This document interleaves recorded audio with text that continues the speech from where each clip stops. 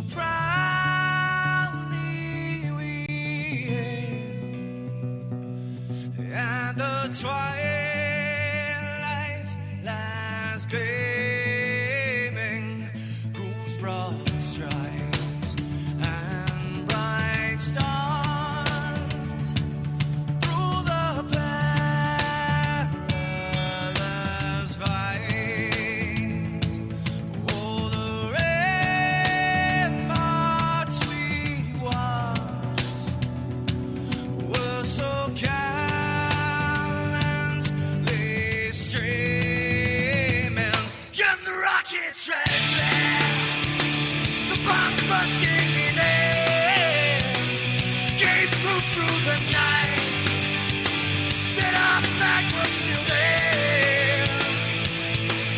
Oh, say, does that star-spangled banner yet wave o'er the land under the fray, and the home of the brave?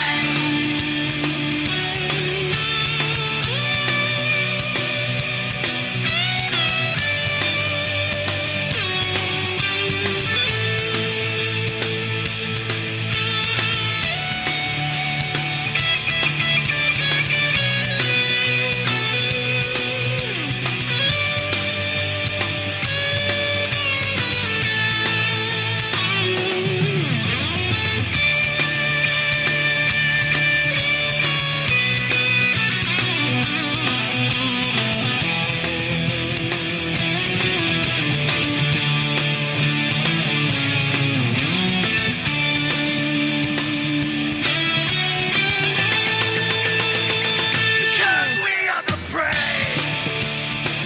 Yes, we are the brave. We'll fight to remain the name of the brave. We are the U.S. of A.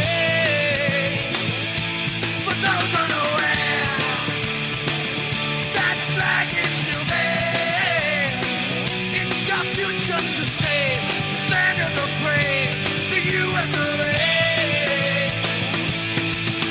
Oh, say, does that star-spangled banner yet wave o'er the land of the free, and the home of the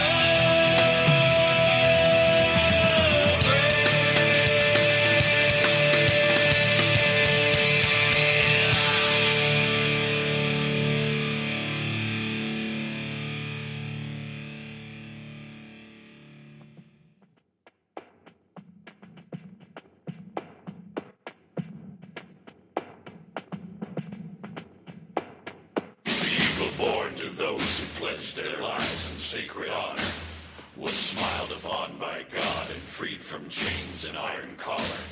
He is held aloft on unity and by history revered for preserving peace through strength. His wings now reach across 200 years. But for each of those in 1 year more, God has smiled upon the core, from the Barbary coast to the eastern sand, by sword, by gun, or by bare hand. So it's been and shall be weighed. Though many are born, few are made. Faithful always they shall remain. Dogs to loose when war is waged.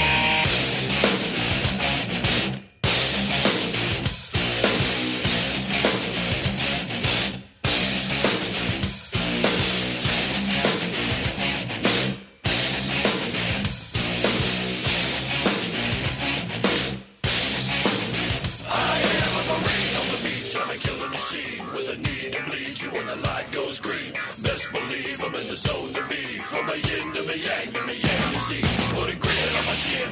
Come to me, cause I'll win. I'm one of a kind and I'll bring death to the place you're about to be. Another river of blood running under my feet. Forged in a fire lit long ago. Stand next to me, you'll never stand alone. I'm last to leave, but the first to go. Hardcore is the only way I know. I'll feed on the fear of the devil inside of the enemy faces in my sight. Aim with a hand, shoot with a mind, kill with a heart like Arctic ice. I am a devil dog, I'm marching on. I am a devil dog, I'm marching on. I am a warrior and this is my song. I am a warrior and this is my song. I'll bask in the glow of the rising war, lay waste to the ground of an enemy shore. Wade through the blood spilled on the floor, and if another one stands, I'll kill some more. Bullet in the breach and a fire in me, like a cigarette thrown in gasoline. If death don't bring you fear, then death ain't brought by no marine. Come to the nightmare, come to me, deep down in the dark where the devil wins. I'm all with the jaws and the razor teeth, where the brimstone burns and the angel wings. Call to the gods if I cross your path, and my silhouette hangs like a body bag. Old as a moment, now long past, the shadow of death is the one I cast. I am a devil dog, I'm marching on. I am a warrior and this is my song. Hell has no demon I won't overcome. I cannot hear you. I am a warrior and this is my song.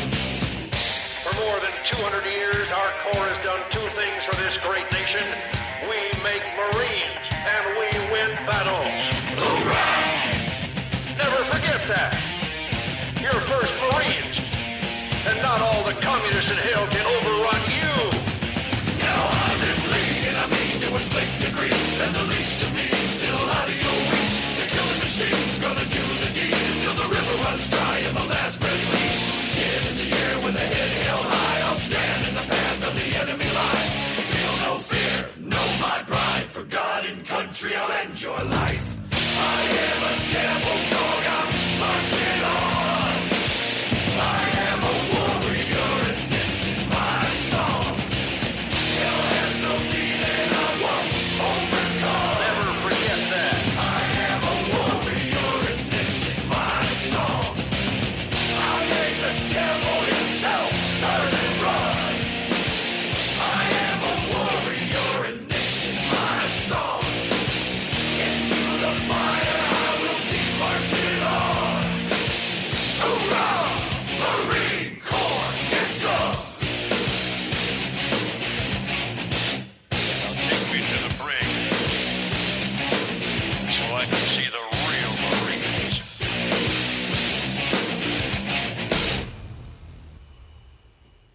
Good night, Chesty, wherever you are.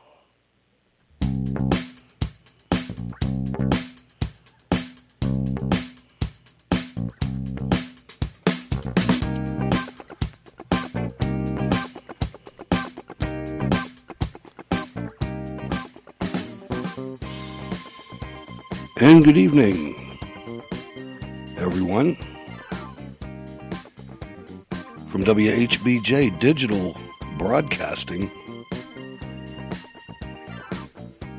from the Allegheny National Forest, Studio Number 2, I'm Hutch Bailey Jr., your host. Glad that you could come out tonight. Have to see where we're going.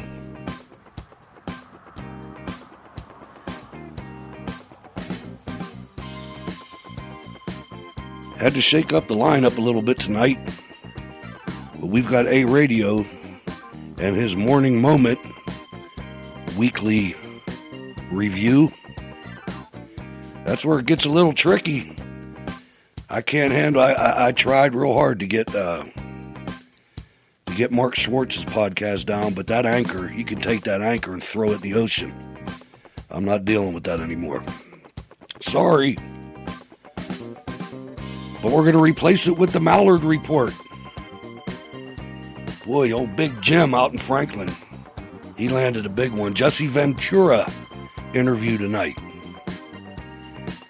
Steel City Resistance up next. After that, the flashback. And then Richard O. Jones, true crime historian, gin, jazz, and guns. I got to do the math. I got in the studio a little late. Well, let's tell the truth. I took a nap. I had to take my woman, my warrant officer mandatory afternoon nap. So I was a little late into the studio. So I'm still searching for another show to play tonight. I think I have to do the math though. Probably won't have well, I don't know, maybe we will. It was a little dismal last week, but there's a lot of things going on. We'll see what happens tonight after Steel City Resistance. Please share the show. Go to steelcityresistance.com and become a Cold War Radio patron. Keep these things going. Finished up the last batch of tomatoes tonight. 18 quarts.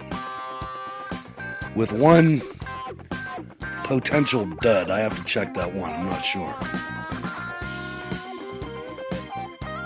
Anyway, glad that you're out here. It's overcast all day today. We had 7 spectacular minutes of sun earlier up here at Camp Vienna.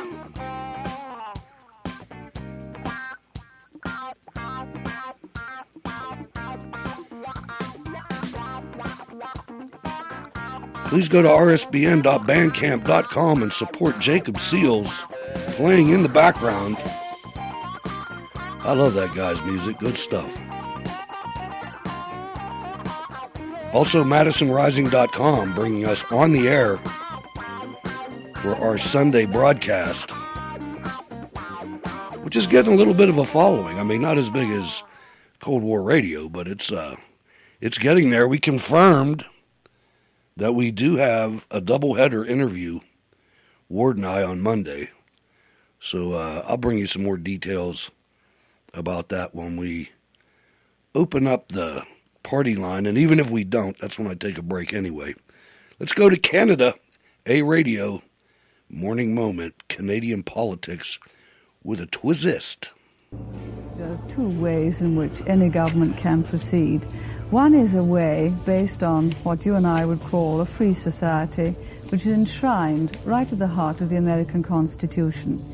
The other one is a way which allows only one view, both of economics and politics, in which almost everything is either owned or controlled by the state, including the media, including the ideas, including freedom of discussion and everything. There is no freedom of discussion. Now, between those 2 ways, the free society and the totally controlled society, there are, of course, variations. I think what we've learned in Britain is that we've gradually, over the last, certainly 12 or 13 years, with perhaps a little interruption, gone slowly further and further away from the free society towards something else. At the same time, we've found, I don't find it strange, but some other people do, that we have stopped creating wealth. We've had a large number of increasing restrictions. And you've been finding 2 things. First, that we are more and more concentrating on redistributing the wealth we've got, rather than creating any more. To create more, you need a slightly freer society, and you need an incentive society. Naturally, when I see that happening, I look with very great alarm to societies which have gone even further left. That is, they've tried to redistribute even more and haven't had the incentives for people working hard on their own account, doing well for their families, and often then being able to create jobs for others.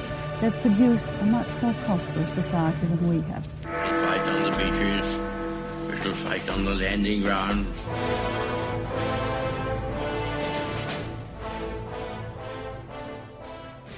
Thank you for joining us. You are listening to A Radio, and this is the Morning Moment. We're on weekdays, 11:45 Eastern. Follow us on Spreaker.com and click on the like button. Well, this is a very interesting piece that I came across. It's from CCN, Cross Canada News. The title alone should kind of scare you. It's entitled, "Is the Government Preparing to Steal Your Land?" Now, it may be Canadian, but it does have possible repercussions beyond its borders. I'm going to play for you the audio of a YouTube and let you make your own mind up. But there does seem to be an official document behind this. There is an actual PDF document, and you will be able to see it yourselves because I'll put a link to it on my website. Please make your own mind up. Don't just listen to me. And if you're in the States or the UK, it's not irrelevant to you. But consider this. If this is in any way true, even parts of it, it goes yet again to another example of Agenda 2030. As I keep saying, the countries who don't have that yet, or should I clarify that? Yes, I think I will. For those of you who think you don't have it yet, perhaps, just perhaps, you might want to investigate in your own backyard to make doubly sure that you don't really have it, or even any part of it. Or maybe it's just that it hasn't been implemented yet, because, I don't know, let's just say the right people aren't in office yet. Here's the piece. Links on my site. Hello, ladies and gentlemen. Welcome to CCN Cross Canada News. Well, if you've heard enough about the climate emergency, hang on to your seats. There's a new one. It's called the nature emergency. CPAW's brought this up. It's Canadian Parks and Wilderness Society. Seems that they're looking for land. They're looking for up to 17% of land, inland water, and oceans by 2020. They want 30% of all land, inland waters, and oceans by 2030, and 50% or more by 2050. This land, a lot of it is going to be rural, of course, and if you happen to be one of the unfortunate people that are living in the country, you might get a notice that you've got an offer on your property. And if you don't take the offer, you probably won't get another one. You'll probably get an eviction notice, because all this land is going to be set up for conservation to help save the planet. And this is worldwide, and guess where it's coming from? None other than the United Nations.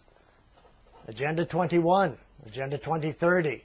There's some recommendations. Governments should recognize that Canada is facing a nature emergency as well as a climate emergency, and that together these threaten the well-being of all Canadians. Governments should complete all existing protected area proposals in a timely way. The federal government should champion a goal of protecting and restoring at least half the earth, and a milestone target of protecting 30% of land and inland waters by 2030 in the next strategic plan under the UN Convention on Biological Diversity, and commit to these targets at home. Governments should implement this 2030 target through inclusive participatory regional planning, including Indigenous-led land use planning informed by science and Indigenous knowledge. This planning should focus on ensuring protected area networks are well connected and representative of all ecosystem types, including key biodiversity areas, encompass culturally significant spaces, and are consistent with international standards. If you're unfortunate to live in a key biodiversity area, whatever the government declares that is, you could be looking for a new place to live. And I guarantee you it won't be in the countryside. They want everybody moved into the urban areas, into the big cities, where they can be monitored and controlled so much easier. And plus they have a lot of votes in these areas, and the rural areas usually vote against a liberal government, and they're not happy with the United Nations, so why would they want you out there when they can put you in with the other masses in the cities, and your vote definitely won't count then. Governments should commit to proactive, increased, and sustained funding to deliver on their 2030 targets and to support protected areas, including through new conservation finance mechanisms. So the finance mechanisms, I'm not sure what they mean by that. Maybe that's the checks they're going to give you for kicking you off your property. I don't know. Federal, provincial, and territorial governments should establish and manage protected areas in partnership with Indigenous peoples, support Indigenous protected areas, and apply the concept of ethical space put forward by the Pathway to Target 1 advisory bodies. I've read where they have already organized this with the 12 Indian tribes in Canada. So it sounds like another transfer of property, put it that way. So I'm going to leave this link, and you can go through it. There's a lot packed in there. You'd have to try to pick it apart. But what I suggest you do is I'll put in a link to an article on Agenda 21, and you can look at the two links, and you can probably see the significance and how obvious this is. So there is no nature emergency. It's about as big a nature emergency as there is a climate emergency. So this is another huge step by United Nations and governments of some countries. Canada, they're looking for Canada to lead the way. Maybe we are the model for the UN Agenda 21. It sure seems like it. So if you like this video, please like, share, comment. Don't forget to subscribe and hit that notification bell. Bye for now. God bless.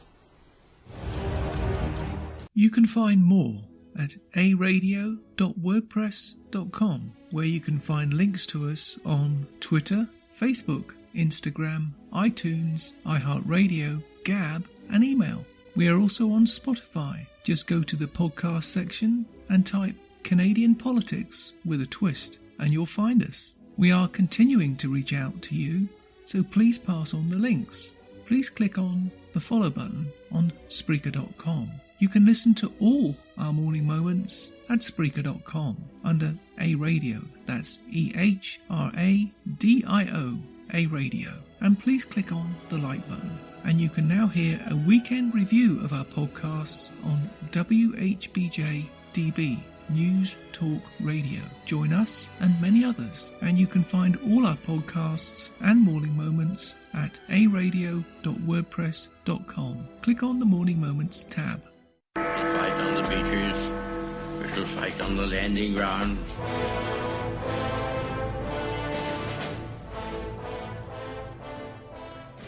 Thank you for joining us. You are listening to A Radio, and this is the Morning Moment. We're on weekdays, 11:45 Eastern. Follow us on Spreaker.com and click on the like button. September the 11th, 2001. Do you remember where you were? It's hard to believe, isn't it, that it was 18 years ago. It seems to me just like yesterday. I was in the UK at the time, working at a large high-tech company, which was, it had happened, in the process of making us all redundant, but that's a story for another time.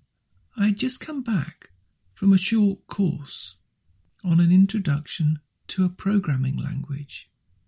I came back to my office and sat at my desk. My computer was on. All of us were looking for jobs due to the reason I mentioned earlier.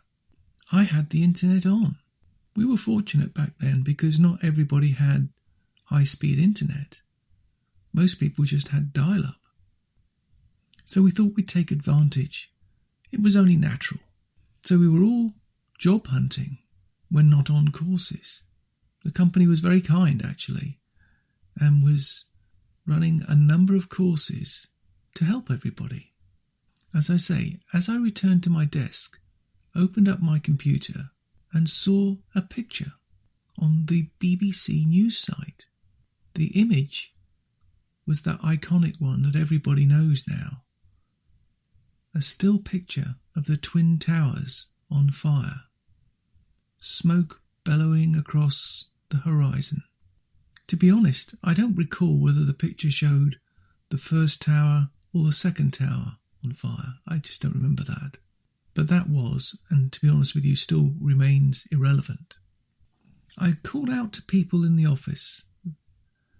They came over. They rushed over, actually. Others turned their own computers onto the website. We also at the time looked at CNN, because that was the American news of record online at the time. We were all just stunned. I do recall that. No one said a word for what seemed ages, but it must have been only just a few seconds. Someone, I recall, got a radio and turned it on, and we were just listening to what we could, but it was a bit garbled and you couldn't really make it out. I remember quite visibly at the time calling my wife, who was at work. She did, and still does, work in the financial industry. She had just heard about it.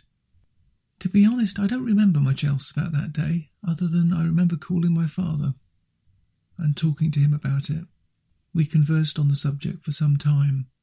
I remember he was quite shocked, because both he and I had been in New York on business only a few years before. It brought it all back to me and him. We remember the streets very, very well, and the hustle and bustle that was and still is New York. I do remember when I got home that night that Sky News was on. That's the sister news organisation of Fox, and they were actually covering this through Fox News. They were taking the live feed from New York from Fox. That was the first time I recall seeing Fox in the UK. Both my wife and I were transfixed by the images coming out of New York. I remember the reporters lost for words. I will never forget that. In the days after 9/11, the US was, to our understanding, on a virtual lockdown. Many reporters trying to get there from the UK and Europe just couldn't. I remember the first British reporters getting there. They had to fly from the UK to Canada, and then they drove down by car to New York because there weren't any planes, and I don't think any trains were running at the time into New York itself, understandably so. It was a very sad and disjointed time, much more so for those directly involved. Those of us who weren't can never really appreciate what they went through and what they're still going through to this day. We can only stand and think in silence. Many actions have taken place since that fatal day. I, like many others of you out there, have lost loved ones due to natural causes since that time. But I never forget that day and where I was. To me, it was a JFK moment, something that I will never forget, and neither should I. You can find more at aradio.wordpress.com, where you can find links to us on Twitter, Facebook, Instagram, iTunes, iHeartRadio, Gab, and email. We are also on Spotify. Just go to the podcast section and type Canadian Politics with a twist, and you'll find us. We are continuing to reach out to you, so please pass on the links. Please click on the follow button on Spreaker.com. You can listen to all our morning moments at Spreaker.com under A Radio. That's EHRADIO, A Radio. And please click on the like button. And you can now hear a weekend review of our podcasts on Whbj-Db, News Talk Radio. Join us and many others, and you can find all our podcasts and morning moments at aradio.wordpress.com. Click on the Morning Moments tab. 2 weeks ago, the United States officially recognized the legitimate government of Venezuela and its new president, Juan Guaido.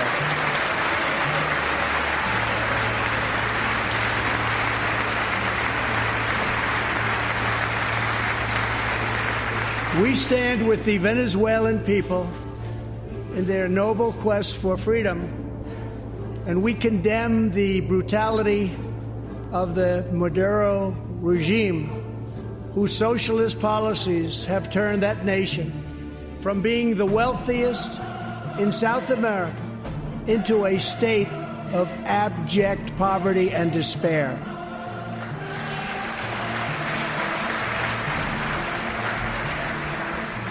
Here in the United States, we are alarmed by the new calls to adopt socialism in our country. America was founded on liberty and independence, and not government coercion, domination, and control. We are born free, and we will stay free.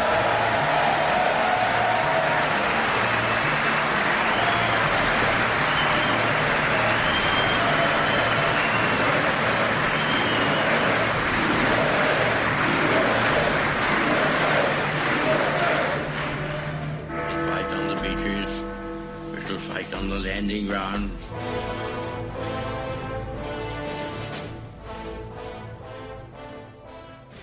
Thank you for joining us. You are listening to A Radio, and this is the Morning Moment. We're on weekdays, 11:45 Eastern. Follow us on Spreaker.com and click on the like button.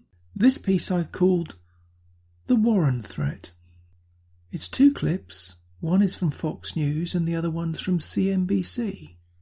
The 2 pieces show how Wall Street is starting to get very nervous about Warren and the possibility of her becoming the Democratic candidate and one step away from being a president. The first, as I say, comes from Fox News, it's Stuart Varney, and the second one's from CNBC, and there's a plethora of people commenting. They both seem to come to the same conclusion. Even if the second clip from CNBC is a little obscure right to the end, and then they come out right out with it. It's clear that any threat to Wall Street would be an absolute disaster for America. For those Americans, however, who hate the current president, President Trump, but are benefiting from the massive economic growth, they should take note and should be very concerned that that possibility, i.e., Warren becoming president, could come true. Your current wish for a recession to push the president out of office now, and for those of you, of which I'm one, who suffered terribly under President Obama, let me tell you this. You'll look back at the heady days of Obama with great fondness and great envy if Warren ever got the reins of power. The other aspect of Warren that should not be underplayed is the fact that she's a communist. Therefore, with that in mind, the military would be all but dismantled. Despite the fact, by the way, that she's a millionaire, that's irrelevant. I fear greatly for the very survival of America. I doubt very much that for just one term of her in office would not see the end of America as we know it now, which after all has always been the ultimate goal of communists. Seeping, creeping, never sleeping has never been a more apt phrase. That describes liberals, Democrats. It matters not what they call themselves, even progressives. The title means nothing. It's their policies that will ultimately define who they really are. But unfortunately, by then, when the mask has been removed and their true identity has been revealed, it will be too late. Here are the clips. Links on my site. Down in Houston, a new op-ed in the New York Post claims Wall Street is already freaking out at the thought of her becoming our president. It goes on to say, quote, banks, for all their faults, are usually good at assessing risk, and they say the risk of a Warren presidency is real. They're right to be scared, as the rest of America should be too. Here to discuss this, Stuart Varney, host of Varney & Company on the Fox Business Network. So it's not just one of 20. She's one of the top 3 candidates on the left, or top 2, you could say. And rising sharply. Right. So look, I think Wall Street, and especially especially the banks, have every right to be extremely concerned about a Warren presidency. They should be concerned about what's called her Accountable Capitalism Act. That is at the forefront of her economic policy. This is a disaster. This is the socialist takeover of American business. If this act were to go through, all companies would have to get a license, big companies, a license to do business. And if they get that the license but by they're the already federal government, in business. They would have to approach the government for a license to do business. And if they get that license, they would have to conform to all kinds of new standards. Like for what? example, the profits from that business would no longer go to the shareholders. No, not all to the shareholders.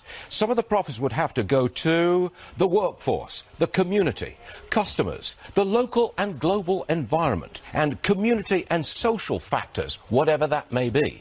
The result is you take the profits away from shareholders and you're going to cut the stock price, which means that all those retirees, tens of millions of us who rely on the market, rely on stocks for our pension planning and our pension funding, we're going to be really out of luck if Elizabeth Warren is the president of the United States. The title of her plan sounds a lot like Obamacare, even the Affordable Care Act, the Accountability Capitalism Act. She says she's a capitalist, but this sounds a lot like socialism. Oh, it's socialism. It's the socialist takeover of American business. Profit is bad. Profit must be distributed to other people other than the owners of the business, the shareholders. Well, and look, it flies in the face of the economy's performance.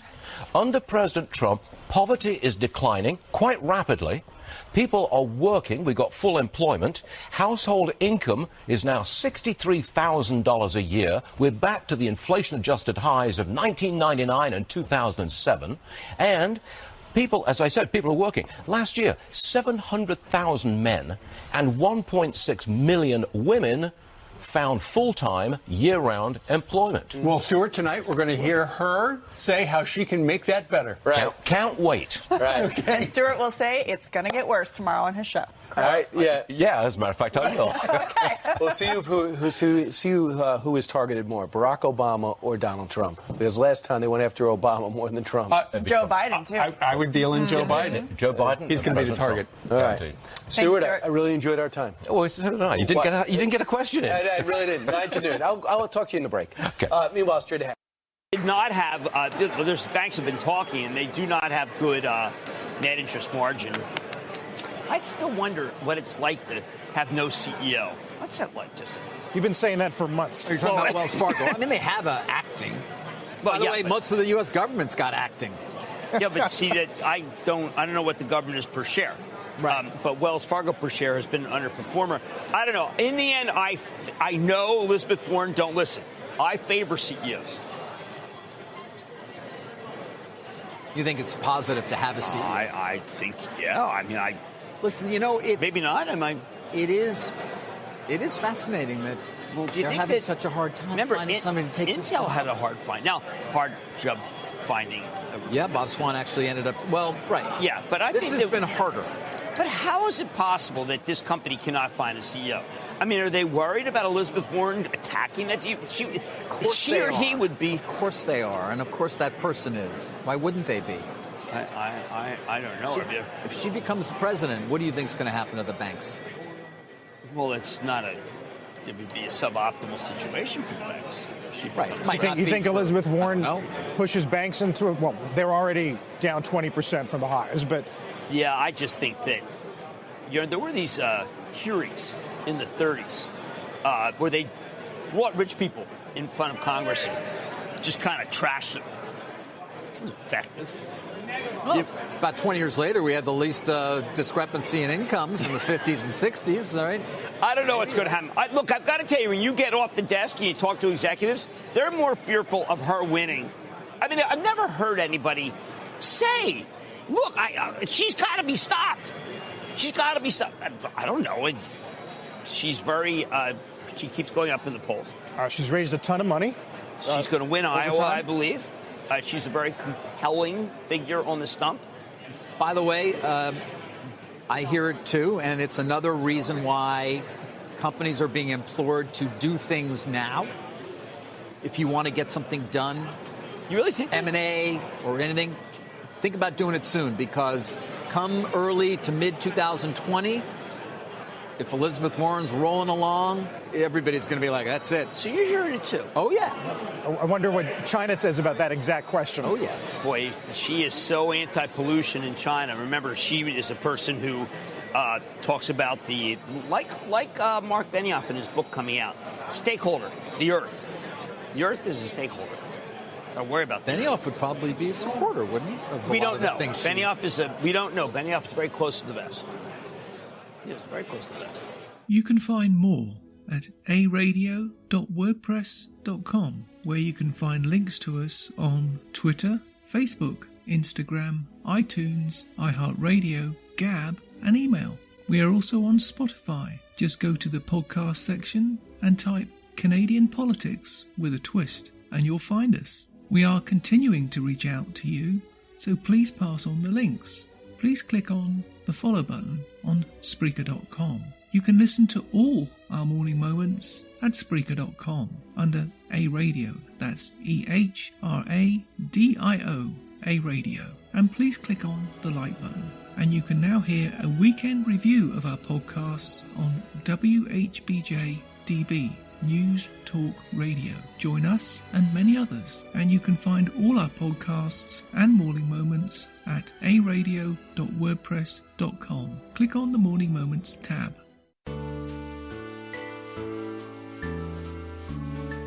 You're listening to WHBJ Digital Talk from the 412.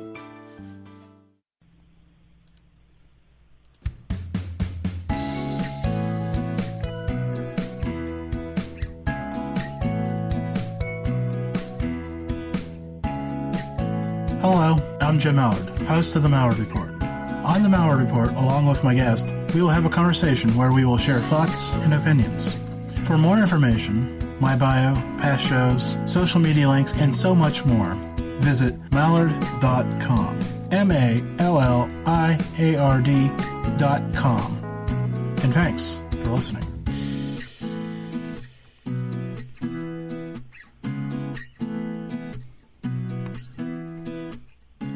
I want to welcome everybody to this evening's program. I've got a very special guest, but before we begin, I've got my sponsor read. I've got schooloferrors.com, the school safety book by Dr. David Perodin, taking a common sense look at some of the things we should be doing instead of some of the things we aren't doing.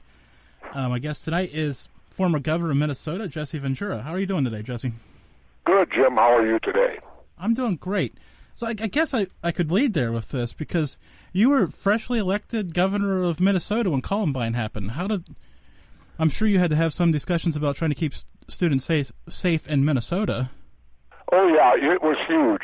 Columbine happened right after I took office, and at the time, I was behind a bill that required a shall issue conceal and carry.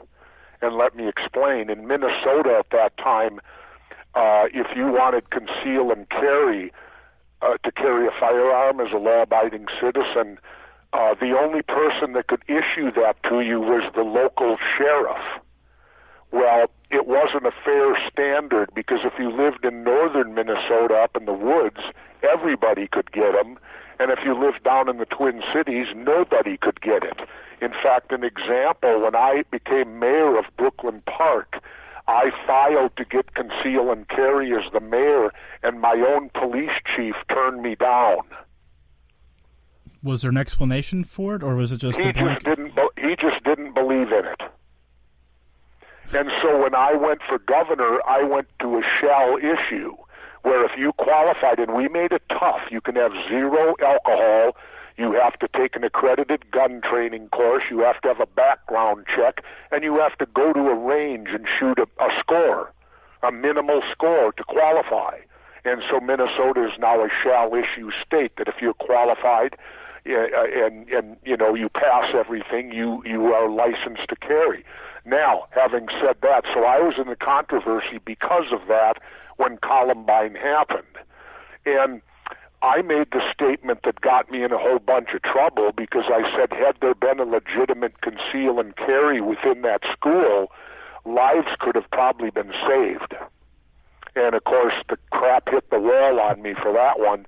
But the point being, I told them back then the only way to protect the schools. Nobody listened until now. See, I was 20 years ahead of my time on most subjects. An independent has the ability to do that. And the way you protect the schools, which I told them then, I said, look, I'm trained. I went through Navy SEAL training. I'm a Navy SEAL. And I said, I'm well trained. And when we were trained to think like the enemy. So if you're going to do a terrorist thing like attacking a school, you have to put your mind into the mindset of the enemy or the terrorist that's going to do this.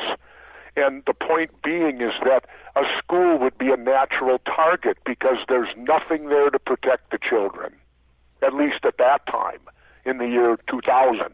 There was nothing to protect kids at school. You could hit a school and know you'd have 15 to 20 minutes before anybody'd get there. Here's what I told them needed to be done. I said, you've got tons of older retired law enforcement people. You got a lot of former special forces military people who are very good with weapons. I said, you train them, you hire them, and they wear two hats. They're Bob the janitor, but they're also carrying a concealed weapon to protect that school. The kids don't need to know about it. Only person that needs to know is the principal, that Bob the janitor supposedly, the kids all know him as Bob. When I went to school, we all knew our janitors' names, would say hi to him in the halls. But they don't need to know that that guy's armed, well-trained, and is there to protect the school. And you get at least two of them. That's how you solve the problem, in my opinion. Because otherwise, there's no protection in schools. Schools are natural targets. Well, I was going to say metal detectors aren't stopping them, or any number of other things out there that people are trying to push. Because a metal detector is not going to do any good, because generally the perpetrator just comes in with an invasion. How's a metal detector going to stop that? You know, I mean, you already know he's got the weapon. He's coming if nobody's in with there it. to actually stop him. Yeah, nobody is there to stop him. You have no, and that's the way schools were for 50 years since I went to school. They would be a natural, if you're that low, if you're a lowlife to that level, and a terrorist, you want the easiest target to hit. Well, the easiest target for 50 years in this country would be a school. And I'm just being honest with you. I know, and you're right. Because there's no weapons there. There's no protection there. Now, hopefully it's better today. And unfortunately, we live in times where we have to do it. So we're not blaming video games or anything else for these people doing this? Well, not to say it can be many things causing it. The president's right when he makes the statement that the person pulls the trigger. That's true. But by the same token, on the flip side, if they don't have a gun, they're going to use something else. You notice in Europe, trucks are very fashionable. Getting a great big semi and bombing. That's another one. How do you defend against that?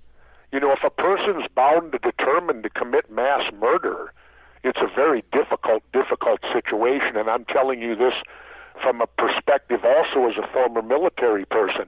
If you're fighting an opponent that's willing to commit suicide, that's a very difficult opponent. Yeah, because they're willing to do anything at that point. Exactly. And they will do anything. And that's a very difficult person to fight. Be it militarily, be it defensively, be it whatever. If a person is willing and they're ready and able to commit suicide one way or another in commissioning the crime or whatever it is they're doing, that's very difficult to protect on situations like that. No, I mean, a lot of the blame goes to the gun. It's the person with it. A lot of the blame goes to the person. I mean, goes to the gun, not the person holding the gun. Well, again, the one thing about the Second Amendment that I think is lost in a lot of this discussion, and I hear people say it all the time, they always tell us we're not going to infringe upon your hunting and your fishing. Well, first and foremost, people need to understand that the Second Amendment wasn't written for hunting and fishing. Back then, if you didn't hunt and fish, you didn't live. It was pretty much a requirement. And so the point I'm getting to is the Second Amendment, it was put in number 2 behind free speech. And there was a purpose that it was number 2 back then. If you read history, you'll learn that because the British used to come here and invade our homes, steal all our stuff, and basically take over whenever they'd come here. So our forefathers, in light of the conditions they lived under, put the Second Amendment in so that we could defend ourselves against oppressive government as citizens, that they wouldn't be able to just come into your home and take your stuff and occupy you and all this. That's why the Second Amendment, the people's right to bear arms, was written in the first place, and I really wish they'd get that right when they talk about it. And I don't think that even if I had an AK-47, if the government showed up at my house, then I'm keeping them out. Well, in a way, that's true. I've heard that argument, but I can argue back something to you on that. Go ahead. Always remember, we dropped more ordnance on Vietnam than we did in World War II, and all they were a bunch of rice farmers with a few AK-47s, and they withstood the entire United States military and everything we could throw at them short of nuclear. You do have a good point there. You know, and what were they? They were a bunch of farmers in the field that raised rice in the daytime, and at night they ran around with AK-47s. So while we're pushing amendment buttons, let's talk about the First Amendment for a minute. And sure, the big buzzword is fake news anymore. My head spins anytime anybody starts talking about that anymore, because I don't know. It seems like everybody is putting their slant on things. I don't know. Does anybody straight up report news anymore? Well, I can honestly tell you, I work for RT America, Russian television, and we do. Wait. I know that sounds strange coming from someone who works for Russian television, but I've been working there now 3 years, and they do the best news that I've ever seen as far as fairness goes and as far as covering topics and things. You know, the thing about RT, I'll give you an example. I've done interviews in all the media, pretty much. And whenever you do our mainstream media, they call you before you go on that night, and they do what's called a pre-interview.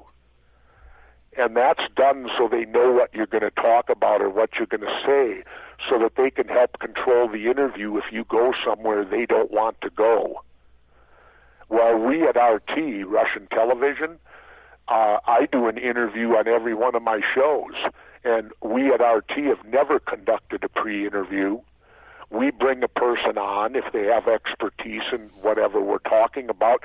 We give their credentials, we ask them questions, we allow people to answer the questions, and then amazingly we allow you, the viewer, to decide for yourself. You know, is this person credible? Do I want to believe this person or whatever? And so I get my best news today, and it's embarrassing to say, from Russian television.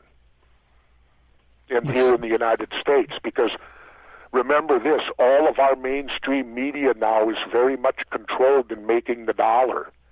It's all about making money and ratings points. And that's why, like, the stories come down from on high. All you're getting is 5 different people giving opinions on the same damn stories all day long. If you watch our mainstream media, it's an agenda. And that agenda, unfortunately, is a corporate agenda controlled, and I do not believe that we have. And I'll tell you this, in history, the downfall of mainstream media, believe it or not, was the show 60 Minutes. Let me explain. 60 Minutes was a phenomenal show. It showed a lot of stuff, it discovered a lot of things, it investigated a great deal of stuff. Pretty good. But here's where it was the downfall. When 60 Minutes came on, it shot to #1 in the ratings. And prior to that, they had always written off the news as a money loss, a monetary loss, and that they'd make up for it in the entertainment department. But it was more important to educate us and inform us. When 60 Minutes shot the #1 with its show, the light went off with the bean counters. They said, "Oh, you mean we can make money with the news?" And from that point on, the news has become a ratings game. And it's all, at least United States mainstream news, it's all about ratings points and getting advertisers. That's why you don't see them say much against pharma, because pharma is literally 70% of their advertising money. Yeah, the last time I watched the news, I was pretty sure I had to call the doctor afterwards, because I'm pretty sure I had something. I'm not sure which one of those conditions it was, but man, you need to call, tell your doctor about these. Oh. Well, not only that, but count the number of commercials on TV dealing with pharmaceuticals. It's astounding. Thousands. And the point being, you made the point, okay, the doctor should tell you what to take. Why do they need to advertise? Because the doctor has the expertise, not you. And you going to watch TV and then they tell you to tell your doctor? Well, it's like Bill Maher said it, I believe, was the first to say it. If you're telling the doctor what you need, the doctor's not a doctor, he's a dealer. That's for sure. So how do we break this cycle of entertainment/news?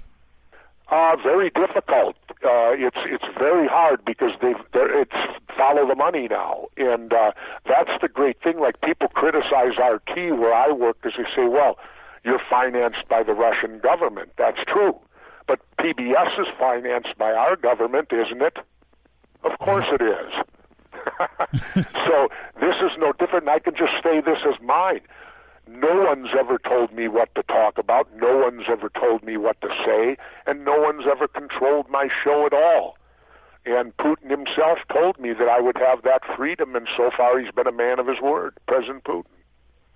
So give me a hard promo for the show since we're here before I forget. Give you what? Tell me, when does the show air? It airs on RT, what time? My show airs every Friday night, 6:30 Central Time. So I guess 7:30 Eastern and all the rest. And it airs a couple times on Friday, and then it might air on a Sunday night. But it's a half-hour show called The World According to Jesse. I kind of stole the title from the Robin Williams movie that I liked, and since it's my opinion of the world, it's pretty apropos, The World According to Jesse. I'm giving you my opinion on the world out there. I was going to say, that's what I do. It seems like a fitting title for your show. Oh, and I'll tell you what, I'll say this, they're the best company I've ever worked for. And I'm 68 now, so I've worked for quite a few. And they're completely honorable with me. Larry King works there, so and yet we're the only television station that has to file as government agents in this country. Chinese TV doesn't have to, the BBC don't have to, Al Jazeera don't have to, but RT America does. Because I'm sitting here and wait, and let me add this: we're going to educate people today. We also are accused of interfering in the 2016 election. Do you know what our trick? That's where I was just going. That's where I was just going. I keep hearing Russian collusion in the back of my head. Well, do you know what? Do you know what we did? No. Well, I can tell you. Here's what we did. RT America, we held debates for third-party candidates because American media won't let them hear what they have to say. So we allowed the Green Party, the Libertarians, the Constitutional Party, all the different third parties. We gave them a forum to where you, the people, could hear what they had to say in case you didn't want to vote for a Democrat or Republican.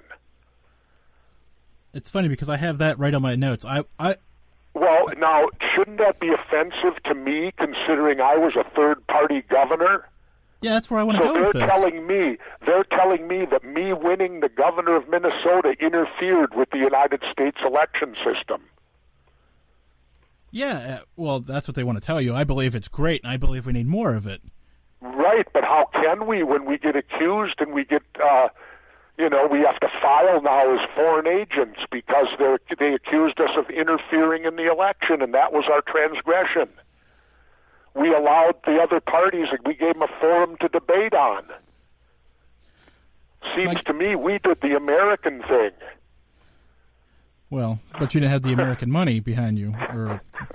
So I guess my next question was going to be, but I need to back up a step. Can a third party, any of the third parties, or just as an independent, are we ever going to see one at a legitimate level because of the control of the system? In fact, this year, I'll tell you what, and I'm going to tell you, and you can tell the world, I am the only one that can save this country. Just Governor Jesse Ventura. Let me explain. The same thing was in Minnesota. Now you've got it at a national level. Here's the explanation. The Dems and Repubs are so polarized now. Everybody knows that our government's at stagnant stalemate. It's not going anywhere. They're not doing their jobs because you got the far right against the far left. The only way to solve this, you must elect an independent. You must elect someone who is not from the two parties as president. And when you do that, see, here's what will happen. The same thing happened in Minnesota. I had a Republican House and a Democratic Senate. Things moved great for 3 years, but then at the end of the third year, the Democrats and Republicans got in bed together to oppose the common sense middle, me. Now, are you following me? So I am the only one capable of bringing the country back together. Because I can guarantee you after 3 years, if I ran for president, became the president, it would take about 3 years for them to be in bed together singing Kumbaya and opposing me. And that's what it'll take to get them together so that they can work and the country can move forward. If you elect a Democrat or a Republican, you're going to continue with the same stagnant mess you have right now. They need a common opponent, and you'll see it happen. They would rather be in bed together than have a third entity enter the game. And this is a fact. Look at what happened in Minnesota. They opposed my last budget. They got together. They wouldn't take my budget. They sent me theirs. I vetoed it twice. They both overrode my veto, and a year later, Minnesota was $5 billion in debt because they put forward a horrible budget that I vetoed twice, but they came together just to get me. And see, that's what the country needs to learn, and I am the only guy who can save this country. You got to elect someone who is not from either party for that to happen. So are you going to run? I don't know. We'll find out. Springtime. Too early. Well, Why would I get in now? Stupidity to get in now. Well, it seems like I don't understand. I wish we could shorten the election cycle. I mean, now is too early. I agree. I'd love to see a law passed where you can't even start the election till the year it's going to happen. I'm thinking like Memorial Day the year it's going to happen, but okay, I'll give you the even better. But let's work. You got to work in small increments. Let's just get it to the year first, and then we can chisel it down from there, maybe. Because but no, you and I agree on that. You know, and remember this: I'm fiscally conservative and I'm socially liberal. That's most of America. Most of America's me, and that's exactly how I won in Minnesota. Because most of Minnesota was me. You got the far left and the far right controlling the country, and the common sense middle is being left out. Without question, because we're part of the. I'm from Western Pennsylvania, you know, the heart of the Rust Belt, and sure, everything sounds, they spout off great things, and nothing ever changes. The point being is that these two I wrote a book called Democrats and Republicans, No More Gangs in Government. You know, they belong to the same party, the corporate party. It's just that they're divided in a red and blue segment. But they're still controlled by the same corporate powers. If you go to the Democratic and Republican conventions, you'll see the same lobbyists at both. See, they're both getting bought off. It's like a football game. If you bet on both teams, you can't lose, can you? I'd still find a way. You don't know my luck, do you? Well, it's the truth. You bet on both teams, you ain't going to lose no money. And that's what they do. They bet on both teams, and that way they come out the winner because they got their side bought off either way. I think. By the way, just so people know, too, I never took any PAC money, no special interest money. You know how much money I raised to become governor of Minnesota? Well, I seen this, but I didn't write it down. $300,000. Can we cap that, too? No, but that's how much I raised. I actually made more money doing the job than I spent to get it. I don't think no one in the nation in the last 50, 100 years can make that statement. Well, that's what I'm saying. Can we seriously stop? I mean, it's just piles and piles, like roomfuls of money. For me to get in, it's too early right now. You don't want to get in now. You get lost in the shuffle. You got to wait till the last day. Then you come out. You get the pikers out. See, you got to get rid of the pikers right now. There's too many pikers in there. But they're still getting all of them. Well, I can't say all of the Democrats probably had more money than you had. Well, they all do. I don't raise money. I don't have to. I know, but I'm just saying they all had more money. Yeah, at this point. But the only key is, see, you got to get in the debates. But it seems to me, if I ran, I could get in them because, I mean, they got debates with 12 and 20 people now. All you're asking for is 3. It is awkward when they go to try to show the crowd shot. You need one of those large panorama TVs to see everybody that's there. Well, the point is, how are they going to argue there's too many people on the stage? That's what they used to use on the third parties. We can't put all you third party people up there. There's too many candidates. Well, we just watched the Dems have 20 up there, or whatever the hell it was. I don't even watch the debates because I'm not voting for a Democrat or Republican. So why would I watch them? I've never voted for a Democrat or Republican. It's more of a dog and pony show, anyways. They kind of know what's coming and they know what they're going to say. Well, no, it's entertainment. You notice how the networks advertise it like the Super Bowl. See, this is entertainment. They're entertaining you now. They're getting ratings points. That's why they build it up.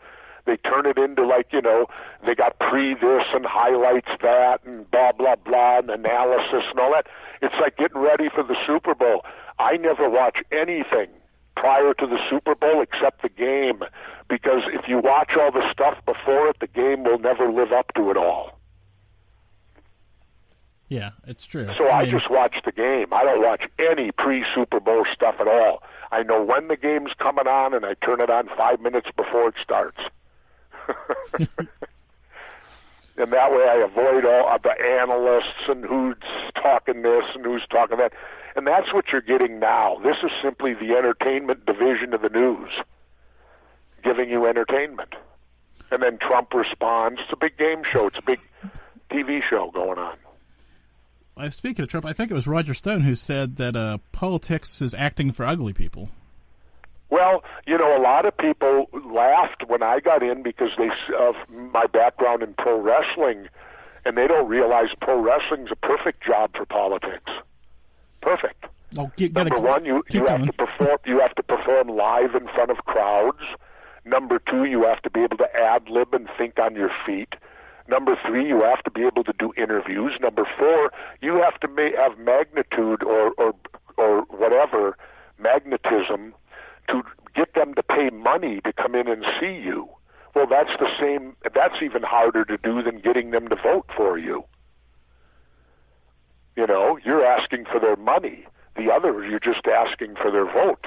Their vote don't cost them nothing usually, or at least not in the short run. Might cost them in the long run. But, and besides, look, if I ran, how much, wouldn't it be nice to get, I turned to all the wrestling fans and say it's about time we put a wrestler in the White House? Oh, yeah, you'd energize them in a hurry. How many wrestling fans you think I'd get voting? Then, here's my next one. Never before, to my knowledge, and I might be wrong, but at least to my knowledge, there's never been an enlisted man as commander-in-chief. We've had officers, Richard Nixon was an officer and Dwight Eisenhower was an officer, when they were president. But there's never been an enlisted man. George W. Bush or H.W. Bush, he was an officer because he was a flyer, you know. But never has there been an enlisted man. I think you'd get a lot of enlisted men would vote for you. Checking some boxes there. You know, and here's the thing. I'll tell you right now, here's the thing that bugs me the most on my anti-Trump right now, is the fact that when he makes first of all, he attacks John McCain, a veteran. Then he attacks that Gold Star family that had the Muslim son that died for our country. Then he tells the public that he would have been a good general. When you got a guy here that more than likely committed a felony to get out of military service when it was time for him to show his patriotism, he didn't. He more than likely committed a felony to get out of it. And here's my point. Someone had to replace him. Whatever happened to that person? Who was that person that replaced Donald Trump? And now this guy's going to sit, and it made me sick. My parents were World War II veterans, and my dad landed at Normandy. And to know that Donald Trump was the one over there representing us at Normandy. And I also found it a bit strange when Germany was invited there, but not Russia. Did you ever think about that? No, but I am now that you mentioned it. Excuse me, Russia was our ally. Germany's the reason we had to invade Normandy. And they get invited, but Russia doesn't? Russia won World War II. It was the Russian front that destroyed the Germans, not us. We helped, certainly. But, I mean, I found that to be very, very disturbing, to say the least. You know, but anyway, getting back to the military, and so Trump is our representative over there, you know, and I just find it disgusting when he makes statements like he could have been a great general. I'll give you a quick story. Every enlisted guy in the country can relate to this story. The first night you go to boot camp, I don't care what service you're in, that night there'll be one person who will go crazy, wet their bed, pee their pants, scream for their mom, and in the middle of the night the authorities will remove that person, and you'll never hear or know whatever happened to them. It happens every night in boot camp. Well, I got news for you. That person would have been Donald Trump. He couldn't even make it through one day of boot camp, and yet he's going to tell us he could be a general. I've got a serious question for you, though. Yeah, that's a serious thing to me. I'm not light on that. That's, you know, that this guy, and then this guy knocks military people. This guy says, and then he says he deserves the Congressional Medal of Honor, and he should give it to himself. A draft dodger. I happen to know 2 Congressional Medal of Honor winners, and one of them gave up a limb. And I find, and if they tell me Trump was joking, first of all, Trump don't joke. And second of all, you don't joke about the Congressional Medal of Honor in any way, shape, or form to me. No, it's nothing to joke about. And for him to state that he should give it to himself publicly is disrespect to every person that ever served in the military, in my opinion. I agree. Now, the story, because originally I was a paranormal guy, you know, ghosts, UFOs, and all this other stuff. And one day I woke up and seen that Trump was creating the Space Force, and I went, wait. Just when I thought things going to get more weird, they just did. Oh yeah, I just covered that on my show on RT, and yeah, they're putting together. They want to get you now will be able to try out in the military for some sort of space force of aggression that they're planning on sending into space. I just view it like this. This is just another extension of what Eisenhower warned us of the military-industrial complex. Who truly has control of our country? That's why we're at perennial war all the time.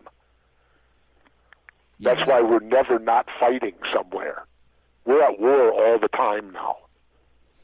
Yeah, we've been in Iraq and Afghanistan for... Well, and what was it before that? The, quote, war on drugs, Vietnam. You know, people talk about conspiracy theory and all that, but I will make this and tell you this statement. And listen to how I word this. Had they not killed John Kennedy, the world would be a totally different place today. And I'm supposed to reference the government as they? Oh, I don't know. Whoever they did it. See, I don't buy that Oswald did it. So whoever they is, whoever did the coup d'etat, because that was a coup d'etat that happened. See, had Kennedy lived, there would have not been a Vietnam War. And how different the world would be, wouldn't it? Yes. Had Kennedy lived, there would not have been a Cold War, because he and Khrushchev were already back-channel communicating, and they were going to end the Cold War by the mid-'60s at the end of JFK's second term. And they were going into joint exploration into space. But all that changed on November the 22nd, 1963. So imagine what the world would have been had Jack Kennedy lived. Yeah, I mean, I think about that all the time because... Well, why do you think it's a passion for me? And here we are again. Trump is withholding against the law all the records of the Kennedy. They were supposed to, by law, be released in 2017. Yeah, well, that's what I don't understand. If the official story is that Lee Harvey Oswald did it, well, what's the hold-up on any of this stuff? I mean, why didn't they just...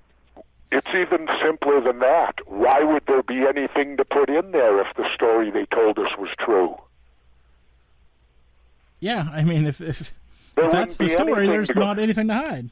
See, that's why it's fraudulent, because if you went along with their story, this little Marine private became disgruntled, went to Russia, came back angry, and shot and killed our president all by himself. Well, that would have no bearing on our national security in any way, shape, or form, other than that he was successful and that the Secret Service should have did a better job.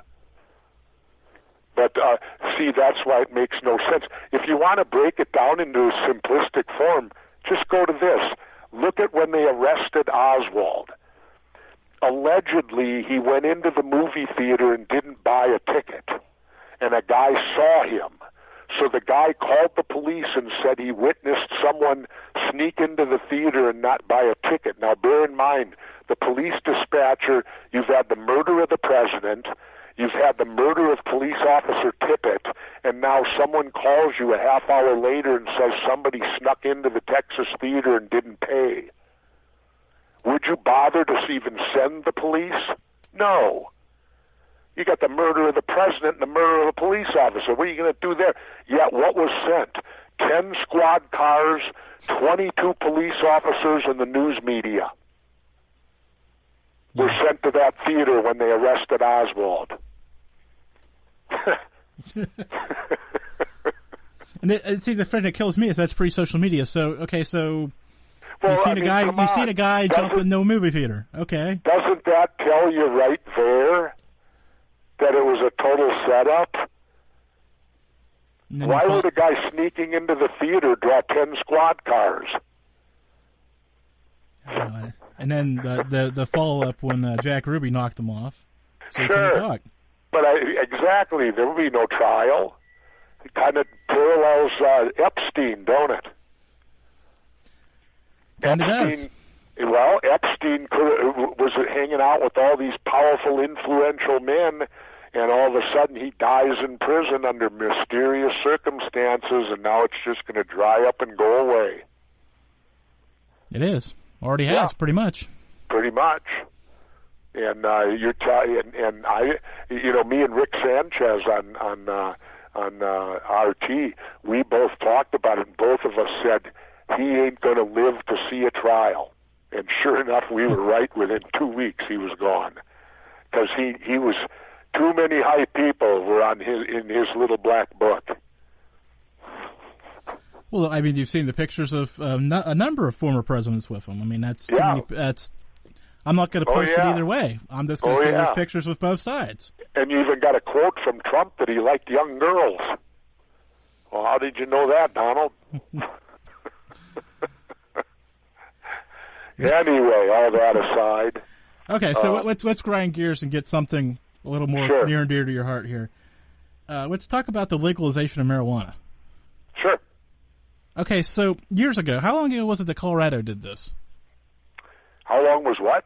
How long ago Colorado did it? When did Colorado first do it? I don't know. Over a decade ago. I can't remember exactly when they lifted their prohibition, but I am fully for it because it's a multi-billion-dollar industry waiting to happen. It's American grown. No other foreigners are involved in it.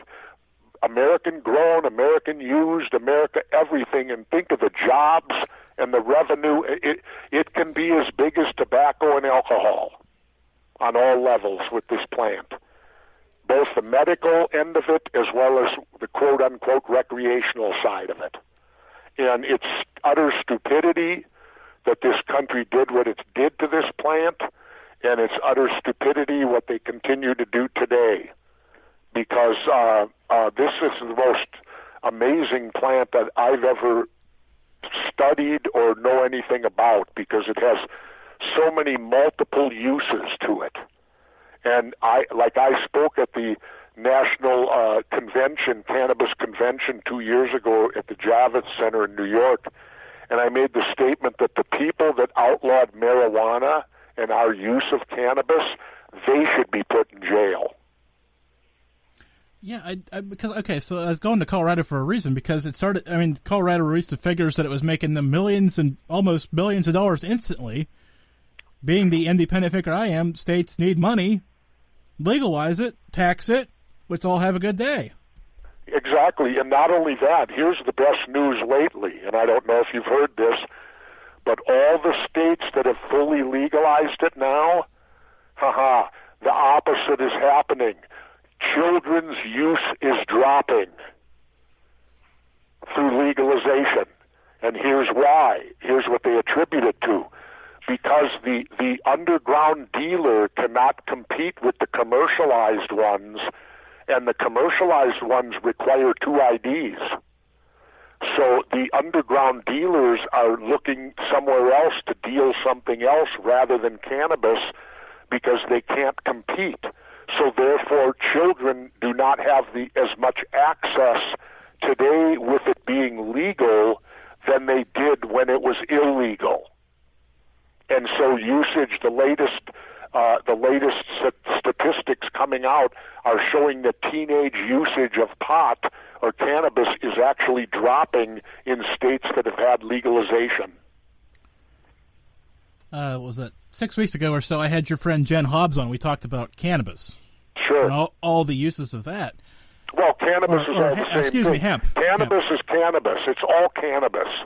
Yeah, well, hemp, I guess. It doesn't need to be separated into nothing. It's all the part of the cannabis plant. The cannabis plant is just a very versatile plant that gives you different plants within its own structure. Shall we put it that way? Why haven't the green people got behind this? The Green Party? I think they are. the green, like the people that want recyclables and all this other stuff. They are. I am. I know you are. I've been screaming it for years because, we cut down trees. Trees grow 1 foot a year. Cannabis grows 18 feet in the summer. And it's renewable. It'll grow back next year. It's insanity. The reason it got banned in the first place was William Randolph Hearst, the big newspaper guy. He owned thousands of acres of timberland. He didn't want to compete with cannabis for paper. Did you know the Constitution and Bill of Rights are written on marijuana? I'm ashamed to admit that I didn't know that. And so is Betsy Ross's flag. It's made out of it. Now, if that doesn't make it legal, what should? I mean, the guys that made our country used it. And it's held up well. Let's say that for the record. You're damn right. You can still read the damn, the document, and the flag's still there. And they're all of them. Well, George Washington today and Tom Jefferson would be doing 10 years in prison. It's just remarkable. Because they all grew it then. And in today's world, they'd be, or the 2 decades ago or whatever, they'd have gone to jail.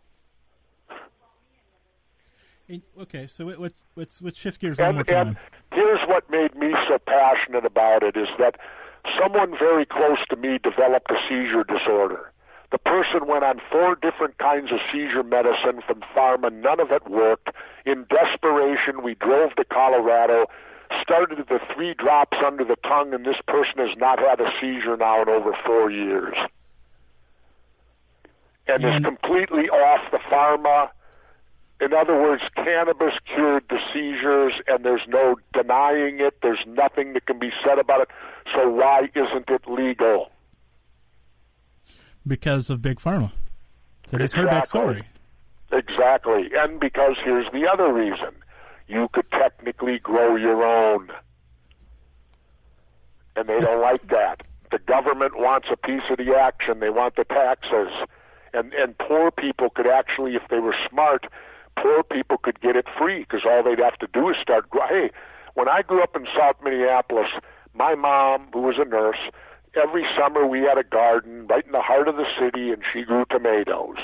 Well, how hard would it be if those tomatoes were cannabis? Same thing. Same thing. And we'd have fresh tomatoes all the time because my mom would grow them in that little garden all summer long. Well, people without money could have the same little garden, and they could grow cannabis, and they wouldn't have to give the government a cent. They'll always follow the money. It'll lead you to your government answer. I was going to say, I know where it leads all the time. Yeah, and that's it for this. There, follow the money. They don't want you having the ability to be able to consume something that they don't get a cut out of. Hell, the government, if they could regulate it, they'd charge you for the air you breathe. I don't say that, but I know it's true. It's true. It is. So look at all the poor marathon runners. They'd all be paying high taxes. Or maybe they should. No. Of course, I've seen myself out of breath. Breathing all the air. How dare them? I've seen myself after I run. I might be paying just as much. Oh. Yeah. Well, I guess this leads me to this other question about sports gambling. Yep. I tried to legalize all of that stuff when I was governor back in 2000. I'm 20 years ahead of my time. See how an independent is so far ahead of the Democrats and Republicans? That's how I wanted to pay for the Viking Stadium. I said, legalize sports betting. I brought law enforcement in when I was governor. I sat down with Minnesota's top law enforcement, and I said, they tell me this is a $2 billion a year industry. Law enforcement looked at me and says, Governor, we think you're light. It's closer to 3. I said, are you kidding? I said, and we're not getting a cut of this? $3 billion worth of commerce is going on, and because we deem it illegal, we're not making, we would be making 300, if you took a bookie's cut, that's $300 million a year added to the coffers of the state of Minnesota of new money. The new stadium cost us like $1 billion. If we'd legalized sports betting like I wanted to, and I couldn't even get someone to carry the bill. If you'd have legalized it back then, 20 years ago, like I wanted, potholes. That's good. That we'll get the money from this, and we'll be able to fill all the holes in the Minnesota roads. Well, I think people would be happy with that. I'd be happy with that. I live in Pennsylvania. Yeah. Oh, God, yeah. I've driven in Pennsylvania. You guys got some of the worst roads there is. But At least you used to. Well, we still do, and we pay. When I was wrestling there, that was the one place I was with Big John Studd, and we actually got a double blowout from the same pothole. Took out both tires. I would say I was surprised, but, I'm not. Yeah, not in Pennsylvania. That's what I remember the most about wrestling in Pennsylvania. A double blowout with John Studd. We lost the front and rear tire to the same pothole. What do you do then? You only got one spare. Well, what did you do? You just had to wait for we somebody had to to call stop. a tow truck and somebody come out, and we had to get to the town and we'd deal with the car later. Just had them tow it in or whatever. I don't even remember anymore, but I just remember that double blowout in Pennsylvania. That's fun. I mean, not for you, but just hearing that makes me realize how, something I already knew, but hearing it from somebody else is always good. Well, for me, it was just, I actually, my father came from Pennsylvania. He lived, his father grew up in coal mines by Johnstown. Nice. Not that, well, a couple hours from me. So we're somehow synergy connected. Well, and he was smart enough. He didn't want his kids in those coal mines that Trump wants to put people in. And that's why he moved to the Bohemian Flats and came here to Minnesota. Bohemian Flats are down on the river, Mississippi River. That's where all the Slovaks came. I'm Slovak. Yeah, I mean, I never understood. I mean, there's great renewable energy now. I mean, it's getting better every day, but we're going to keep mining coal for whatever reason. Well, because that's who's paying the bills of these guys. Renewable energy's not paying the bills for them. They're not paying the bribes. Because you need to remember our entire system of government is based on the concept of bribery. Now, if you do that in the private sector, you go to jail. But in the public sector, it's alive and well, and this is what I mean. If you go visit a congressman, make sure you bring your checkbook. Because if you don't pay him some money, he or she ain't going to listen to you. You got to give him a campaign contribution. That's what I mean. It's a complete system of bribery. Well, I'd bring my checkbook, but my check would bounce. And I'm proud of this. I served 4 years as governor of the state of Minnesota. I never met with a lobbyist once. Which, I mean, that's how it should be. Well, and I didn't have to because none of them got me elected. So why did I need to consult with them? I have my opinion on things. I have a staff. They'll find out what I need to know. I don't need to meet with a lobbyist. That's why they wanted me gone, because I was jeopardizing their jobs. Yeah, you're putting the whole industry out of work. Yeah, because their whole is getting access.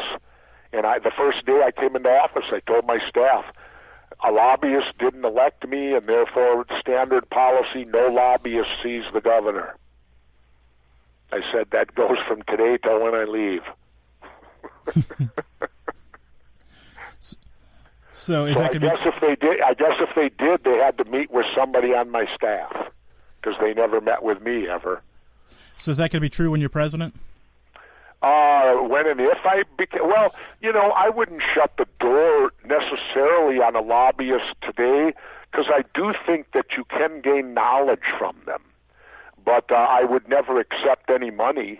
No, I won't accept any. I would never accept any special interest money or thing. That's like when I threatened to run with, I don't know if you heard about it. When I threatened to run, I wanted to run with Howard Stern. Yeah. And everybody thought I was crazy. But again, ahead of the times. Well, no, there's a method to my madness. See, here's what Stern would do for me. First of all, I could keep my integrity. Because Howard Stern could go on his radio show and say, send us $20 a piece to all his fans. We'd have more money than we could spend, right? Yes. That would keep me clean because Howard would be doing it all. Second of all, he's on Sirius Radio, which means it's not governed by the FCC, which means you could stay on the station till the very election day. You could run your campaign right out of Howard's show. Yes. Pretty smart, huh? And then thirdly, and most importantly, you need a vice president who is despicable so that no one will assassinate you and put him in. Very true. Except that then it worked for John Kennedy, of course. Well, no, but think about it. Well, that's because in my opinion, the guy sitting in the second place seats who did it. But that aside, anyway, No, but think about it. In the case of Howard, who'd assassinate me and put Howard in? Nobody. Nobody. You know who I learned that from? Charles Barkley. Well, that's Charles very Barkley sound logic right there. Charles Barkley said that to me before Obama was even on the radar screen. Because I made the statement, if I run for president, I want Charles Barkley as my running mate. And Barkley said at the same dinner, he said, that's a great idea, Governor, because he said there are a couple things we could do. He said we could get rid of the Secret Service. And I said, well, how could we do that, Charles? He said, well, you'll be the safest guy on the planet. He said, ain't nobody going to shoot you and put a black man like me in there. You got to remember, this was 2003, before Obama was even on the radar screen. And I thought that day, geez, Charles is right. He is. I mean, well, still yeah. is. So you got to have a VP that nobody wants. That way it's your safety net. So I do predictions in the middle of or the first week in November. Often falls on Election Day for the next year. So are you 50-50? I need to know. Are you 50-50 about running, or? I won't even put it to odds. Oh, come on! I won't even see. I've had conversations with the Greens, a couple of them. They've been very positive, but I go to Mexico, though I live in Mexico every winter off the grid. I won't even entertain it and that's where I'll think about it hard when I go down there for 90 days off the grid, and that's when I'll come to a decision of whether I will or won't, because I'm 68 now, and do I really want to spend my golden years trying to fix all this crap? Please, I'm begging you. Yeah, well, then in the back of my mind, there's always that little guy there that always says to me, well, if not you, then who?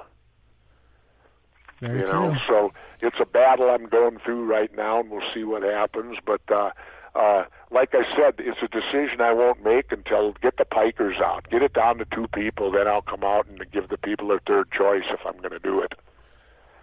But well, I will say this: I'll leave you with this because I got to go now. Yeah. But and this is just totally hypothetical, but I got a maybe, which is interesting. Before I never even got a maybe, but how would a ticket of Governor Jesse Ventura and Robert F. Kennedy Jr. sound? Ooh, there's something there. No, I mean I think that would get a lot of votes. I think you're onto something. Hey, I know you just said you have to go. Hey, I want to thank you for spending some time with me. It's been an honor and privilege. Very good. I got to do another one of these in about 15 minutes, so I got to rest my ear. Well, that sounds good, my friend. Hey, all take right, it easy, and when you do decide to run, I'll look you up. All right, we'll talk then. Bye-bye. Bye. It's Jesse Ventura promising to come back on the show if he decides to run. How about that right out the door? Got a few minutes left here to clean a few things up as he departs. If you have not subscribed to the Mallory Report, if this is your first taste of the Mallory Report, subscribe today. Go back and look through the catalog. You'll find many great guests. Some names you've heard of, some names you haven't. Some names you're going to go, do I really want to listen to this? And I encourage you to listen, to try to listen to it. Now, if it's not your cup of tea, I understand. Some people just don't do well with others.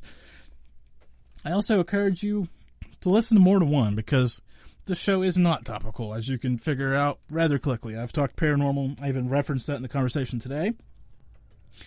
I'll talk politics with Jesse. I'll talk paranormal things. I'll talk pop culture. I'll talk this. I'll talk that.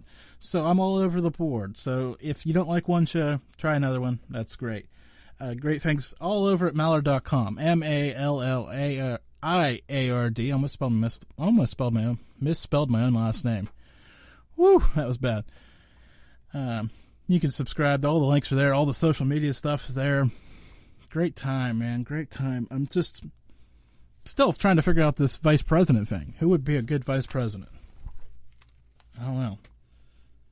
But he does make a strong point there. 2 minutes left in the program. Running for the hill. So, having said all that, great guest with Jesse Ventura. Let's say this before we go. We got 2 minutes off, like I just said. We do need an independent. If it's Jesse or somebody else, to come in and bridge the gap. the parties have got so far apart. I'm not trying to be political. I'm just being honest.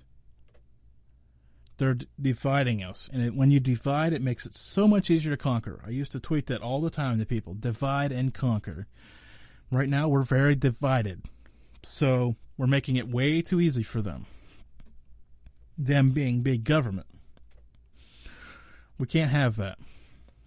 There's a lot of common sense things, like Jesse was pointing out, that we should be able to agree on and move forward past. Now, do I expect that we're going to solve universal health care? I don't know, but can we at least get the cost of prescription drugs under control? Is there anybody that isn't a fan of that? Besides the big pharmaceutical companies. Obviously, they're not a fan of that. Can we get our kids educated safely? Can we get mental health for people who need it? Right? Can we? I mean, that is an overwhelming concern. That's what we need to talk about. That's what we need addressed.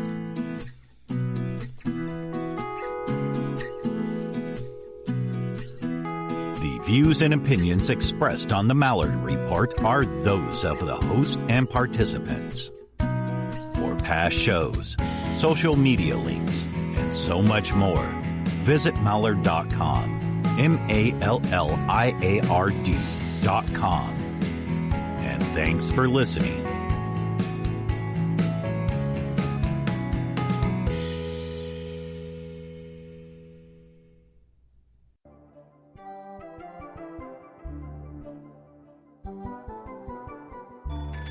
You are on Whbj Digital Talk.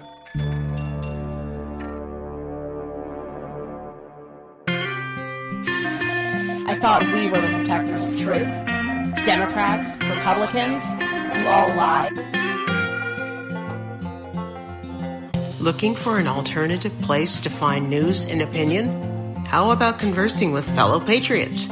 Join us Monday, Wednesday, Friday at 8 p.m. Eastern, 5 p.m. Pacific for Cold War Radio. You will find it at www.spreaker.com or in the Spreaker app. Search for Cold War Radio and you will find it. Since I've been listening, I have met some terrific patriots and learned quite a lot about current events that the mainstream media will never tell you. Please come and join us. Be inspired. You will feel right at home in our Spreaker chat room.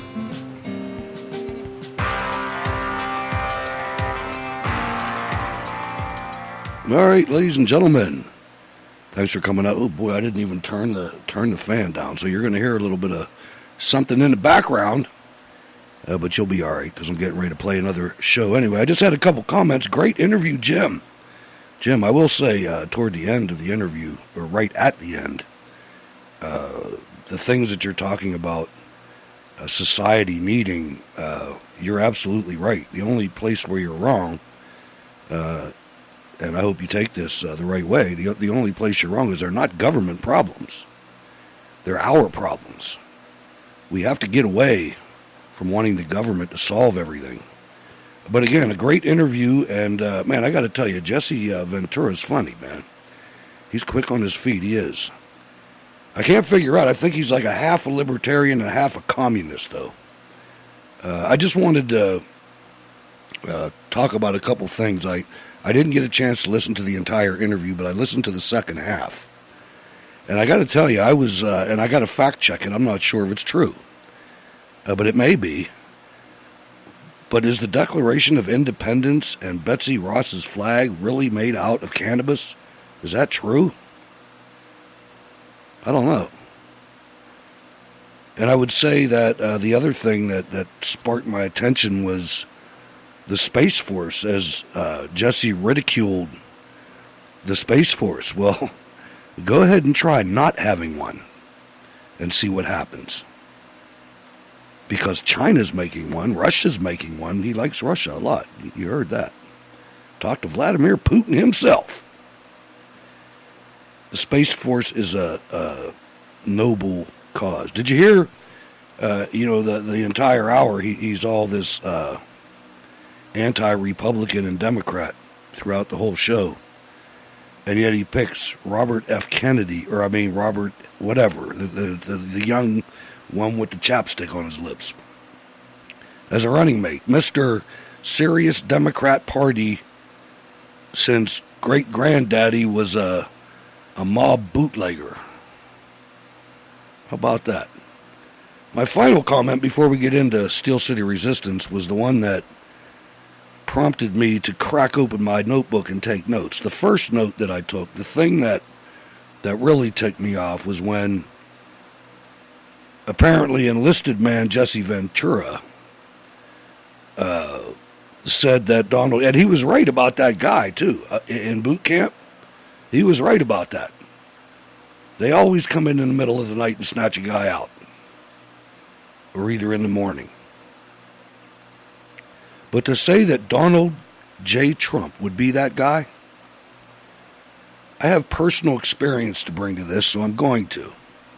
Nothing that I ever did in boot camp was anywhere close to as hard as what I did at Valley Forge Military Academy as a plebe.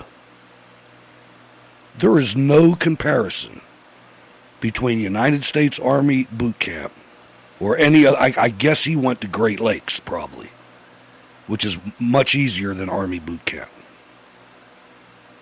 Whether you like it or not, it just is.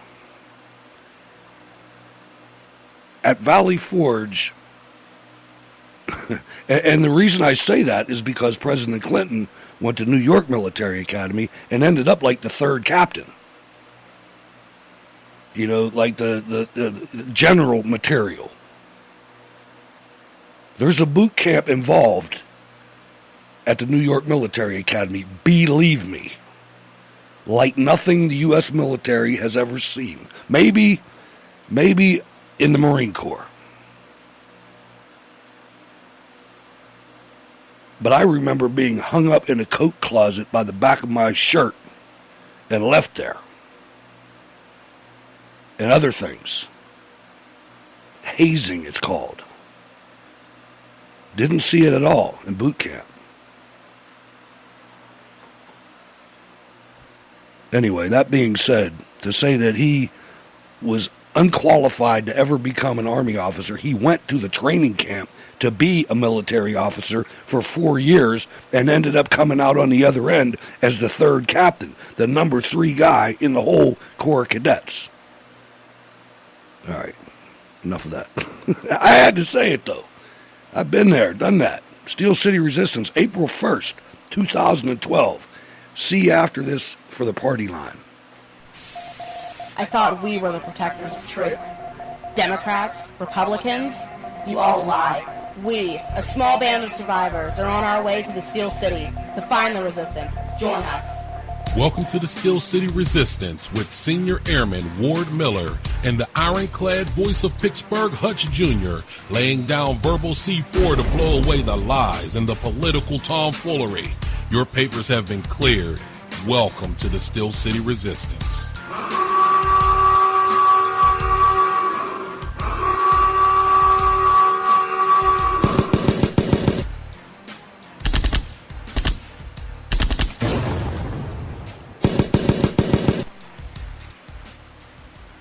Good evening, ladies and gentlemen, and welcome to Steel City Resistance. This is episode 64.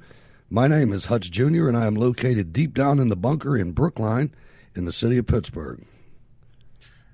And I'm Ward Miller. I'm also in the city of Pittsburgh here in Mission Control, and this week was crazy, Hutch. We got a lot of stuff to talk about, and what's that line? Long way to go and a short time to get there? Yeah, that's about it. I think we ought to just add that word right to the intro, because every week is it blows past the week before it. It's really unbelievable the way this works.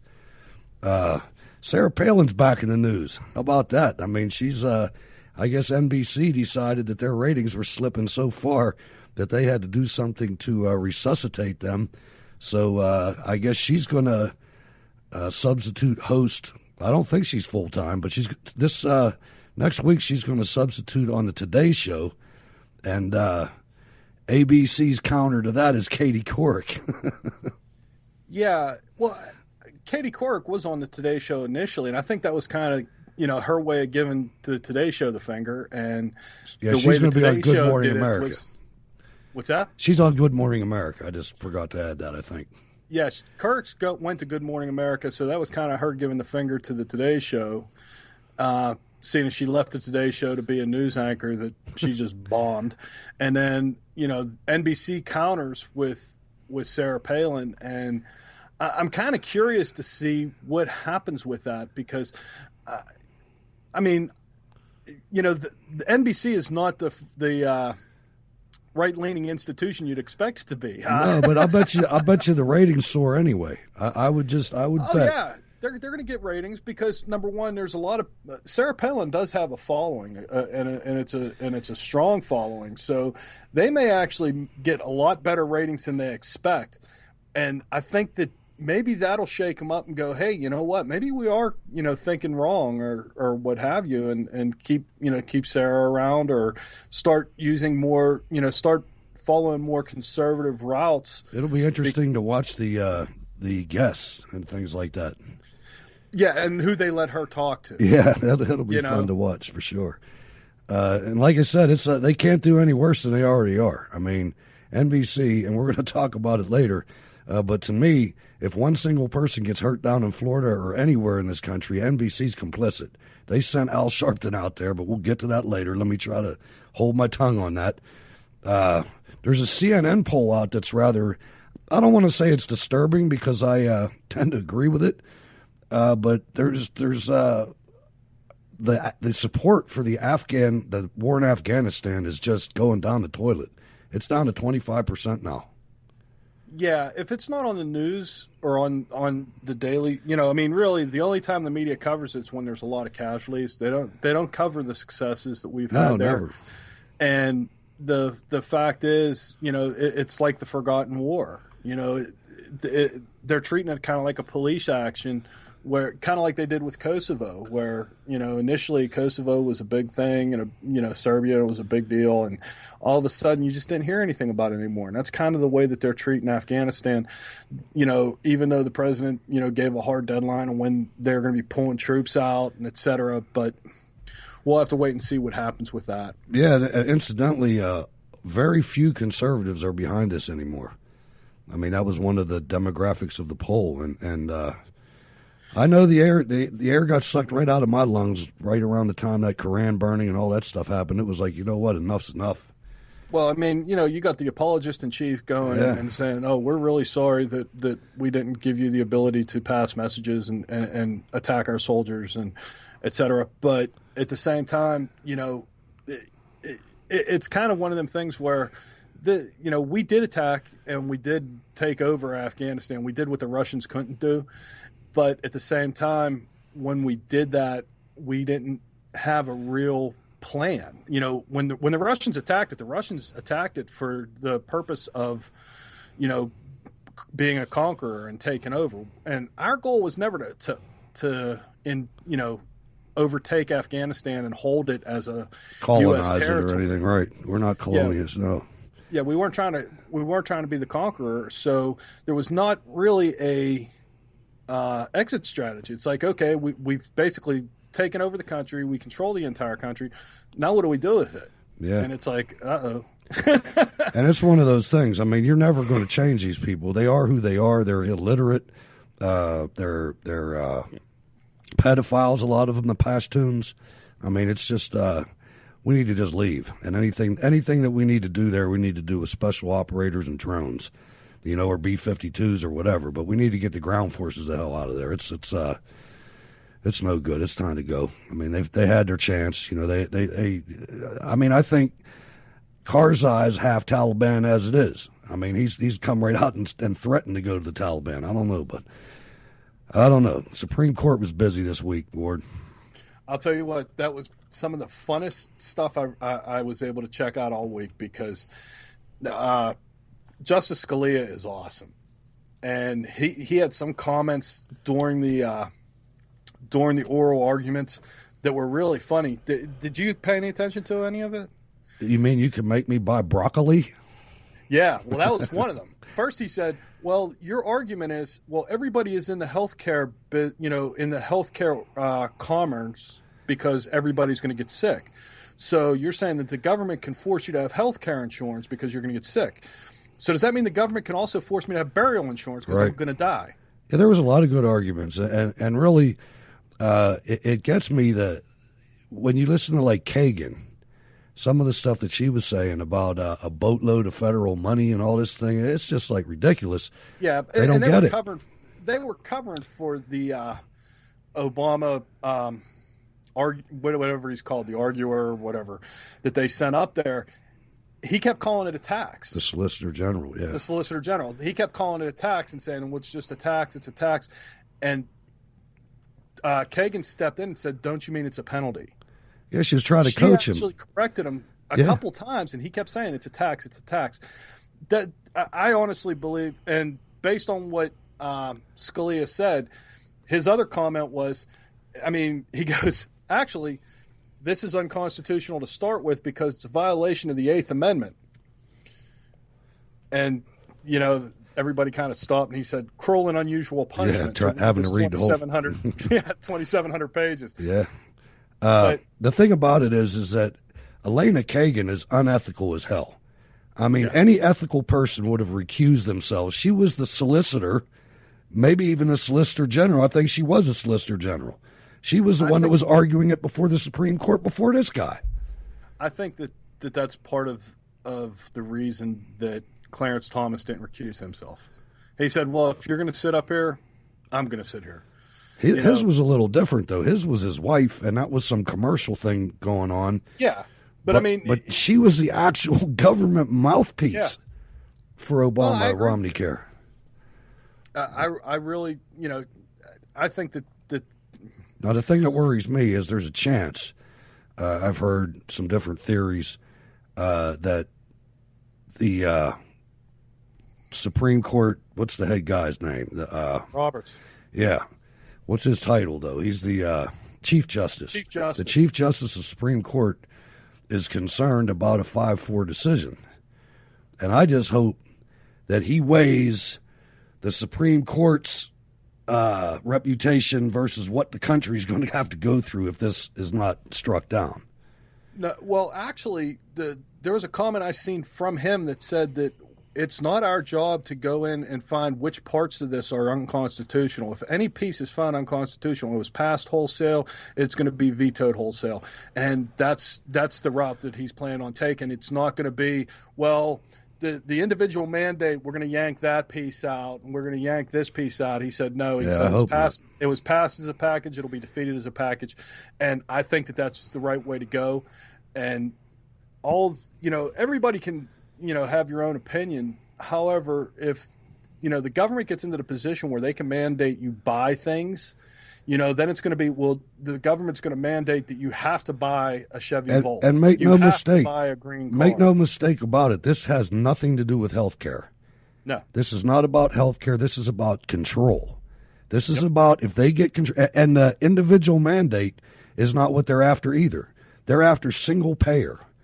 They're after single payer so that the federal government owns health care and is the only entity in the United States of America that can provide you with a heart transplant, and they will be able to govern every single aspect of your waking life if they get control of this because of the health care. Because of the health aspect, they will tell you if you smoke that cigarette, you are going to prison or you're not getting medical care. And that's what it's about. This is their dream. It's a framework. And, it's funny because I was watching Howard Dean. Not only are we going to New Hampshire, Tom Harkin, we're going to South Carolina and Oklahoma and Arizona and North Dakota and New Mexico. We're going to California and Texas and New York. And we're going to South Dakota and Oregon and Washington and Michigan. And then we're going to Washington, D.C. to take back the White House. Yeah! And the Democrats are already starting to try and backpedal and say, well, if the individual mandate gets thrown out, that really won't impact the law itself and et cetera, et cetera. Yeah, it will. And, Biden's on going, it's going to be fine constitutional. I think he's got a tumor or something. Yeah. He's out of his fucking mind. There's no way that you can say that this law is going to that it's going to stand as is. He's something else. There's absolutely no way you can say that. I mean, no way anybody. And the other thing is too. One of the arguments that they're going to make is if this is found unconstitutional, they're going to say, how can Barack Obama, who was a professor who taught constitutional law, sign into law something that's unconstitutional? But you know what they do? What they do in law school now is they don't teach the Constitution. In law school, they teach precedent. They teach past court appearances or whatever in front of the Supreme Court, and they use that as opposed to using the words of the Constitution. It's horrible because since I think it was 1946 or something like that, this whole thing with the Commerce Clause is new. It's not. It wasn't 1940 either. It was in the 30s. But it was Jones and Laughlin Steel and Aliquippa was the first Commerce Clause case that they went above and beyond what the Commerce Clause means in the English language. That's they're trying to. I mean, they try and use that for everything. That's like the catch-all. Oh yeah, and they got to stop that. We need some sort of a precedent. So we're gonna. Yeah, it's a Commerce Clause, because healthcare organizations vary from state to state, and that was the reasoning that they used behind using the Commerce Clause. But that really doesn't apply. But we'll see. We're going to make it apply. I honestly think that the Supreme Court shoots this down. And on another note, and we touched on this a little bit earlier, based on the stuff that Sheriff Joe had done. There's reports that on March 28th, and I'm going to get a copy of the video and I'm going to post it on the website. But there was in Georgia, there was a what's it called? Grand jury convened to listen to arguments about President Obama's eligibility. And what they're saying is if he is found as being in the office illegally, and it's not just one state. The states that I heard it's like were Georgia, Georgia, Texas, Arizona, and there was one more. Maybe it was Virginia. I'm not sure, but there was 4 states at least on the 28th who started to convene grand juries for that. If he is found ineligible, any law that he signed into order, anything that he committed during his presidency will be null and void. Boy, I'll tell you, could you see any rule that he signed, any law he put into effect becomes null and void. Oh, the freaking people will go nuts. Yeah, they will. They'll go nuts. But maybe that's what we need. I don't know. But I mean, where they extended, for when they had the Democratic Congress and Senate, Congress and Senate, where they extended unemployment to 99 weeks and all that other stuff, all that goes out the window. I'll tell you too, these people have no shame either. The ones that have done all this damage, they will not. And again, we're gonna talk about this later, but the actions of members of Congress, the things that they say every single day, are just unbelievable, man. I mean, it's just so self-destructive and so careless. It's bizarre. Yeah. Now we've had a couple comments on our website, and the next gentleman, he goes by Android. I think it's I can't remember his name, but Andy Mall, I think is his name, just because of the content of the comment. But after last week's show, he said he was quoting me, "For the diehard Paul guys, Hutch, there's no end until the RNC brokered convention. And you know this, I think, in parentheses. You say this isn't the place to do this, but the Paul guys feel this is the place to do this. Even within the RNC, where there will be many committed Paul delegates, you said he hasn't been available to the media, but he actually has. All you need to do is YouTube his name and sort by time to see where he was on television recently. Some have even said that he hasn't been campaigning in some states such as Michigan. But I saw a YouTube video recently of Ron Paul's recent visit to Michigan State University before 4,000 supporters, probably of which 12 will vote. Maybe the reason why he hasn't been competitive, as you both say, is because most of the mainstream media and talking heads either never mention his name, like he's the 13th floor of a hotel, or they distort his message.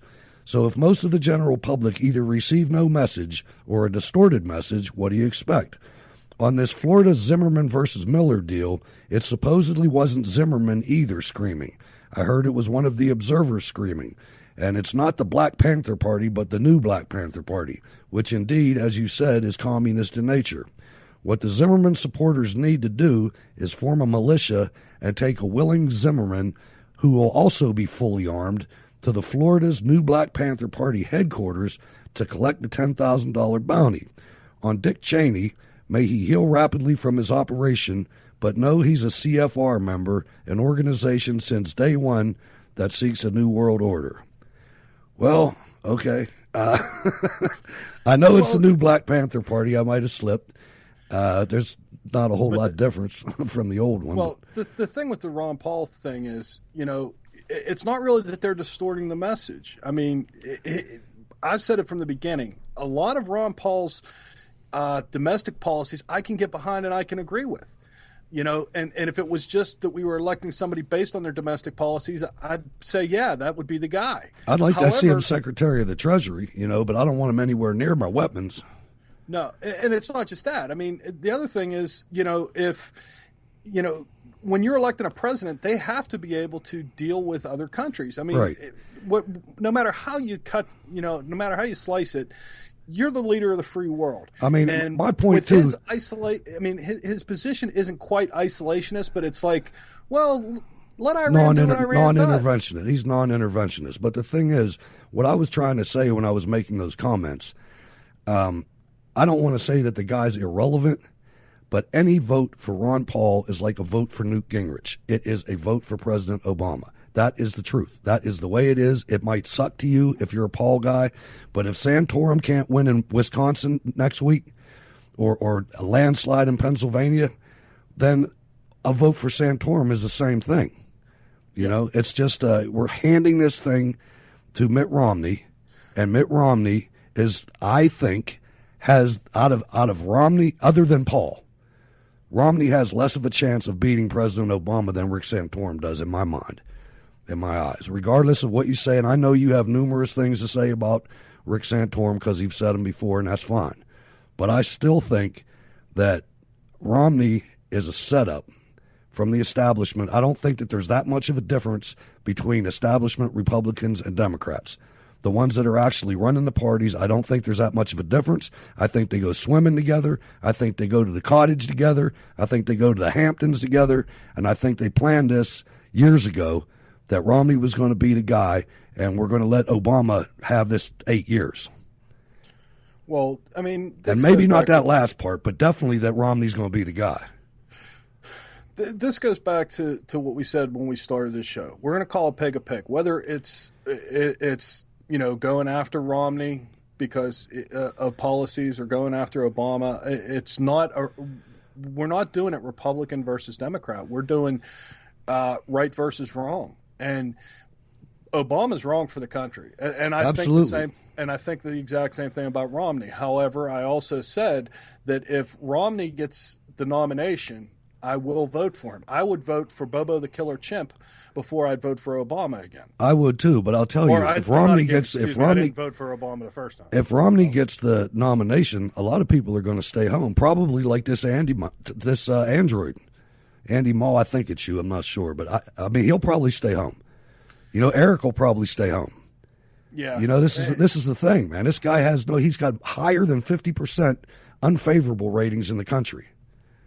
In the Republican side too is, there's a lot of people that just aren't paying attention. You're right. You look at some of these polls or some of the, some of these election results. Rick Perry's dropped out, 6 months ago, and people in the last election voted. He got 1% of the vote. Look when Biden came to Pittsburgh, and look at all those people, those throngs of young people that are screaming in the street, screaming for Obama, that don't have a fucking clue that their kids will be bankrupt. They won't have anything. Yeah. They will wake up in the morning owing money. Just strictly on that. That's if we don't get compromised somewhere else physically. But as far as financial, remember, Obama's pushing for us to be a third world country. Absolutely, he is. I've heard talk that he wants to bring the nuclear warheads down to 300. Yeah. And that's just suicide, man. It's not even, it's nuts. And Romney's getting all the good press now. Yeah, I mean, I'm sure you watch the Sunday shows. It's all, he doesn't even have half the delegates yet that he needs. And they're already anointing him and making Santorum out to be an ass because he's not getting out. And it's just something else, man. It smells like a setup to me. That's all I can say. We've been saying it for a while, but the closer it gets, the more it smells like a setup to me. Yeah. I mean, and it's kind of like, and I've said this before, it's kind of like when John McCain ran. Yeah. Right? All the media was behind John McCain and John McCain this and John McCain that. As soon as he got the nomination, then they started attacking him. Sure. And that's exactly what's going to happen here. Romney's the media darling currently. Other than Rubio or Ryan, look at the people that have thrown their endorsement to him. Well, the one that gets me is George Soros. If George Soros backs anybody, I'm not gonna be behind him. But George H.W. Bush, there's a loser. That guy lost. He gave it away. He gave the Reagan mantle away, is what George H.W. Bush did. Forget about Desert Storm. He gave the country back to these people by being moderate and by going against his no taxes pledge. And other things. I mean, you look at Gerald Ford. I mean, this guy Romney, he's as bad as Nixon. I mean, speaking of Nixon, I'll tell you what. Speaking of Nixon, our first story of the evening, I think Obama made a blunder every bit as powerful as the Watergate tapes and the Nixon tapes this week, Ward. I mean, but it doesn't get much really worse. Covered it. It doesn't get, well, I don't know. That you're going to see it on campaign commercials. Oh, I hope so. But apparently, President Obama asked Medvedev,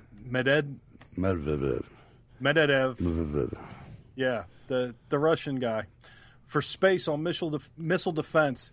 He said, after my election, I'll have more flexibility, in Seoul, Korea last week. At the tail end of his 90-minute meeting with Russian President Dmitry Medvedev. I can't help you on that one. Medvedev. Yeah. M. Monday. Yeah, President M. President Obama said that he would have more flexibility to deal with controversial issues such as missile defense, but incoming Russian President Vladimir Putin needs to give him some space. The exchange was picked up by microphones as reporters were let into the room for remarks by the two leaders.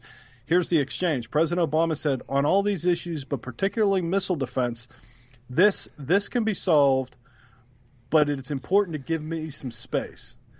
President Medvedev says, yeah, I understand your message about space for you. President Obama said, this is my last election. After my election, I'll have more flexibility. President Medvedev said, I understand. I'll transmit this information to Vladimir. So it was picked up by a hot mic. These are his words coming out of his mouth. Unbelievable. He's selling us out. Selling us out right in front of you, right in front of the country. I mean, he already sold us out at the beginning of his term, when he struck down the missile defense system in Eastern Europe. Yeah. And now he's just hold off and let me get in and we'll go ahead and destroy the rest of this thing, no problem. It's not good. And I think that's going to resonate. I do. I don't think he gets away from this one. I mean, but then again, he's getting away from Fast and Furious. That doesn't seem to be in the news anymore. Well, I mean, and he joked about it. Yeah, are the mics on? Yeah. Yeah, the next day he came in and he tapped the mic. Is the mic on? Is this on? Yeah, that's real funny. I mean, you basically are trying to commit treason, trying to make deals with the Russians. And it's not like they're not our enemy anymore. I mean, and the problem is a lot of these kids don't realize what the Cold War was about. Biden, the Russians are good folks. And Biden's up there talking about that Mitt Romney. They're all on Romney. Biden's talking that Mitt Romney is still thinking like he's in the Cold War years and that Russia's our enemy. Russia is our enemy. Yeah. They might not be the same enemy, but they didn't get religion all of a sudden. No. They got a small taste of freedom, but it's not, and especially with Putin coming back in. Oh, yeah. Putin's KGB. I mean, that's where he came from, the KGB, yes, and he rules with an iron fist. Yeah. And anybody that, they're having all these protests against him because his election was rigged. He gets in, there's all these protests. You don't hear about the protests anymore. Why do you think that is? They're in Siberia. Exactly. The very First Amendment in the Constitution of the United States of America gives us the freedom to express our opinions and ideas in many ways. Speech can be weak, speech can be strong. Speech can be words, speech can be song. Speech can breed love, speech can breed hate. Speech can be poor, speech can be great. There are so many things that speech can be, but above all else, speech must be free. This message is brought to you by the NAB Education Foundation, the Broadcast Education Association, McCormick Foundation, and this station. Political leaders are praising Occupy Wall Street. American people are now occupying Wall Street. Do you support them? Well, I support the message. I think it expresses the frustrations that the American people feel. I'm with them emotionally, viscerally, in my bones. I know they're right. What is happening at the Occupy Wall Street protest? Jews control Wall Street! You're a bum, Jew.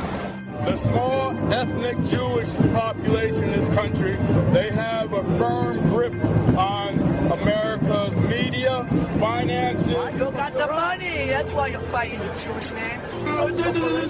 You can't even speak English. Are you Israeli? Go back to Israel. Why are our leaders turning a blind eye to anti-Semitic, anti-Israel attacks? Tell President Obama and Leader Pelosi to stand up to the mob. Hate is not an American value.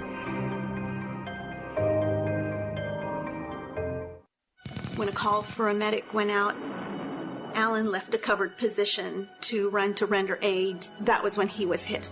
The bullet struck him on the right side between his body armor. Say a prayer for peace. Alan was one of the first wounded warriors to come out of Iraq in 2003. I'm Trace Atkins, and I want to tell you about Wounded Warrior Project and how they helped this brave young man and his family. The job of helping wounded warriors rebuild their lives is massive and growing every day. Your gift of just $19 a month will help wounded warriors like Alan who refuse to give up. I'm in the fields of Vietnam, the mountains of Afghanistan. All I can really say is thank you for giving me something to achieve. Say a prayer for peace. This podcast is proud to be a part of the Blueberry Network. Find freshly picked podcasts just for you at blueberry.com. That's blueberry.com.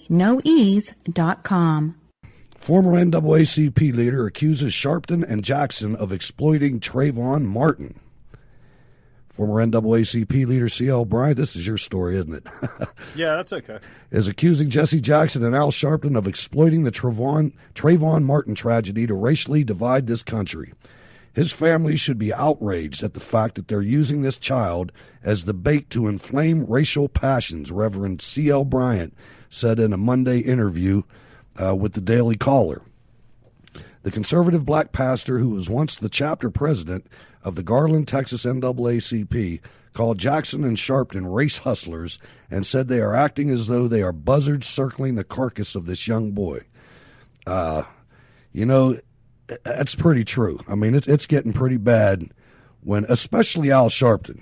For Al Sharpton to be a commentator at NBC, and forget it about calling it MSNBC, it's NBC News, and to have him out there doing these things and then covering himself on television about it is just reprehensible. I mean, it goes against every fiber inside me, man. It drives me nuts.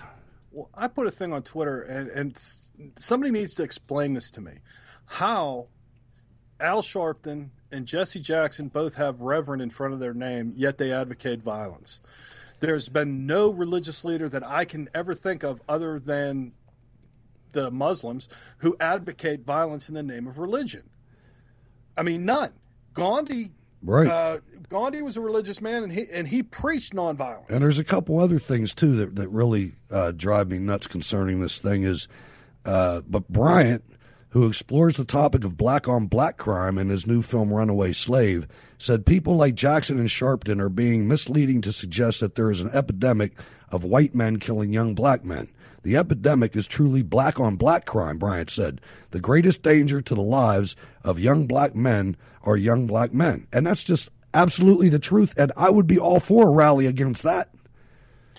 I'd be for a rally against any kind of, reduction in violence. I don't see where, and the fact that Al Sharpton's down there whipping things into a frenzy and getting protests going. I mean, that's his MO. And the same with Jesse Jackson. But I can't understand how they can consider themselves any kind of reverend, unless that's some kind of a title they got. Maybe they subscribe to something on the internet. And internet reverence. I don't know, but maybe it came with some of those purple running suits he wears, or he used to wear. I guess, I don't know. I mean, back maybe in the that's 80s. part of the uniform for the church out of their fucking mind. Yeah. Because that's the church that they're coming from. Because no religious leader in their right mind advocates civil discourse. There's a line between civil discourse and violence, and there were people who were who put the hoodie sweatshirts on. We seen a congressman do this on the House floor, and he made an ass of himself from Chicago, and in his district that night, some hooded guys went in and whacked some people. Yeah, and shot up a store and stole a bunch of stuff. Yeah, and it's exactly.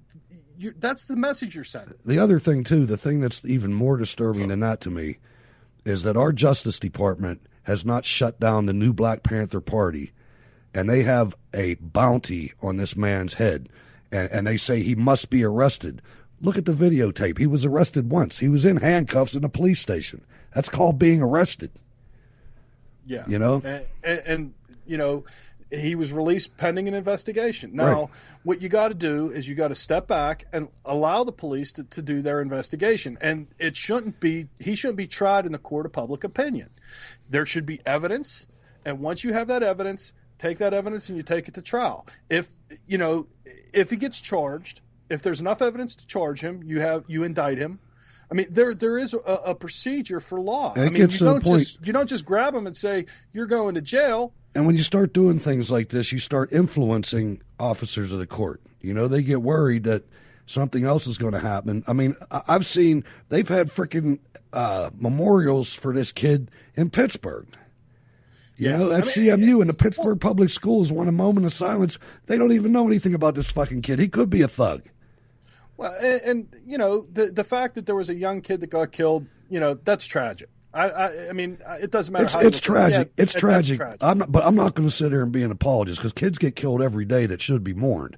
This kid here, there's and I'm not trying to be stereotypical, but I will profile because profiling will save your life. Profiling is what you use when you use your mind and your past experiences to try to influence outcomes in the future. And if this kid was down there being a thug, there's a risk associated with being like that. And I agree with you. My point is, I'm not going to make any determinations one way or another because I didn't see any of the evidence. And that's my point. I think that before anybody starts saying that this guy needs to go to jail or that he doesn't need to go to jail, you need to see what the evidence is. We don't know what the evidence is. We don't know. We haven't seen all the tapes. We haven't seen all the anything. So to try him in the court of public opinion, it's very similar. And I'll go along with that. Well, it's going to be what happened with the O.J. Simpson case. O.J. Simpson was found not guilty. Why? Because they didn't want another riot in California right after the Rodney King riots. And that's the only reason that he was found not guilty is those jurors were afraid that if they returned a guilty verdict, that there would be riots in the streets. And that's why I'm saying this is so reprehensive, repulsive. This should be a local law enforcement issue, not a the feds shouldn't have got involved. Obama should have said nothing about it. Juan Williams put it pretty well. He wrote a column, and I heard him speak of the column. I didn't read it, but he basically paraphrased and said, this isn't the 50s and 60s anymore, and every time something happens, they try to take the situation and fit it in the mold of the old 50s and 60s discrimination that doesn't exist anymore the way it did institutionally, and make this police department out to be this KKK crew, and he's right, man. It should be a local issue, at the most a state issue. Should have never got involved in it. I mean, this should not be a national case. No, And it's political. It was a shooting. It was a tragedy. A young kid lost his life. The president gets on it right away. Right away, the first day. It's exactly like he did with the Cambridge police. Sure. And then, wait a second. Then it comes out, they were right. You Yeah. know, the president doesn't need to be doing stuff from the bully pulpit in order to get anything done. He just needs to, he needs to leave that kind of stuff alone, leave it to the local authorities, and let them handle it. Now, I happen to have a clip of the next-door neighbor that lives right next to Mr. Zimmerman. Let's see what he has to say. I saw George. He was banged up. He had 2 big bandages that weren't flat. It looked like had a bump on them. This neighbor who didn't want us to show his face is talking for the first time about what he saw on George Zimmerman's face less than 24 hours after Zimmerman shot and killed Trayvon Martin. I see him have a big bandage on his nose and his nose swollen. On the side where his eyes were at, it was swollen. He shows us exactly where on this picture. I seen the bandage right here. There was a big bandage, and this side of his nose and this side of his nose was swollen. The surveillance video released by Sanford police of Zimmerman when he was brought in for questioning after the shooting. Bruises and bandages aren't visible, but you can see an officer looking at the back of his head. You get into a fight. You don't show bruises that day. You show them the next day. He claimed self-defense. What's your response to that? I think something happened that night where he had to defend himself. 10 being the worst, it was about roughly 7 or 8. His thoughts on this 911 call made on February 26th, Zimmerman screaming for help. We're sending. So you think he's yelling help? Yes. All right, what is your... You feel this because? I hear his voice every single day. I talk to him every single day. So why did he decide to speak out tonight? I've been thinking it morning, noon, and night. Ever since I seen the bandages on him. Do you think no matter what that anyone has a right to pull a trigger, though? I think somebody has the right to pull the trigger if their life is on the line. He believes Zimmerman was defending his life, and that's why he says he's defending Zimmerman now. Do you not think there's races involved here? I don't think racism is involved at all because I seen black folks, African Americans, come to George's house. So, I mean, who knows? We're going to have to wait and let it play out. I don't think it's cut and dried, and I don't know. There's a reason why they didn't arrest this guy. We're just going to have to wait and see. Yeah. Now, there's some good. So let's get into Black Panthers. So the Black Panther activity against Zimmerman may be criminal. The new Black Panthers have a dead or alive cash bounty offer for Zimmerman, probably crosses several criminal lines. Let's start with solicitation to kidnap. In announcing a reward for the seizure of Zimmerman, the new Black Panthers have violated Florida Code 787.01. It makes it a felony by threat or confining or abducting or imprisoning another person against his will without lawful authority or with intent to terrorize. Merely soliciting someone else to do this is also a felony in Florida under Florida Code 777.04. It doesn't end there, as Adams points out. Florida law makes it a felony to unlawfully seize anyone as a mob or at the behest of a mob. Again, solicitation to commit this crime is also a crime. It is a felony to interfere with the administration of government with use of force, and yes, again, in solicitation of a crime. Eric Holder, where are you?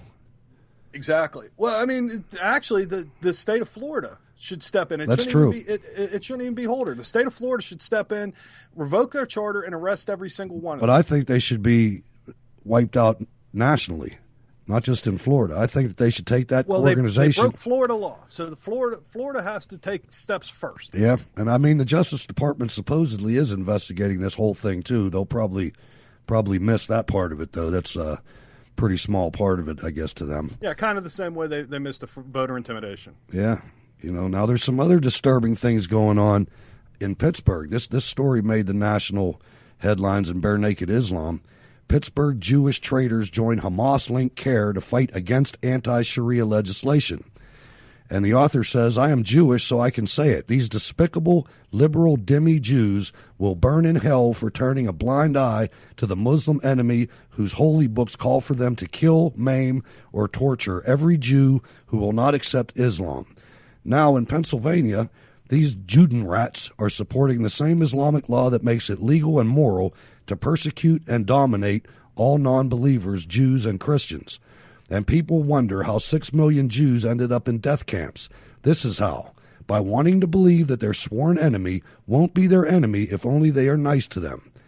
Jewish Chronicle, Jewish leaders backed a Pittsburgh City Council measure to oppose Pennsylvania House Bill 2029, which has become known as the Anti-Sharia Law Bill. Council passed the resolution by a unanimous vote Tuesday, March 6th, at a meeting attended by representatives from several faith communities that are against passage of HB 2029. Rabbi James Gibson of Temple Sinai and Marshall Dayan of the Pittsburgh Area Jewish Committee both spoke out in favor of the resolution to oppose the bill. HB 2029, which has been held up in the House Judiciary Committee since November, proposes to prohibit the application of foreign law when it is found to be inconsistent with the principles of the federal and state constitutions. Muslim, Jewish, and Catholic groups have criticized the bill, saying it is aimed at prohibiting the application of Sharia law in particular and as encroaching on religious freedom in general. The City Council resolution, sponsored by Councilman William Peduto, calls on the Pennsylvania General Assembly to reject HB 2029 as unnecessary and inconsistent with our core constitutional principles. I can't read any more of this. I mean, this just drives me up the wall. I can't see how you can be. Are they paid off? You know, what's going on here? Yeah, it makes no sense to me. You know, it's one of them cases where we shouldn't even need a bill saying that you can't have an additional law. And if you do, you can't have a varied law. This should be political suicide for these people. These people that are in these congregations at these synagogues ought to get rid of these rabbis. This is nuts. Well, the thing is, Hutch, now think about this. What would happen if I said, okay, I'm gonna create my own religion? It's the religion award.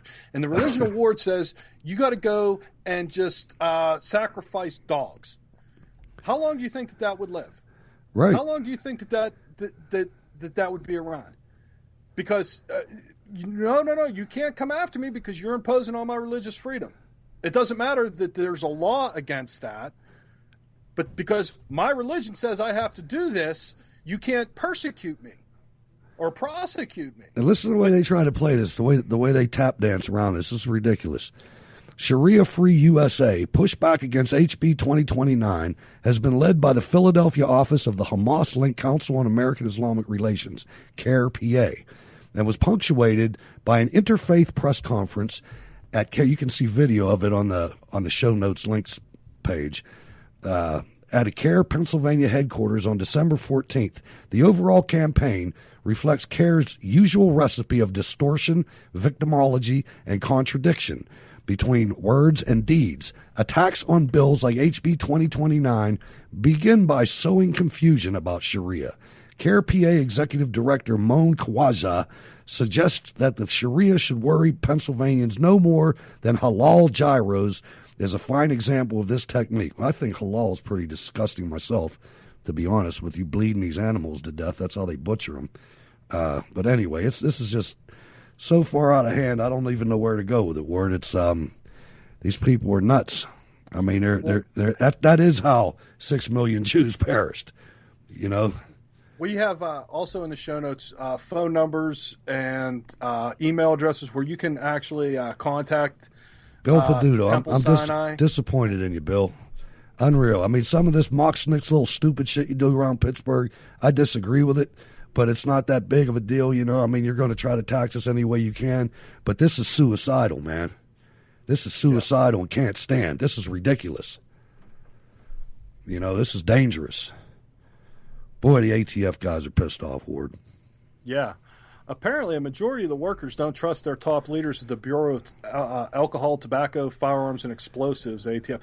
They added the explosives. Yeah, that was a new. These things never get smaller; they only get bigger. Exactly. The federal agency mired in the controversy of the Fast and Furious scandal. An internal memo that Fox News had obtained unveiled the mistrust within the agency, where informants alerted lawmakers to gun-running scandals and subsequently were threatened or punished. The deadly scandal came to national attention last year after the ATF allowed suspected weapons traffickers to buy guns in an effort to track them to Mexican drug cartels. Many of the weapons disappeared and were used in crimes, including the murders of Border Patrol agent and an immigration officer. The key area in which the ATF fell short was leadership, according to an ATF email evaluating the survey results. Most troubling were the responses to the question, "My senior leaders maintain high standards of honesty and integrity," the email read. Just 44% of the ATF employees surveyed said their leaders maintained these standards last year, according to the Partnership for Public Service, the nonprofit organization that administered the annual survey. On general leadership effectiveness, the department scored 40.5%, which ranks it nearly last among government agencies. The rating, the first since the Fast and Furious scandal came to light, has plunged 10 percentage points from the year before. The controversies plaguing the ATF over the last year have weighed heavily on the morale of employees and their faith in senior leadership, ATF spokesman Drew Wade said in response to the survey, acknowledging that mistakes were made. You think mistakes were made? You think that maybe you shouldn't have done that in the first damn place? And then they started throwing their guys under the bus. Yeah. You know what I mean? They're not going to take any heat. They tried. I mean, they tried to move them around and everything else, but these people... They tried to hide them. Yeah, the first ones. Yeah, they tried to hide the leaders, but the agents that came out, they all got dismissed and fired and everything else. I mean, yeah, that's got to be tough. It does. No doubt about it. And the EPA's going ballistic too, man. I mean, what they're doing here in this next story is they're virtually killing the coal industry. And they were going to do this from the beginning. I mean, if you listen to Obama, even before he got elected, you know, electricity, the price of electricity is going to necessarily skyrocket. That's what he's talking about here. The Obama administration forged ahead on Tuesday with the first ever limits on heat trapping pollution from new power plants, ignoring protests from industry and from Republicans who have said that the regulation will raise electricity prices and kill off coal, the dominant U.S. energy source.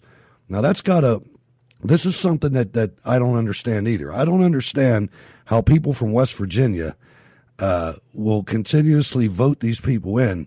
And, I mean, that's one of the only industries in West Virginia is coal, is mining. That's a big-time mining area. Well, I mean, West Virginia, Pennsylvania, I mean, lower Ohio, all in that area, I mean, that's their income. I mean, that's their livelihood. I have mine subsidence insurance on my house. Yeah, and basically that's what's going to happen is, you know, with Obama doing this, is they're sticking it to the people in West Virginia, they're sticking it to the people in Pennsylvania, they're sticking it to people in Ohio, and any of those people that actually vote for him. And there will be them. There will be because they go in and they pull the big D and they don't do their research. There will be Daddy's a Democrat, I got to be a Democrat too. And the United Mine Workers tells me to vote for him, tells me to blow my own head off. Exactly. You know, because what they're going to do is so they can go just the same way as the steel workers went. Basically, that's exactly what's going to happen. Yep. This will kill the coal industry altogether. It will, and it's going to make it so that, you know, we won't be able to do this show because I'm not going to be able to afford to put on my computer to do this. And people don't think that, you know, it's all supply and demand. You know, it's like, okay, this week also Obama came in and said there's not going to be any more, we're not going to give any more subsidies to big oil. You know, so we're going to punish them. We're going to show them.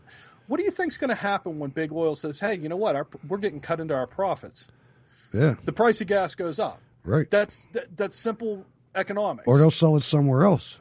Well, no, I'm gonna pass my cost off to the end user. That's the way it works. It's the same as the truck driver. The truck driver who's hauling cabbage from one coast to the other isn't going to take the hit for the gas price. He's going to pass that on to the grocery store, whoever he's delivering it to. There's no good pass answer. it on to the consumer. Yeah, there's no good answer. I mean, there's a couple things involved other than just supply and demand. Supply and demand's big, but it's also the value of the United States dollar has a lot to do with it too, because oil trades in dollars like everything else, every other commodity, and it is a global market. The other thing is the speculators. And they're trying to rein them in a little bit by making them actually take delivery of what they speculate on, so it'll tame it a little bit. But by and large, we got to start drilling in these regulations. I mean, but the proposal also fell short of environmentalist hopes because it goes easier than it could have on coal-fired power. One of the largest sources of the gases blamed for global warming. Right now, there are no limits to the amount of carbon pollution the future power plants will be able to put into our skies, and the health and economic threats of a changing climate continue to grow, said Lisa Jackson's Lioness, the head of the Environmental Protection Agency. Older coal-fired plants have already been shutting down across the country thanks to low natural gas prices, demand from China driving up coal's price, and weaker demand for electricity. Regulation from the EPA to control pollution blowing downwind and toxic emissions from power plants have also helped push some into retirement, causing Republicans in Congress and on the campaign trail to claim the agency will cause blackouts. Numerous studies and an AP survey of power plant operators have shown that this is not the case. And that was a nice save. I almost had a meltdown. Well, did you see that they're running this commercial now where they show a baby buggy and the baby's coughing because the smoke's coming out of the smokestack and all that crap? I don't doubt it. It's the most ridiculous thing ever. You know, they claim that, you know, all this stuff getting blown into the air is so bad and it's so unhealthy.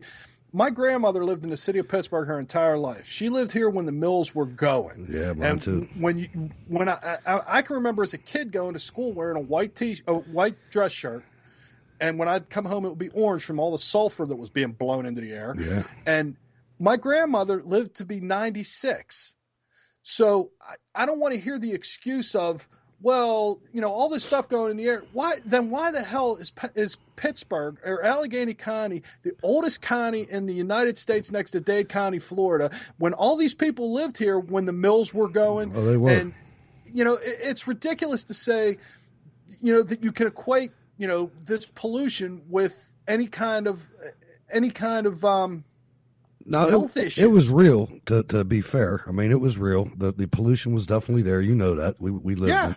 But but you can't prove to me that it was right. that it was pollution that killed anybody. And I mean, like, I remember asking my mother, you know, they just put a new addition on our church, and it was like sandstone or whatever, that color. And I was like, and the rest of the church was black. And I was like, Mom, how come they didn't make it the same color as the rest of the church? And she said they did. That's from the mills. Every building in the city of Pittsburgh was black.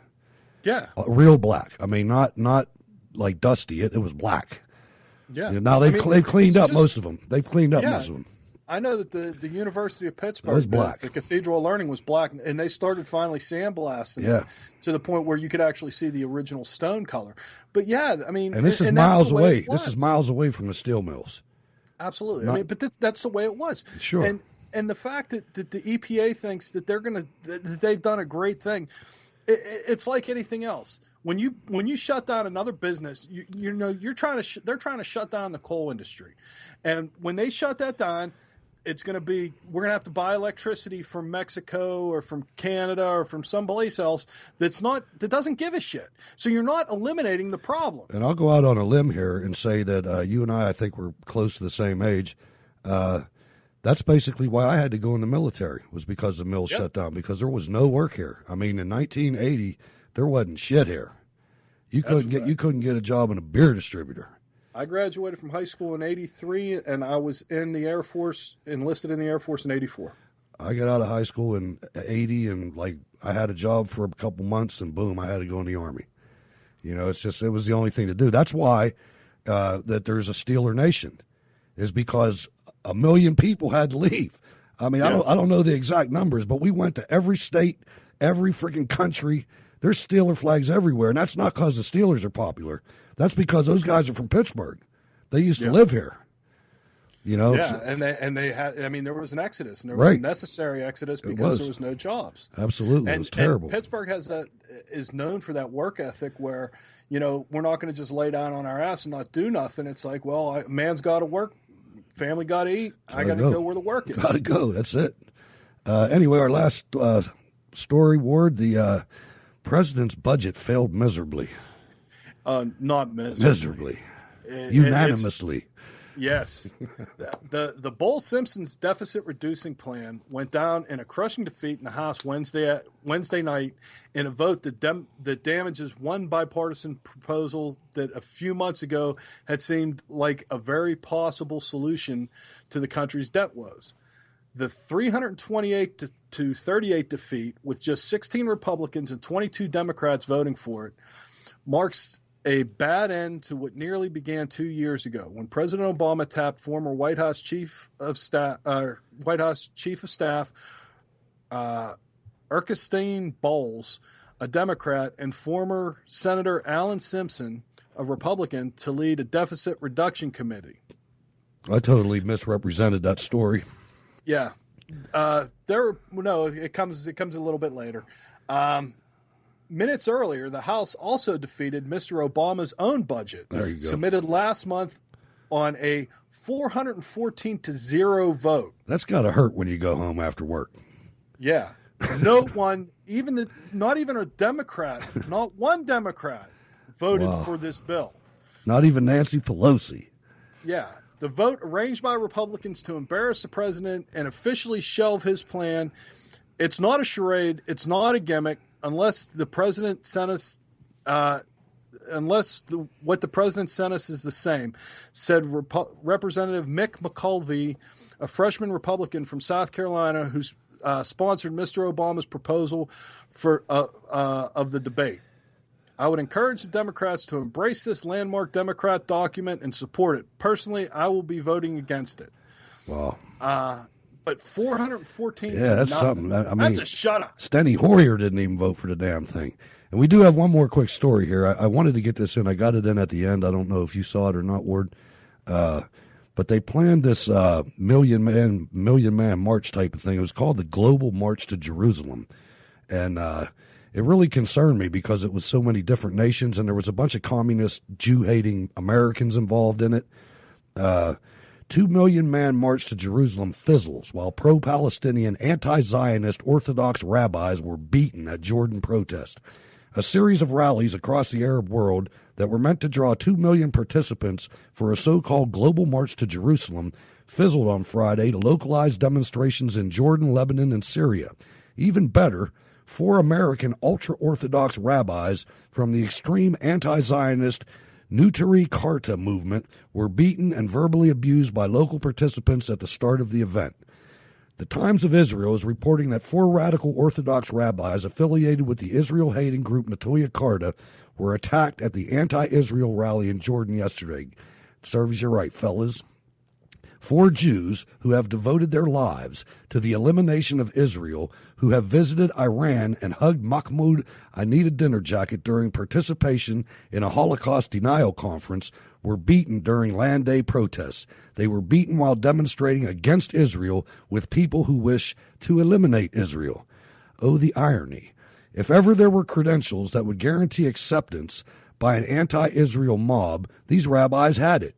But it did not matter to the rioters that these 4 rabbis hated Israel as much as they did. It did not matter that they fought as enthusiastically as any Islamist fanatic or leftist radical against the Jewish state.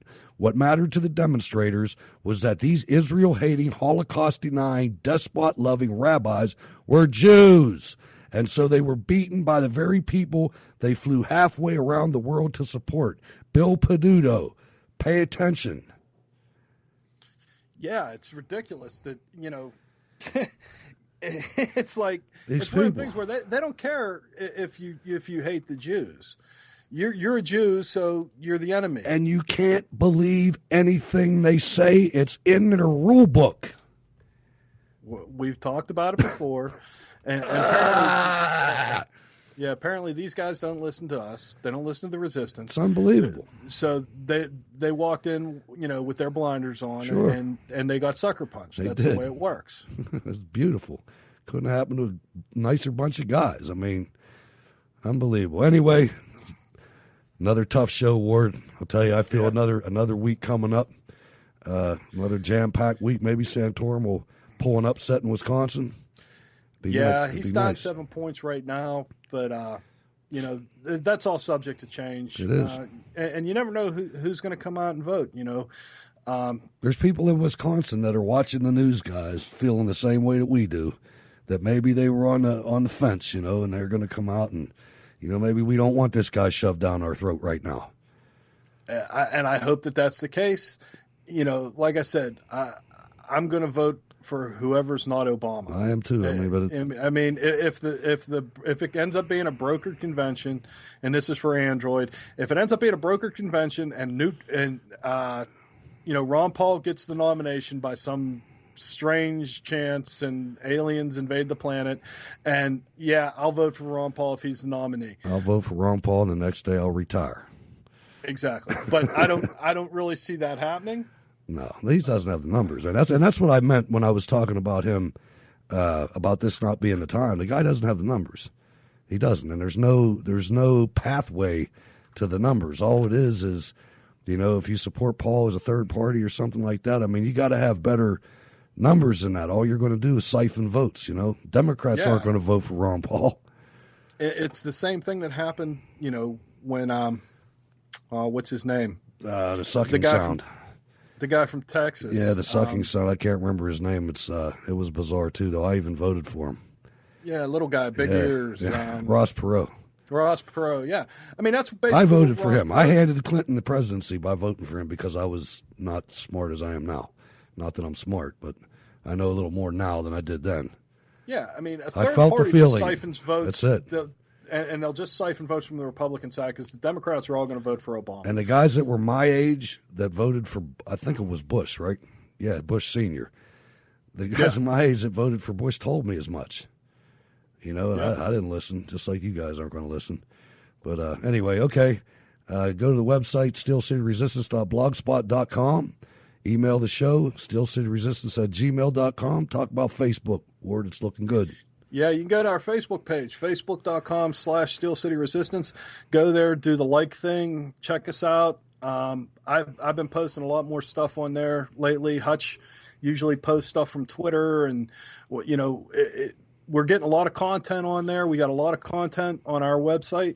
So if you're a content junkie and you just want to check out what we're saying, and we got big mouths too. We're on there all the time. Yeah, and I don't have I really want people to argue with us. Yeah, Android, we appreciate your comments. Absolutely. Don't take that the wrong way. And don't take it the wrong way. We're not discounting what you said, but we reserve the right to disagree with it. But absolutely, I'm not going to change my opinion of Ron Paul. I like I said before, if it was just for a position, that he was just going to do domestic policy, I'd be all for it. But there's absolutely no way that I could back Ron Paul with his, just with his foreign policy. His foreign policy is a disaster. Yeah. Well, ladies and gentlemen, thanks for letting us into your lives for an hour. Tell your friends about the show. We're trying to get the membership up a little bit. And if you don't have anything else, Ward, I'll see you next week. No, sir. We are over and out.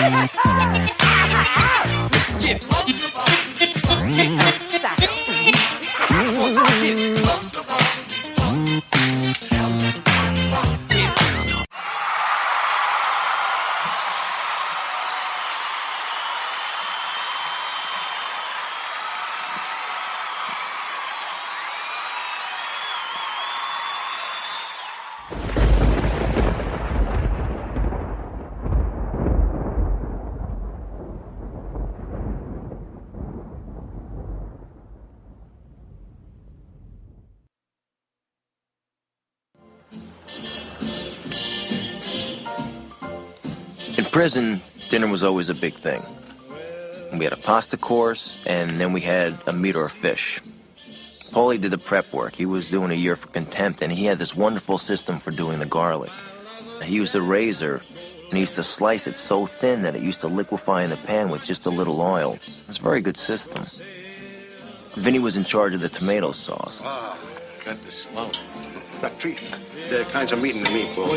Veal, beef, and pork. Ah, good, but you gotta have the pork. Oh, that's the flavor. I felt he used too many onions, but it was still a very good sauce. Vinny, don't put any onions in the sauce. I didn't put too much onions, Paul. 3 small onions, that's all I did. 3 onions? How many cans of tomatoes you put in there? I put 2 cans, 2 big cans. You don't need 3 onions. Johnny Dio did the meat. We didn't have a broiler, so Johnny did everything in pans. I used to smell up the joint something awful, and the hacks used to die, but he still cooked a great steak. Vinny, how do you like yours? Rare, medium rare. Medium rare? Aristocrat. See, you know, when you think of prison, you get pictures in your mind of all those old movies with rows and rows of guys behind bars. But it wasn't like that for Wise Guys. It really wasn't that bad, except that I missed Jimmy. He was doing his time in Atlanta. Vinny, give me 2 steaks while you're in there, all right, John? Sure enough, she goes in a I mean, everybody else in the joint was doing real time, all mixed together, living like pigs. But we lived alone. I mean, we owned the joint. Both batted them 2 son of a bitches.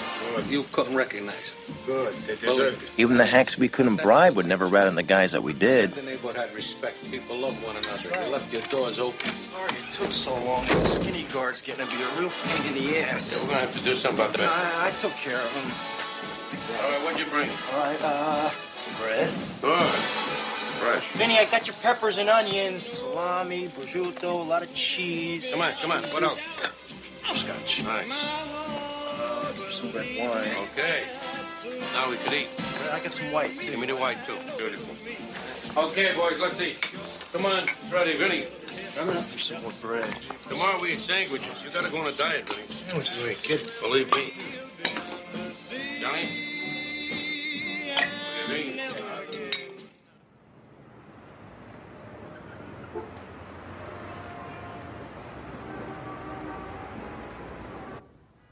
Don Bassini, I want to thank you for helping me organize this meeting here today.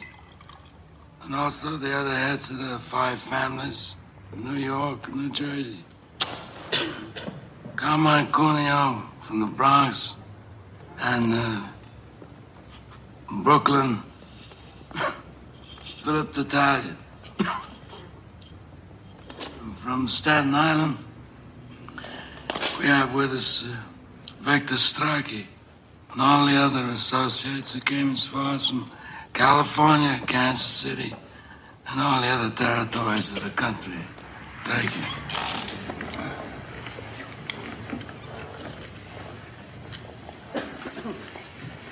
How did things ever get so far? I don't know. It was so unfortunate, so unnecessary. Talia lost a son. I lost a son. We're quits. And if Talia agrees, then I'm willing to let things go on the way they were before. We are all grateful to Don Corleone for calling this meeting. We all know him as a man of his word. A modest man. He'll always listen to reason. Yes, Don Barzini. He's too modest. He had all the judges and politicians in his pocket. He refused to share them. When did I ever refuse an accommodation? All of you know me here. When did I ever refuse? Except one time. And why? Because I believe this drug business is going to destroy us in the years to come. I mean, it's not like gambling or liquor, even women, which is something that most people want nowadays and is forbidden to them by the bits and avanti of the church. Even the police departments that have helped us in the past with gambling and other things are going to refuse to help us when it comes to narcotics. And I believed that then, and I believe that now. Times have changed. It's not like the old days where we can do anything we want. A refusal is not the act of a friend. If Don Corleone had all the judges and the politicians in New York, then he must share them. All he loved is use them. He must let us draw the water from the well. Certainly he can present a bill for such services. After all, we are not communists. I also don't believe in drugs. For years, I paid my people extra so they wouldn't do that kind of business. Somebody comes to them and says, I have powders. If you put up $3,000-$4,000 investment, we can make $50,000 distributing. So they can't resist. I want to control it as a business, to keep it respectable. I don't want it near schools. I don't want it sold to children.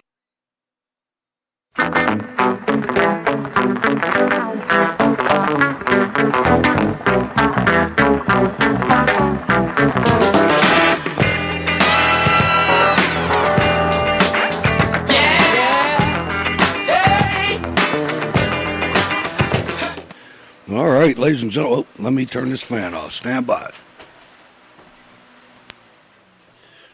All right, you've managed to hit it up, and I'm listening to Shining Star on the phone out on the other end of the cabin. Welcome to WHBJ Digital Talk, Sunday Night Talk Radio. I'm Hutch Bailey Jr., your host. We've got 7 people on the line. This is going to be nice. I'm glad Rocky's on there. He can help me work this a little bit. I'm going to call on the new members that I haven't, the new callers that I haven't seen, so I can add them to our database. Let me, you know what? I'm going to go turn this down because it's driving me a little nuts out here. So stand by, ladies and gentlemen.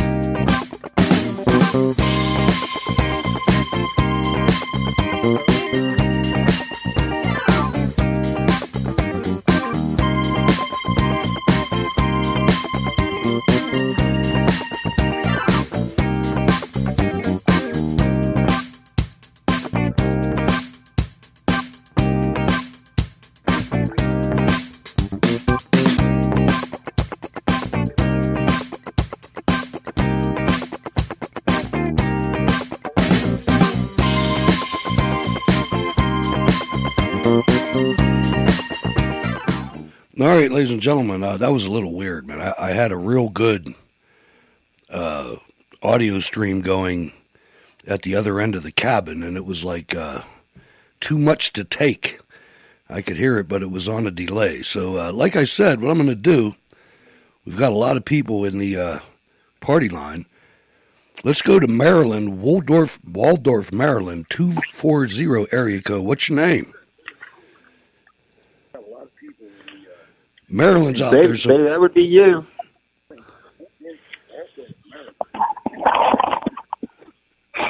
Who's out in Maryland? 240 area code. That would be you. Me? It's not me. 240. Okay, don't know who that is. Let's go to New Mexico. Grants, New Mexico. Who's on from New Mexico? 505. Hey, Hutch, it's Suze Palmer. How are you doing? Suze, okay, good. Glad to have you on the show, and I'll get right back to you. Let me clean up a little bit of the rest of this. Okay, I know who that. The only other one I don't know is Waldorf, Maryland. Is that Mrs. Camelot? Yes, it is. Okay, and tell me her name again, please. It's Teresa. Teresa, okay. Teresa, we got you now. Hope you can hear us.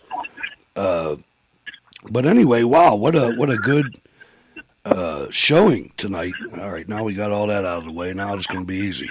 All right, we're going to go around the room. I want to know, I'd really like to know, if you can, keep the background noise down a little bit. I mean, it's kind of, we got 7 people, 8 including me on the call, so it's a little tough to listen when there's things going on in the background. But we've got a solid 34 minutes to be on here, so we've got some time. And unfortunately, Valerie, I couldn't get the conservative enclave in. It was just a little too long. We'll do that again, though. Like I said, there's no. That's okay, Hutch. No problem. I had already said that. I had already told Jim Mallard I was going to play that interview, and it was. I'm glad I did, because Jesse Ventura's nuts. But I mean, he's got some good points. He's got some good points, but he gave me a heads up on that, so I had to throw him out there. We've also got Rocky is on the line, Regina is on the line, Ken from King George, Mr. Camelot, and Marlene from Eugene, Oregon. So let's start with Teresa and ask Teresa, what is on your mind? What's the number one thing on your radar right now, or whatever else you want to talk about? Go ahead. Oh my God, she's not paying attention. Put me on the spot. Oh, I didn't mean to. I can come back to you if you want. I agreed to stay up for an extra 10 minutes and listen tonight. I'm actually writing a letter. Do you remember the whole stamp, the wax seals? Yeah, I do. You guys have them, yeah. Yes. So I've actually decided to go one step further, since no one wants to do anything personal anymore, and I picked up calligraphy pens and ink, and now I'm handwriting thank you notes. Oh, calligraphy. What is a calligraphy pen? Think about wedding invitations. No, I mean, but you said calligraphy pen. Is it like a different pen? Is it like a fountain pen, or? Well, it's not a fountain pen. I mean, these are actually it's jars of ink, and the pens, the tips are different. So depending upon the style that you want to do, you can have very thin writing or very thick writing. But nice. My point behind it is that if I'm going to write a thank you note, I want to make it personal. I want to make it something that I've actually put my time into. Well, I'll tell you, when you guys sent me, I forget what you sent me, but you sent me something with the sealing wax on it, and I was just elated. Do you know that I learned about that and actually did it in school? Did you really? Yeah. They had I don't remember if it was art class or what it was, but I remember, because it was a big deal, because there was fire. You know, the teacher had to light it. You know what I mean? Yes, little boys and their toys. You know, I saw fire. I'm like, all right, I want to go to this class. You know, but I just thought that was so cool. And then you guys from your farm have the Camelot. What's it called? What's the piece called that you snap down on the? Ladies and gentlemen, if you've never heard of sealing wax, it's a special type of candle. I think it's made out of beeswax. And it's dyed a certain color, however you want, whatever color you want.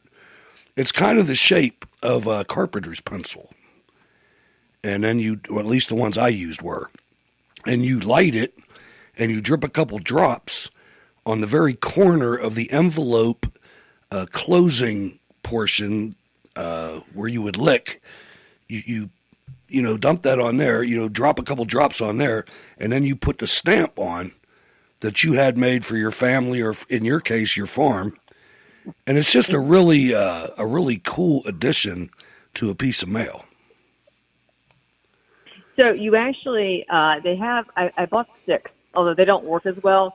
I have a little, basically it's a measuring spoon, but it sits over top of a candle that works better. And they have little beads you can buy also. Those seem to actually work better, especially if you're doing a lot of them, because doing the dripping takes forever, and I don't have the patience for that. Well, see, what I think of when I look at that, I think of some guy or some woman in the 1700s. It hasn't had a bath for about 6 months, and it's cold out. I took one earlier. It's cold out, and all the clothes are dirty, and the creek, man, there's ice on top of the creek and stuff, and old man, he couldn't bring a deer in last night, so we're going to have roasted potatoes again. For dinner. That's what I think of. I think of the hardship that our forefathers went through, because that was made because there wasn't any adhesive on the back of envelopes at that time. That sucker had to go through, the Pony Express and everything else.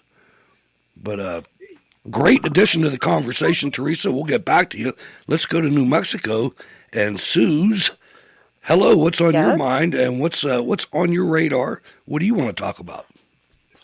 I am going to the Trump rally tomorrow, which I'm very excited about. Outstanding. And I don't know about it. One good thing I got to tell you, Hutch, I'm going, it's 5 of us are going, Right. and I'm the only whitey going Cool. with them. And That's cool. my best friend, she's Hispanic, and she, when Trump was when he was running, I wanted her and me to go around door to door, and she would not do it. You can't blame her. Now, she's totally into doing it.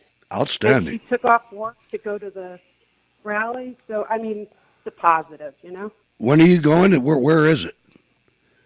It's tomorrow at Rio Rancho, New Mexico. Rio Rancho. So, Can you that's on my car. can you give us a report on it on Monday? Can you call in the show possibly on Monday and just tell us what happened? Yes, and Oh. you know what? I'm going to have her call in with me. How about that? That'd be outstanding, man. I'd love that. Sweet. Okay. Thank you very much. What else is on your mind? Have you ever, well, first let me ask you, have you ever been to a Trump rally? You know what? I was scared to go to the one that he came here before he got elected, and I don't know if you watched Fox News. I mean, there were till 5 o'clock in the morning. The police would not stop the rioting. They had Mexican flags. They were throwing I don't know how to say it, Molotov cocktails or whatever. Molotov. Rocks, shooting guns. So. Yeah, well, Yeah. you know, it's a reality, and really, President Trump is the end of the illegal Mexican domination of a lot of things in the country, including the prison system. And you had a prison riot in Santa Fe 20 years ago that was just Good. off the hook. I'm a nurse. When I worked at the hospital, I took care of one of the guys that was in that. And they had like 3 guards with the guy. Oh. And he was an interesting character. But okay, I will call in on Monday. Thank you, Susan, and thank you for joining us tonight. We love to have new members. This is what we need. Thank you very much. Don't know how long you've been listening. Well, you've been listening to the show for a while. I know I've you been are. listening forever. You have. Yep, you have. Thank you, and thanks for calling in. Rocky, let's go to you. What's on your mind, brother? I was just kind of looking at the new Kavanaugh stuff, and it reminded me just of, like last week when that video about that lawyer came out where she said, all about Roe v. Wade. It has nothing to do with him. Isn't that something? So, and it looks like, I mean, the supposed victim doesn't even remember it, so more distraction BS from the New York Times. So how's the rebuild going in the area that you're in? You are currently in the area where the wildfires really decimated the landscape, if I'm not mistaken. Yeah, it's going really good. The high school's already, I mean, they're playing football already, so neat to see that. They had a big party when their first game came around. And that's a school that you helped rebuild? I didn't help rebuild the school, but high school football's still big around here. So. Well, that's good. That's outstanding. Good deal. One of the community things, Sure. Did you get in a solid spot yet, or I know you were looking around for a good place?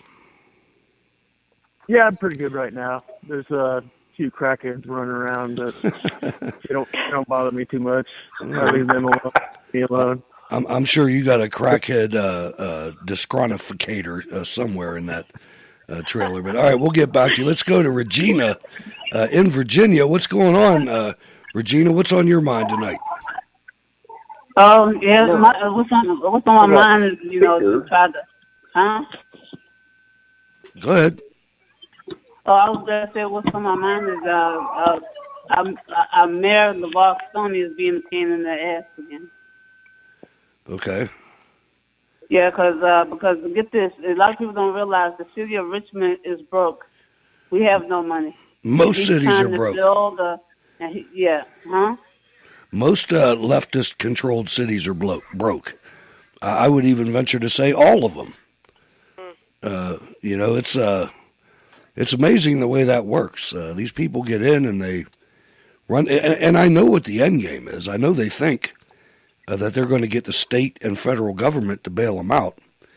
And this is one of the reasons they hate the Electoral College so much, because we're not buying it. The people in the rest of the Commonwealth Virginia area are not going to buy that, but they do. And in Pennsylvania, every other coastal state is the same, and a lot of the Midwestern states. And I would like to see a federal law that says that the federal government is not authorized to bail out any subordinate government entity in the United States without a 2/3 Senate, House and Senate vote.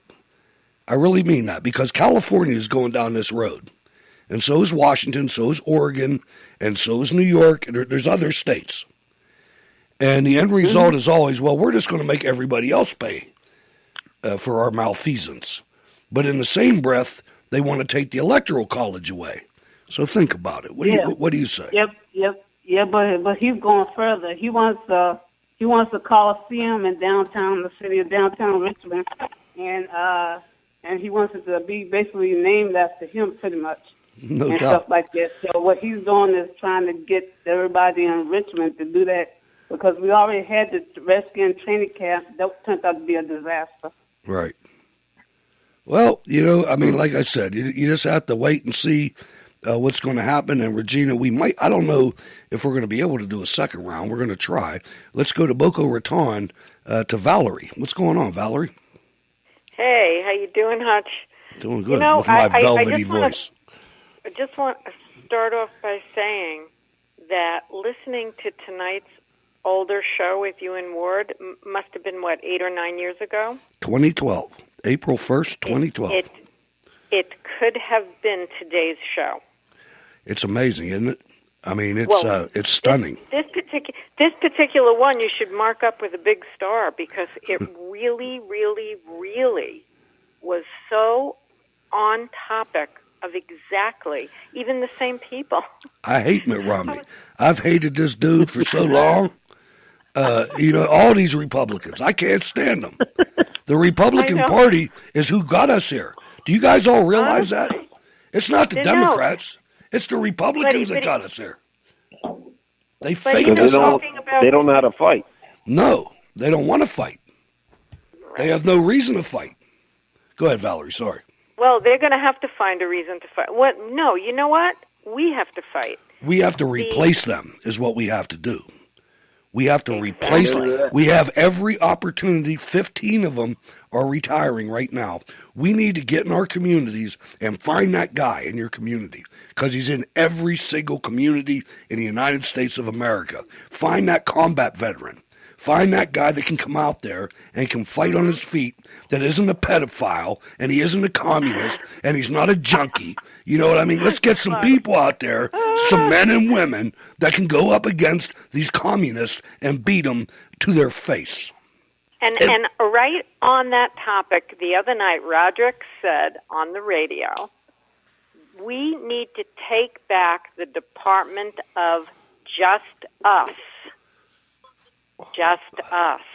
Well, I was like, wow. Well, the federal government, the apparatus has to be not as big as it is right now, but we do need a Department of Justice. Yeah. Yes, we do. I think the biggest thing, ours. And you know what? Right. You know how you do that?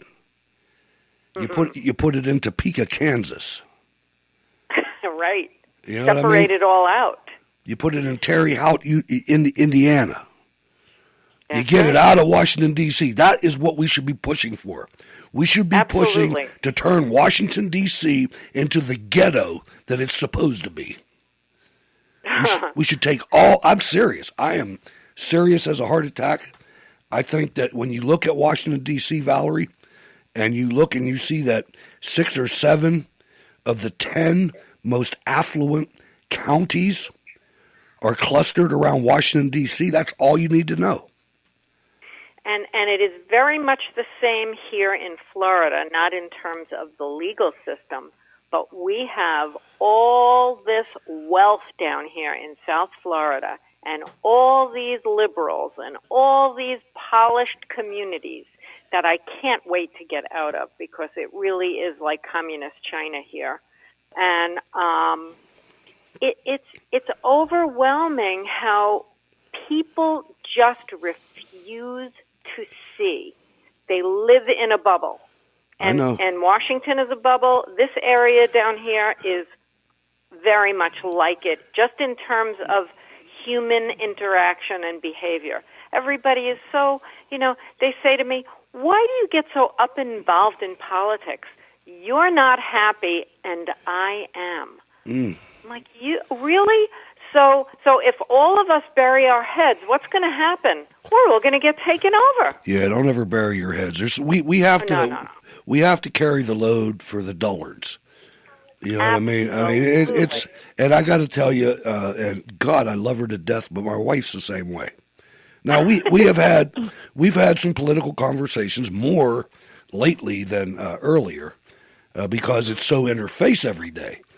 With the network television and stuff, but some people are not into it, and there's a saying for that.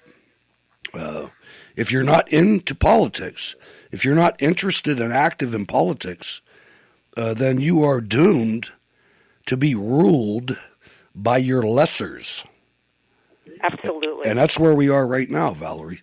Thanks for calling. Lesson from Russia. From Russia. What'd you think about, and I'm going to Ken next, and Marlene, but what'd you think about Jesse and his working for RT television and all that? I was like, Jesse, really?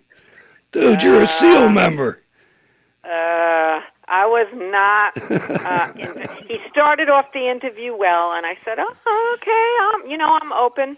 But then, boy, towards the end, I was like, "Get him out of here!" Me too, man. Me too. Get him out of my house. Get him out. Get him out. Let's go to Ken King George, Mr. Get Camelot. rid of this guy. Thanks, Val. Go ahead. Ken King George. Yeah, I mean, I thought about pretty much the same thing about Jesse. He sounded like, but yeah, when he started talking about, well, I work for Russia TV or RT. They don't actually spell it out. Right. I work for RT TV. Well, then you got to go look that up. And let's not forget how that happened. Larry if you King, remember the Keith, the biggest.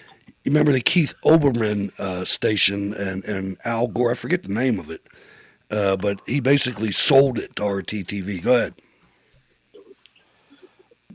But yeah, I mean, when all you have to do when it comes to RT, television. Larry King works there. I can't believe he's still alive, man. I mean, that dude's old, man. He is like 100 years old. It seems like all these evil people seem to live forever. I mean, you look at Hillary Clinton, how she's still alive after all the collapses, and I know. And Joe Biden, and look at Bill Clinton. Bill Clinton only has one nostril left, man. I mean, he's hurting. Yeah, that guy. I mean, he looks like he's 150 years old. The coolest part about that is he's the same age as Donald Trump. You look at Donald Trump; he looks like he's ready to go play ball. Right. Well, what was it I saw online the other day? They showed a picture. It was Sammy Hagar or one of the guys from Van Halen, and then they showed a picture of Bill Clinton, and it was like, yeah, these two guys are the same age. And, right. One of them's been partying, dropping acid or whatever, and playing guitar all his life. The other one was married to Hillary Clinton. I know that's horrible, man. It is. All right, let me go over to Eugene and get Marlene in, and then we can get into the party line mode for a little bit. Marlene, what's on your mind? Thanks for waiting so long. That's all right. I'm used to it. No problem. Actually, I did find something. I was going to talk about a national story, and then I said, yeah, that can wait, because everybody probably knows about it. But it was kind of interesting. I guess the city of Portland, they want to do something that we've done in Eugene for a long time. And what it is it's called Cahoots. It's Crisis Intervention Helping Out on the Streets. And basically what it was started by a group of hippies who began helping people in drug crisis who needed a place to sleep for the night. All right. And eventually they shifted, and then they now they had an organization. They're still around, and they work with the police. And what they do is they go around to a lot of these homeless people. And I hate to say it, some of them are in deep. They need help. I mean, they really do. And so what they do is they call Cahoots instead of calling the cops. Okay. Because they figure that they can deal with, a regular person who's not in uniform, and this is a citizen organization or a government operation? It's citizen. It's within the city, but they do work with our police force. All right. Well, I'm for that. I mean, I think, and that's what I was trying to say about to Jim Mallard. At the end of his show, he mentioned a bunch of problems that we have, which I totally agree with all of them. I just don't think that the government is the answer to everything. I think that if you're sitting in Portland and you've elected officials that allow all these people to come into your area, deal with it, man. Get together. If that's what you feel, then good. Put your money where your mouth is and come out and help these people. No, I know they don't. They never do. They never do. It's rare. It's rare. That's why I was reacting. Yeah, I don't blame you. And I thought that Jesse was when he started talking about the shootings and all that. That was pretty cool. But after that, it was like, geez, Jesse, how many joints have you had today? I know, he was man. Way out there. I agree. I agree, man. I mean, and especially, and I'll say it again, and then I'm going to turn it over to Rocky and let him run it for about 7 or 8 minutes. But when he said that about him in boot camp, and I know there was some contradictory comments in the chat, but I got to tell you, man. A military school like Donald Trump went to in the year that he went to it is heads and tails far away from what boot camp is. I mean, far away. I remember getting to boot camp at Fort Knox, Kentucky in 1981, December of 80, I think. And I was like, damn, this is easy. And the next thing I remember, but that was only because of what I had been through previously. Now, regular citizens that just came to boot camp, it was kicking their ass. But for me, it was like, well, nobody hit me with a baseball bat yet. I'm good. Yeah, no kidding. I mean, nobody made me go in the shower with 7 layers of uniforms on, with a raincoat over those layers, turned it all the way hot, and made us do calisthenics in the shower. They didn't do that. God. They didn't do that at boot camp, but they did that at Valley Forge. I did that. So I'm just saying, I'm not belly aching about it. It may be who I am today. Oh, and I don't doubt it. But for that sergeant, for that chief petty officer to say that about the president, disqualified his ass from anything for me. You bet. Because he didn't know. He doesn't understand. That's why we don't make sergeants presidents. Exactly. It's just the way it is. And I apologize to any enlisted members. I'm not trying to disparage you. I'm not. Because if it wasn't for you, I would not have been able to do the things I did. But that being said, let's go back to Teresa. And then Teresa, pass it to Rocky. And Rocky, you take it from there. I'll tell you when we're out of time. And Teresa's probably doesn't want to get back on. So, Rocky, you just take it. And if she does, she'll talk to you. All right. Well, I don't really have a whole lot more. I mean, no, but this is your time to practice being a producer, brother. So you're in charge of the interview. Well, here I'll help Rocky out. So Hutch was talking about. All right, let's go to Ken. Ken needs to be the producer. That's nice, man. That's smooth. I'll help you out, brother. All right. So what Hutch was talking about there, they called that initiation. Chief petty officers. He brought up chief petty officers in the Navy, right? Right. And my dad was a chief petty officer.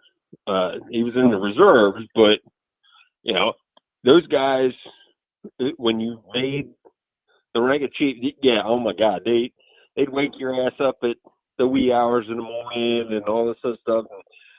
And, I never made it there myself because I'd had enough of the line and the bullshit and everything up and after doing 12 years of it. But they had a bumper sticker back in the day, because they were doing away with this initiation thing where they'd make you do all kinds of weird stuff, and it was considered hazing and all this other whatever. And my dad was like, "Yeah, I'm a chief petty officer. I was initiated, and I'm proud of it." And some of the stuff that he told me that you did, it was kind of funny, comical. And some of the stuff that they did back to some of the guys that had already been there was. Now, come on, Ken. What you got to do in the position is pass it around a little bit. So let's go to. Let me look here. Let's go to Regina. Regina, what is on your mind right now? Couple minutes left. Final comments. Oh, okay. I heard about that through the years about the things that went on in the military and stuff like that. So I kind of sort of, in my eyes, I thought it was a normal thing that they need to go through, and if they survive it, then they good. It is. Yeah, there's nothing wrong with it. That's my thought, so. I agree with you. I mean, I think that, we should put our military people through their trials and tribulations. I agree with that. Valerie, let's go to you. Yeah, I always wished when I was a young girl that I could go to the military. I didn't quite understand why I never got the opportunity to do what my dad did. My dad was in the Army. And, it's just too bad that we can't involve women more. I'm not saying that we should be equal or out there doing the difficult stuff that men do when we're not equal in that physical way. But I wish that more women would open themselves up to being patriots and being a part of the military. I think it would be such a gift to our psyches in this country. Well, let me tell you, there's no shortage of females in the military right now, Valerie. Believe me. Okay. There's no shortage at all. No, I am, and there's none. They're in every branch, in almost every military occupational specialty, which I disagree with. But that's okay. I mean, they do a hell of a job. I mean, I had several dozens of women that worked for me in my career. And there were some awkward areas, but I wasn't a combat unit commander. That's where I would say we need to draw the line. Because the combat unit ratio in the military is not to the point where that would curtail women from progressing in the military. In other words, it's a minority. And I think that they would raise their children in a different manner because of that experience. I had a stay-at-home mom who, it was my dad who taught me all about the military, and it was the best time of his life, and I would listen to all his stories. But I think that women being involved in the military will have a much greater influence on their children. It does. I mean, my ex-wife, who both of my biological children were with, and my current wife, where my stepson is from, we're both military members, both Army soldiers. But I got to go, Valerie, running out of time. Okay, Ken, thank you, Hutch. Yeah, thank you. Ken, final comments? Couple minutes. Go ahead. All right, well, what Val brought up,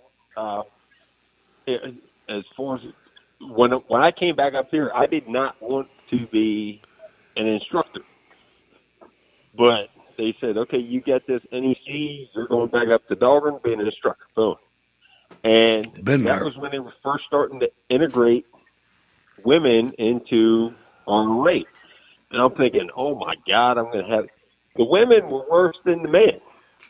I swear to God, they were. I could tell you a story, but we don't have time. I mean, as far as some of the stuff, and I've it's had it's a little disruptive, to say the least.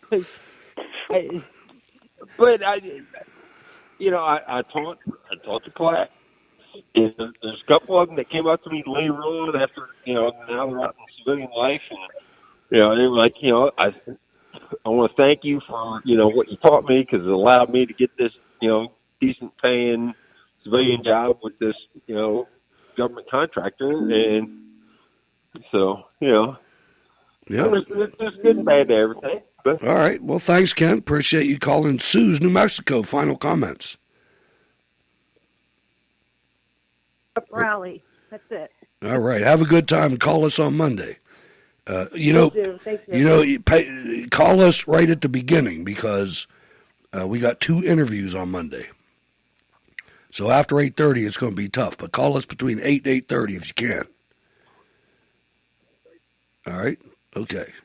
Let's go to Marlene. Final thoughts. You're it. We got to go. It's time for True Crime Historian. Well, I would say I like Valerie.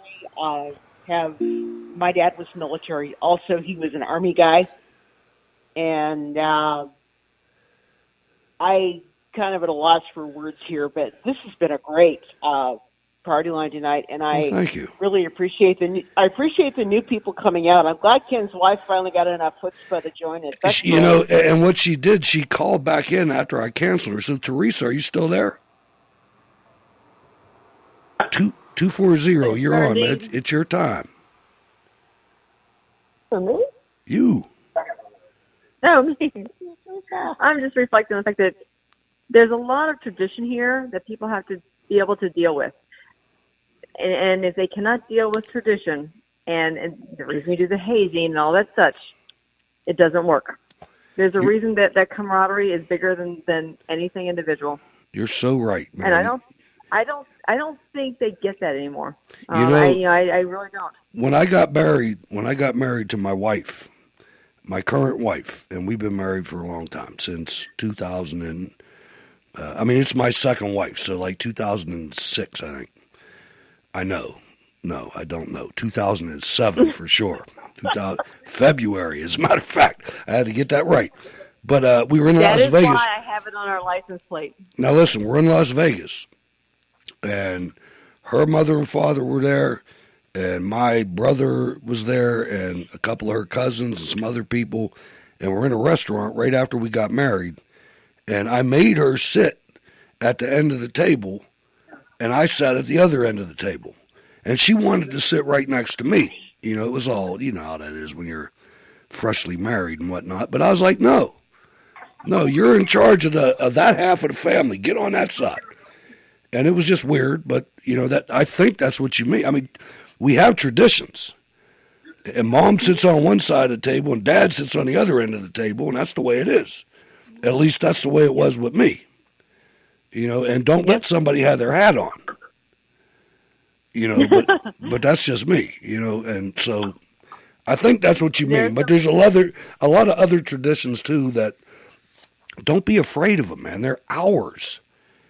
They're not something to be knocked down like a statue. My children know, again, 6 words that will get them through life. Yes, ma'am. No, ma'am. Yes, sir. No, sir. Thank you, and please. There you go. And they will take them a long way in life. There you go. And you know what else? My 3 rules to my kids. Rule number 1, life is not fair. Get over it. Yes. Rule number 2, nothing in life is free. And rule number 3, and this might mess somebody up who's not an Army veteran, but don't piss in your mess kit. And, so you take that for what it is. Thank you, everybody. I appreciate it. We're going to True Crime Historian Richard O. Jones coming up next, and it is Gin, Jazz, and Guns. WHBJ, Digital Talk. I'm Hutch Bailey Jr. Himalaya. Free. Super easy. podcasts you love, podcasts you're looking for, personal playlists, themed collections. Follow your favorite show. Like, comment, support, early access, shareable playlists, Himalaya Plus, and tip jar, tip jar, tip jar.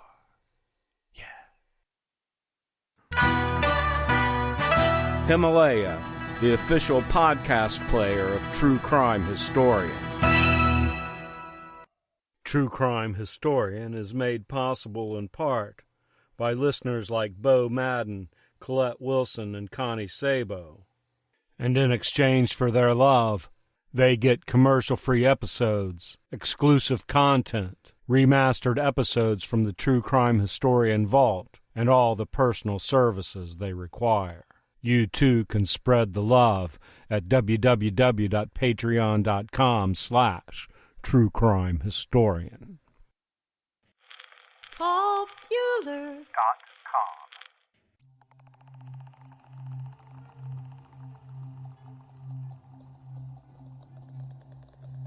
Puritans are fond of blaming part of the crime and violence of today on this age of jazz. They might better blame the gin which furnishes purple moments to Volstedians. Jazz unaccompanied is rarely responsible for more than a harmless fling. Gin with jazz is something else again. Many a front-page murder had its origin in a bottle of this colorless fire. It was 1 o'clock in the morning, not a witching hour particularly, since it was March and in Chicago. The two policemen who trudged their beat in a residence district were doubtless anxious to have the hour get done with as quickly as possible, so the next one could come and go in its turn. It was a raw and solitary and dreary sort of night.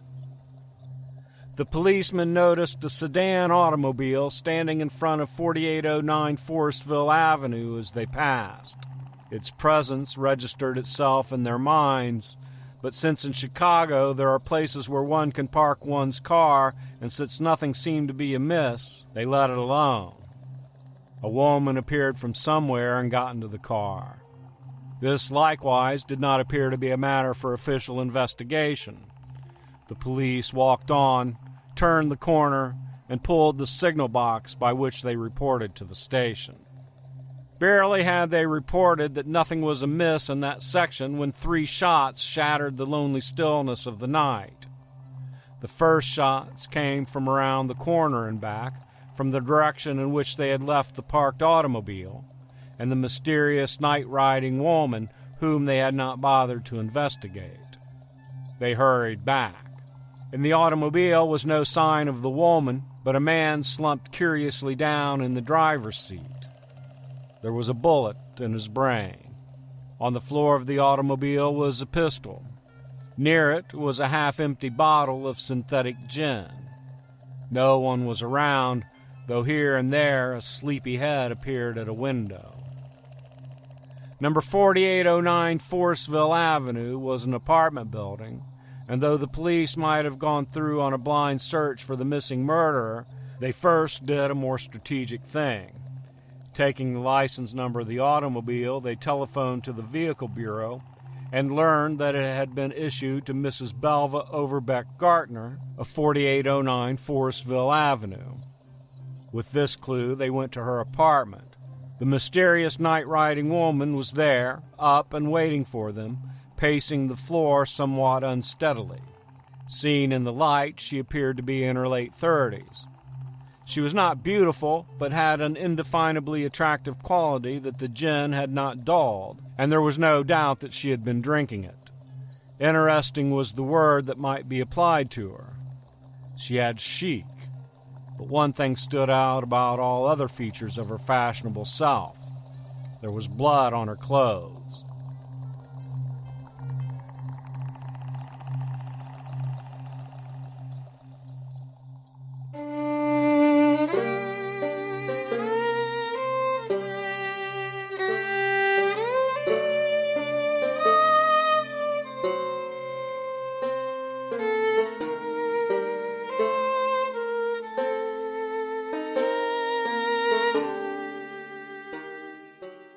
True Crime Historian presents yesterday's news, tales of classic scandals, scoundrels, and scourges told from historic newspapers in the golden age of yellow journalism.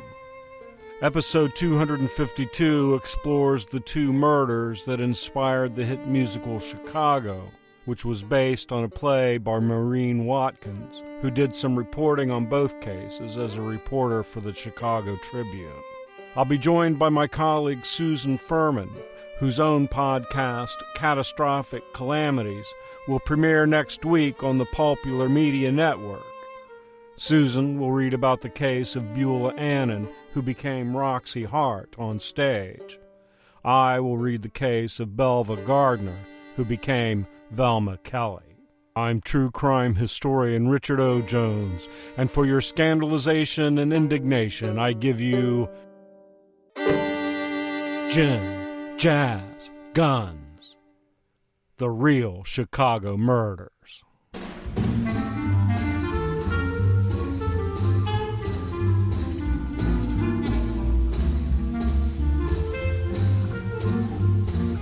Chicago, Chicago, that tall town. Chicago, Chicago, I'll show you a frown. Mrs. Gardner told the policeman she was drunk. She didn't need to tell it, and that she didn't know what had happened. It was a unique answer and an effective one under the circumstances. There was no question of her incriminating herself when she used an excuse with which masculinity has saved its face on many an occasion. But they took her along to the police station nevertheless. It was believed that sobriety might refresh her memory. And anyway, there were the necessary formalities to be gone through with. And in the automobile outside, where the dead man still hunched over the wheel with the cold steel revolver and the half-empty gin bottle on the floor beside him, the body could not be moved until the coroner's physician made his examination. Dr. Joseph Springer, coroner's physician, arrived soon. He certified to the man's death. Papers on the body revealed the unknown's identity. He was Walter Law, 3233 Ellis Avenue. The papers did not reveal the full extent of the tragedy, for Law was married and the father of a 3-year-old child. The bullet, which had been started on its way by gin, left a baby fatherless and a woman widowed. Mrs. Gardner was likewise examined by the physician. To his questions, she had the same monotonous, simple answer she had given the police. I was drunk. I don't remember. But the next day, she did remember a little more. And to the police, she sobbed out a grotesque and ghastly story of bullets and gin and wagers and duels, with Law and herself as the hazy figures. She admitted they bought the gin at the Gingham Cafe, also that the revolver was hers. She said, quote, "On our way home we began talking about stick-up men. I told Law we were taking an awful risk going home so late. Think of it, I said. What if some bandit stopped and robbed us and maybe tried to get rough with me? What would we do?" Our conversation drifted along this line for some time. Then I remarked, "I bet I'm a better shooter than you are." I suggested jokingly that we toss a coin and that the winner shoot the loser. I said if the winner missed the loser, the latter would get a chance to shoot and vice versa until one of us was shot. There were 9 bullets in the pistol. And then, I don't know just what happened. I was too drunk. I remember seeing him collapse over the wheel, but I had no idea what was the matter. "Walter, Walter," I called, but he did not move or answer me. Then I tried to pull him out of the driver's seat so I could drive the car home, but I couldn't budge him. He was so limp. His head fell on my arms, and that is how my clothing came to be spattered with blood. I became frightened and ran into the house. Assistant State's Attorney Stanley Clarkowski had little better luck than the police as far as getting any real information out of the chic and vague and terrified Belva Gardner. To him, she varied her story at first, declaring that Law was the one who had proposed the duel and that he had done so before they left the cafe. But when pressed for details, she wept hysterically and wailed, "Oh, Mr. Attorney, I can't remember anything, not if I have to hang for it." Mr. Attorney had someone bring in the smelling salts. When Mrs. Gartner was calmer, she only said, "In the past, we have always bought a pint. This time there were only quarts, and we had to take a large bottle. I wish there had been pints." This with bizarre sadness. Mrs. Gartner went back to her cell.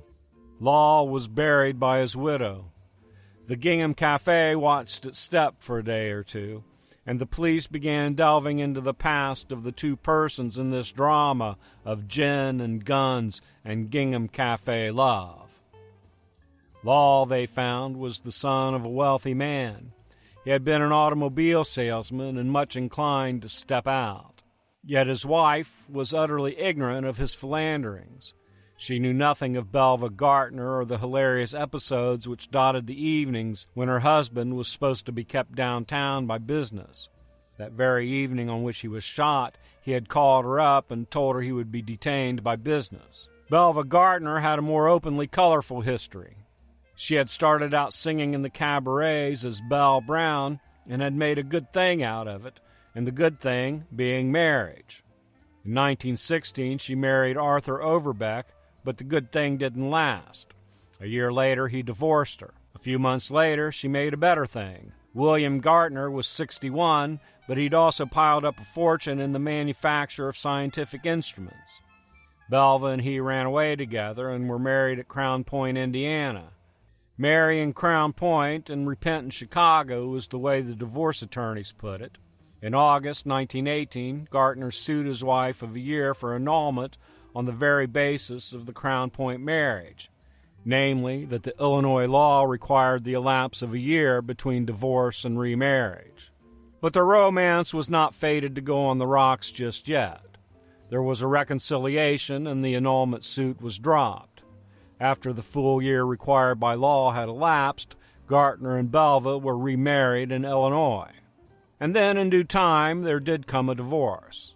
It was attended by great publicity, for Mr. and Mrs. Gartner each had so many detectives watching the other that they fell over them at every turn. Meanwhile, Mrs. Gartner broke into the headlines in quick and easy fashion. She bought a taxicab. An experienced motorist, she had no difficulty getting a license to drive it, and her picture in all the papers as the first and only woman cab driver in the city. She set out to do business and did it boomingly until a streetcar hove into the taxicab. By that time, the divorce had proceeded to a settlement basis, and the ex-Mrs. Gartner had started a newer and gayer life. By that time, the divorce had proceeded to a settlement basis, and the ex-Mrs. Gartner had started a new and gayer life. She had fitted up an apartment at the Forestville Avenue address and gone in for the artificial gaiety of cabarets. In her own circle, she was known as a gay companion, a good spender, and the life of the party, generally. Her life was a round of pleasure, but her surroundings did not daunt Gartner, the once divorced and almost annulled husband. He had come wooing all over again, and for a while it looked as though Cupid might strike twice in the same place. Now the elderly millionaire told reporters, "I'm through with her forever."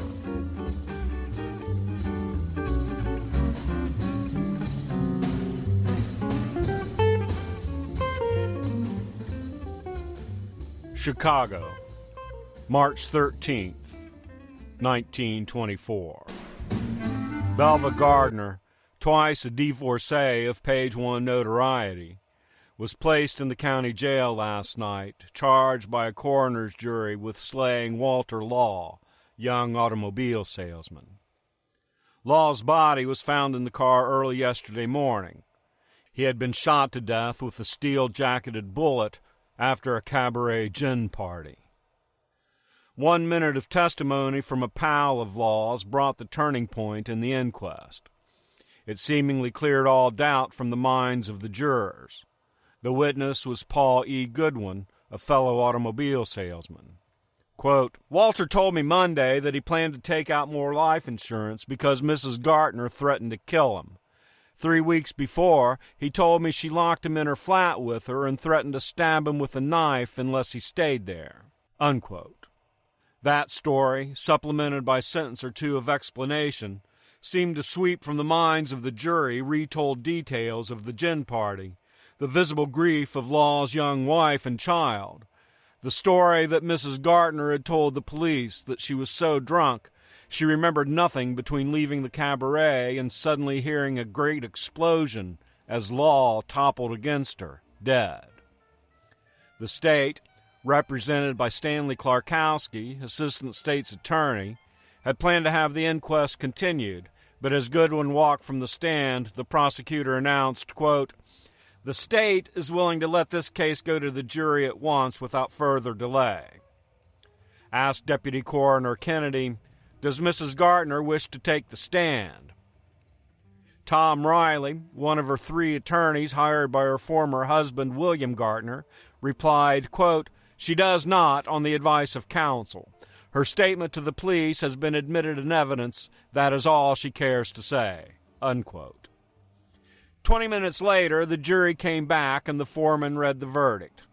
"We, the coroner's jury, find that Walter Law came to his death in the automobile of Mrs. Belva Gartner from a bullet fired by Mrs. Belva Gartner."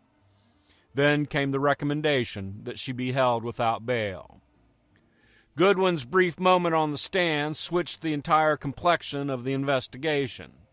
It brought the first clear, direct intimation that Mrs. Gartner had planned to make a target of the 29-year-old man, some 5 to 10 years her junior, who made her acquaintance through an automobile sale and retained it through midnight gin escapades. Prior to Goodwin's testimony, the 2 hours of the inquest had been taken up with details, circumstantial and corroborative, but assembled it was simply this. Belva and Walter got drunk at the Gingham Cafe. They drove home. The car was found in front of her house, Law's body hanging over the steering wheel, her gun on the floor. She was found in her apartment, her clothes covered with blood, maintaining she was so drunk she couldn't remember anything. But she had said that at the cafe, Law had proposed that they flip a coin to see which should have the first shot at the other, but that she had talked him out of the idea. The questions that arose at the inquest were, did she murder Law? Did she shoot him in self-defense? Did she accidentally shoot him? Did he kill himself? Did a third person do the slaying? Mr. Klarkowski said, "The motive which the state believes lies behind the case is this. Mrs. Gartner had ensnared Law. He tried to break away to stick to his wife and family. She killed him rather than lose him." Back of Goodwin's testimony lie further details not yet brought before the public. They are an amplification of his story, made partly by himself in private statements to officials, partly by other friends of the dead man. Law, these details say, had feared Mrs. Gartner for some time. He had repeatedly tried to break away from her, but she refused to let him go. Law was depicted as a boy who couldn't refuse when women and gin were suggested. As recently as 24 hours before his death, he confided in friends that someday he'd die, and probably at the hands of the woman whom he went on drinking sprees once or twice a week. Klarkowski said, quote, "I believe that when Law and Mrs. Gartner returned from the cafe, she had tried to make him enter her apartment. He, remembering the time she locked him in and held him there at the point of a knife, refused. Then she pulled the gun, perhaps. He tried to stop her, but couldn't." Unquote. Prior to Goodwin's testimony, there had been a succession of witnesses whose stories had told nothing to refute the statement of Mrs. Gartner that, quote, "We got drunk and he got killed. I don't know how." Unquote. Then Detective Sergeant Corcoran, who arrested Mrs. Gartner, testified.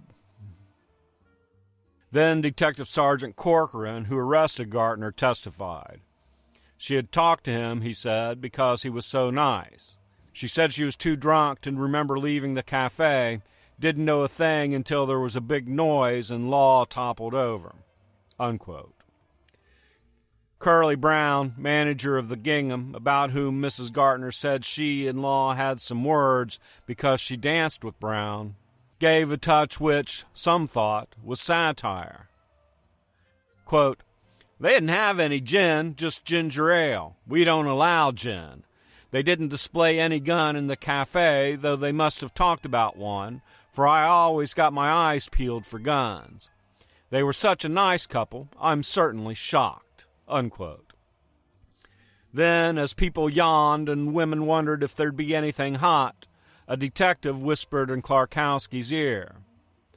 "Bring him in quick," said the prosecutor, and 10 minutes later, Goodwin took the stand.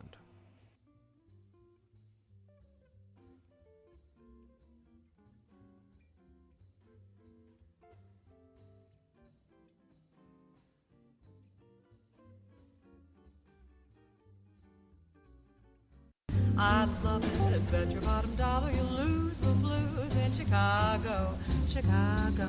The folks who visit all wanna settle down. For years, women have been speculating on just how a wife must feel when her grief over the sudden news of her husband's death is jogged out of line by the equally abrupt revelation that he died at the hands of the woman who was not his wife. Yesterday, Mrs. Frida Law answered that question. Seated in the South Wabash Avenue station, the young widow of a few hours heard a coroner's jury hold Mrs. Belva Gardner to the grand jury, charged with the murder early yesterday morning of Walter Law, 3233 Ellis Avenue, Frida's good husband and Belva's courteous escort. When they talked of gin and blood, Mrs. Law trembled as if she might faint, huddled close to her father-in-law, and tried to keep from crying. It was her grief for her dead husband, she indicated. When they spoke of the divorcee's nocturnal habits with Law to the South Side cabarets, when they told of Belva's zeal to, quote, "throw my arms around him and get him to talk to me," unquote, Mrs. Law pushed herself forward and sneered across the table at the older, more vivacious woman with the 7 diamond rings. It was her hatred for her husband's alleged slayer, she admitted.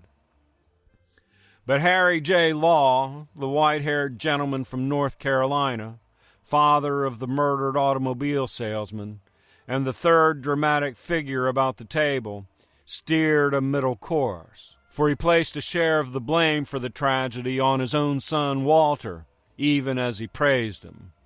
Again and again he murmured to the tired daughter-in-law at his side, no, daughter, it's not that woman's fault entirely. Walter ought not to have gone out with anyone. He had a lovely wife and a fine baby.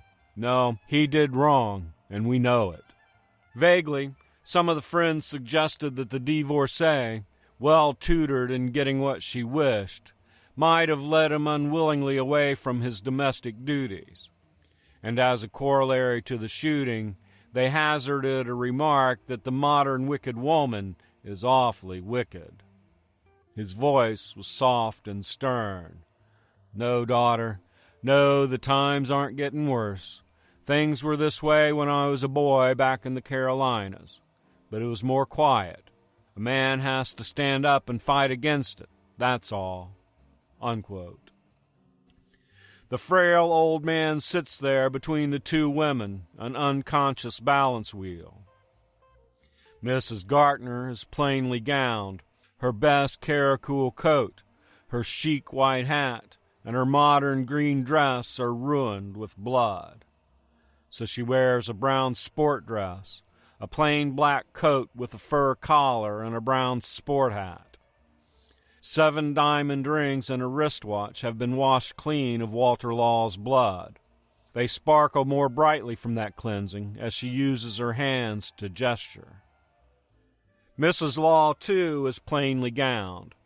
She spent the night before in her home sewing curtains And that occupation doesn't call for the elaborate gown and the silver slippers that Mrs. Gartner had to wear when she went dining and dancing with Mr. Law. Last Tuesday night, Mrs. Law relates, quote, I sat up waiting for Walter. He had phoned at dinner time and asked me if I wanted to go out, but I said I had to sew. So he told me he was going to work. I waited up for him. About 2 a.m, I saw a taxicab stop next door. You know, Walter's mother and father owned the Ellis Avenue property, so we have to live there. I thought Walter was drunk and was going into the wrong house. But the next minute, she pauses for a moment, then continues in a metallic voice. The man came to my door and told me my husband had been killed. At first, I felt sorry for that other woman, because she was guilty of killing and everything. But did you see her come in? She was almost giggling. Oh, I never knew I could hate anyone so much. My friends have told me they hope she hangs. No, I don't want her to hang. And she shuddered as much, almost, as when she had seen the pistol with which her husband had been killed. But I don't want her to go to jail for a month or two and then step out, unquote.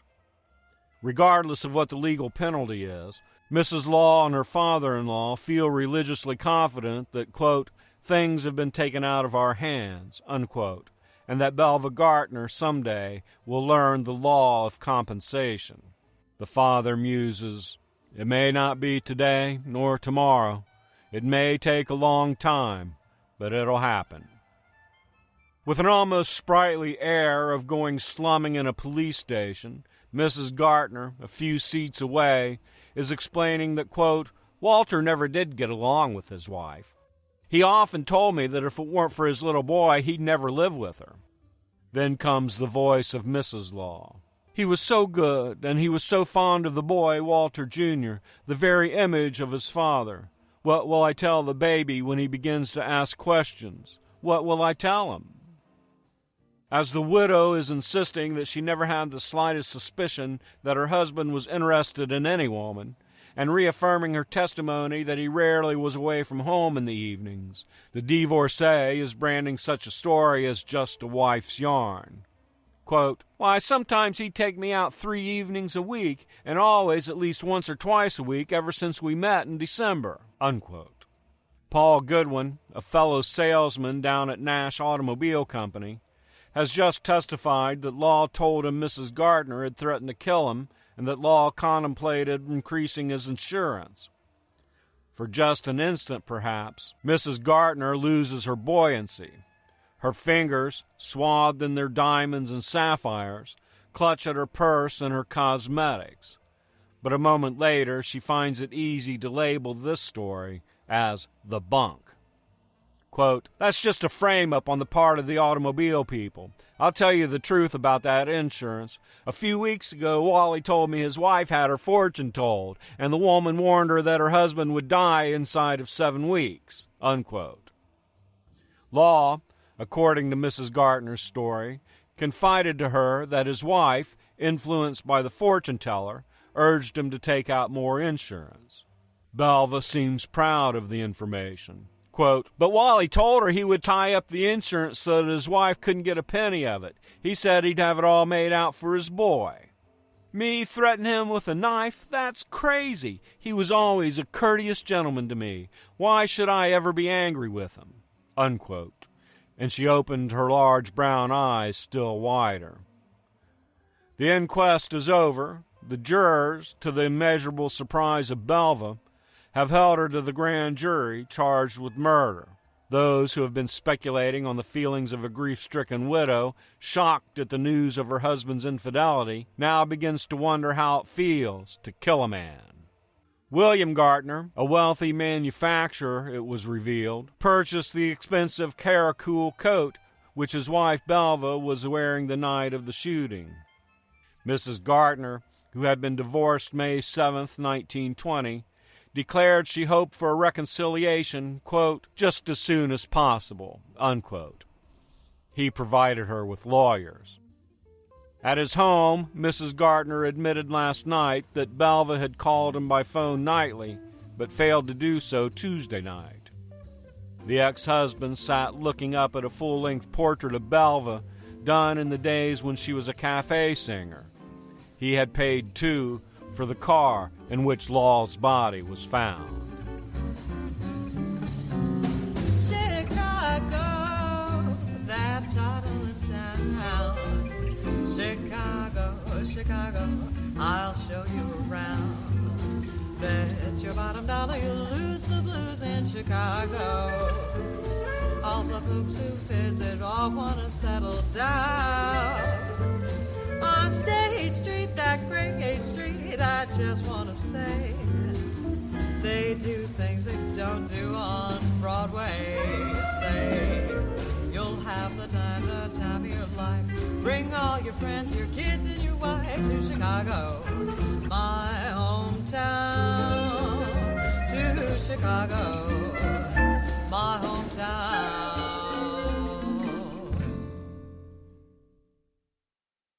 A big thanks to everyone who voted in my little poll that I posted a couple months ago to help me pick out my new Warby Parker frames.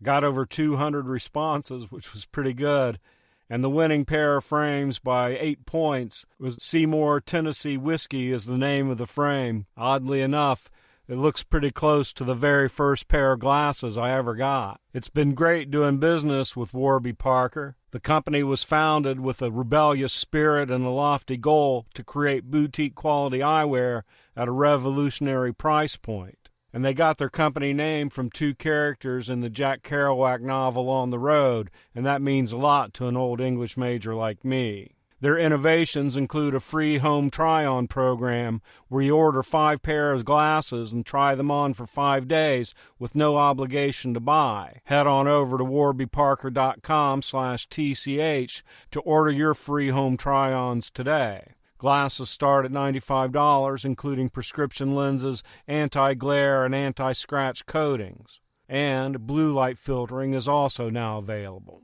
And if you have an iPhone X, you can download Warby Parker's app and try on your glasses using the new virtual try-on, so you can see the realistic color, texture, and size of each style right on your own phone. So there you are, www.warbyparker.com/TCH, to let them know I sent you.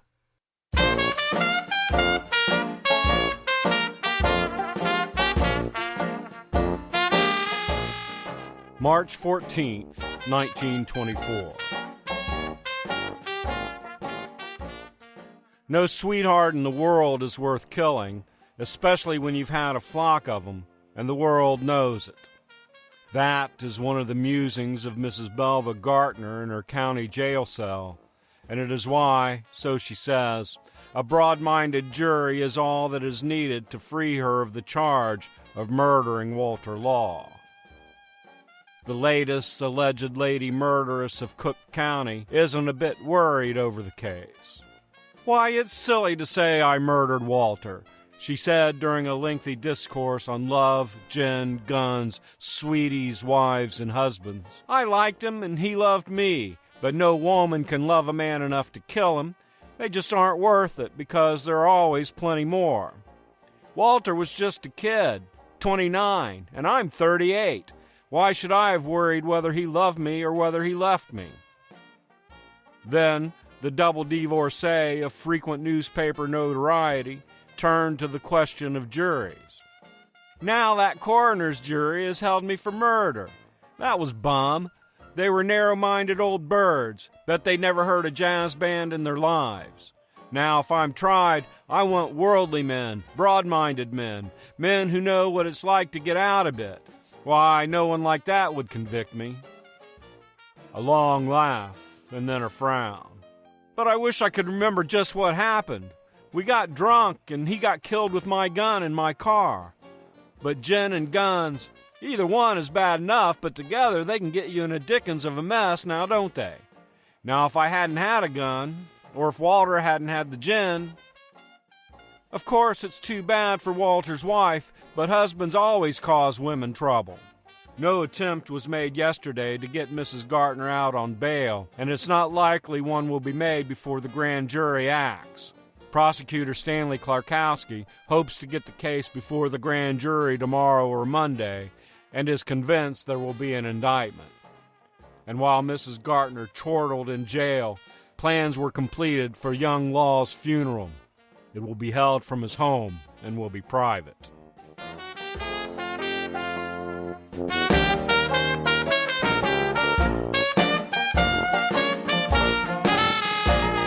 April 4th, 1924.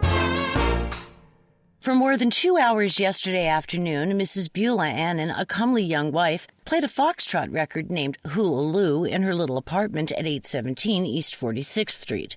Then she telephoned her husband and reported that she had killed a man who had, quote, tried to make love to her. The Hawaiian tune was the death song of Harry Kolstad, 29 years old, of 808 East 49th Street, whom Mrs. Annan shot because he had terminated their little wine party by announcing that he was through with her.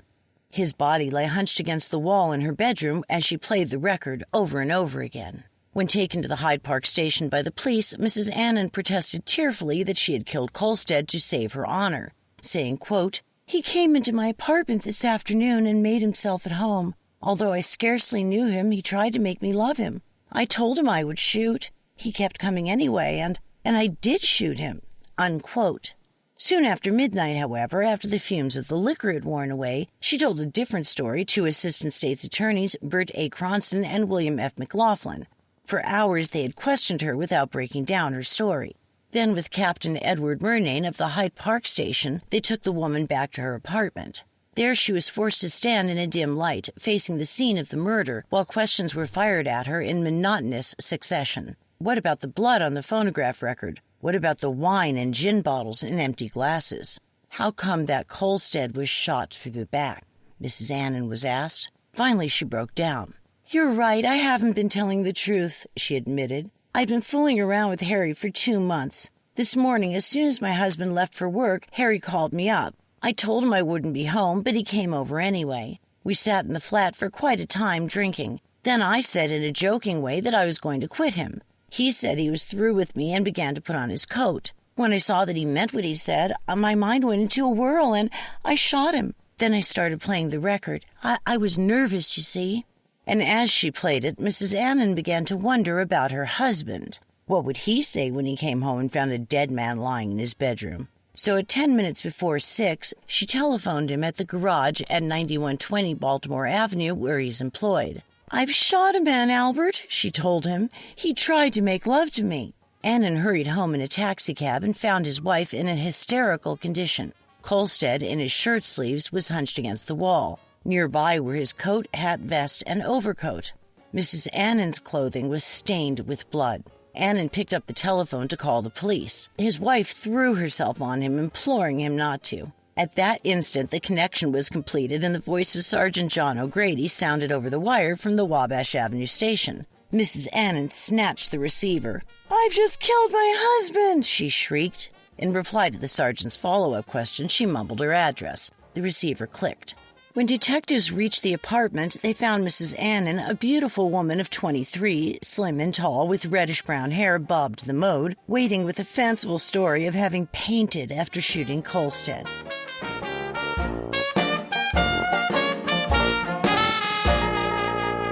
April 5th, 1924.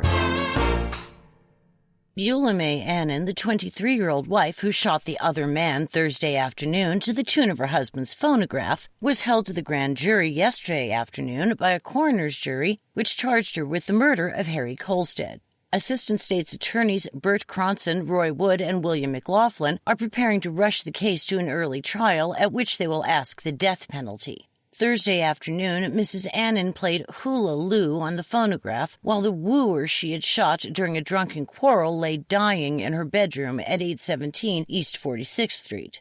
And yesterday afternoon, the chapel organ at Boydston's undertaking parlors played Nearer My God to Thee for an old soldier's funeral while she waited for the inquest to start. At the Hyde Park station, she insisted that Kolstad's advances had caused her to shoot him to quote-unquote save her honor. Several hours later, however, when the effect of the liquor had worn off, she broke down hysterically and confessed that she had lied, that Kolstad had threatened to leave her and that she had killed him rather than lose him. But yesterday she only shook her head dreamily and smiled when questioned, saying, quote, "I wish they'd let me see him. Still, it would only make me feel worse," unquote. The last time she saw him was when he lay dying, and she dare not feel his heart or pulse because, quote, "he was so bloody," unquote. They say she's the prettiest woman ever accused of murder in Chicago. Young, slender, with bobbed auburn hair, wide-set, appealing blue eyes, tip-tilted nose, translucent skin faintly, very faintly rouged, an ingenuous smile, refined features, intelligent expression, and, quote, "an awfully nice girl and more than usually pretty." She wore fawn-colored dress and hose with black shoes, dark brown coat, and a brown georgette hat that turned back with a youthful flair. While waiting for the inquest to start, she talked of her early life in Kentucky and her little 7-year-old son by a former marriage who now lives with his father's people in Owensboro, Kentucky. Divorced from Perry Stevens after a year, she moved to Louisville where she met Albert Annan, her present husband, whom she married in Chicago 4 years ago. He made $50 or $60 a week as a mechanic at a garage at 9120 Baltimore Avenue. But she wanted to work too, and last September became bookkeeper for Tenants Model Laundry. It was there that she met Harry Kolstad, another employee, who took her for walks, visited her a few times in her husband's absence, and shared with her a taste for booze. Calmly, she played with a piece of paper and softly whistled through it as Kolstad's brother-in-law, William Wilcox, told the coroner's journey which she had told him of the tragedy the night before. He also identified the statement read by Assistant State's Attorney Roy Woods as the one she had made in his presence the preceding night. According to this, Kolstad had telephoned her early Thursday morning that he was going over on the west side to get some wine and had come to her apartment 15 minutes later to get the money with which to buy it. She had the afternoon off from work, and he joined her at about noon with 2 quarts of wine. After drinking for an hour or so, they started quarreling. She teased him a little about, quote, Billy, the boy with an auto, unquote, and he reproved her for doing things she shouldn't. Then she flared back, "You're just a four-flusher,"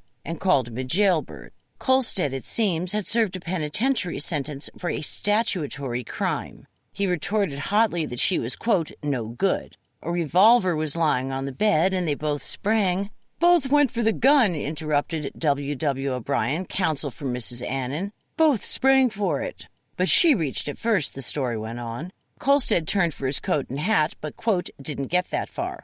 She cupped her chin in a slim hand with its orange blossom ring, and didn't blanch as the state read her answer to the question, "Why didn't he get that far?" "For darn good reason," she said. "I shot him." She caught him as he slipped to the floor, calling, "My God, you've shot me," and tried to tell him that it wasn't true. His hands still felt soft. His face was soft, but she couldn't feel for his heart because it was, quote, "all bloody." She played again with the paper as the state's attorney read her confession of intimacy with Kolstad on 3 occasions and laughed lightly as the lawyers quarreled over the questioning. According to the testimony of policeman Thomas E. Torton, who was called at 6:05 Thursday night, the shooting must have occurred at approximately 2 o'clock that afternoon. For almost 4 hours then, she played the phonograph and paced the floor before she telephoned her husband that she had killed a man. Dr. Clifford Oliver, who arrived at 6:20 o'clock, said Kolstad had only been dead half an hour or so. Mrs. Annan had posed prettily for the photographers, but her husband hid his face with his rough, scarred hands when he took the stand. He identified the revolver, a .38 caliber, as his, and haltingly told how he had found the man, who he did not know, dead, and his wife too hysterical to talk. Thursday night at the station, he told the officers bitterly, quote, "I've been a sucker, that's all. Simply a meal ticket. I've worked 10, 12, 14 hours a day and took home every cent of my money. We bought our furniture for the little apartment on time, and it was all paid off but $100. I thought she was happy. I didn't know," unquote. But yesterday he wouldn't talk, just shook his head sadly to all the questions. Under advice of her attorney, Mrs. Annan made no statement. When the finding of murder was announced, she powdered her nose, took the money her husband had borrowed, and went back to jail to await developments.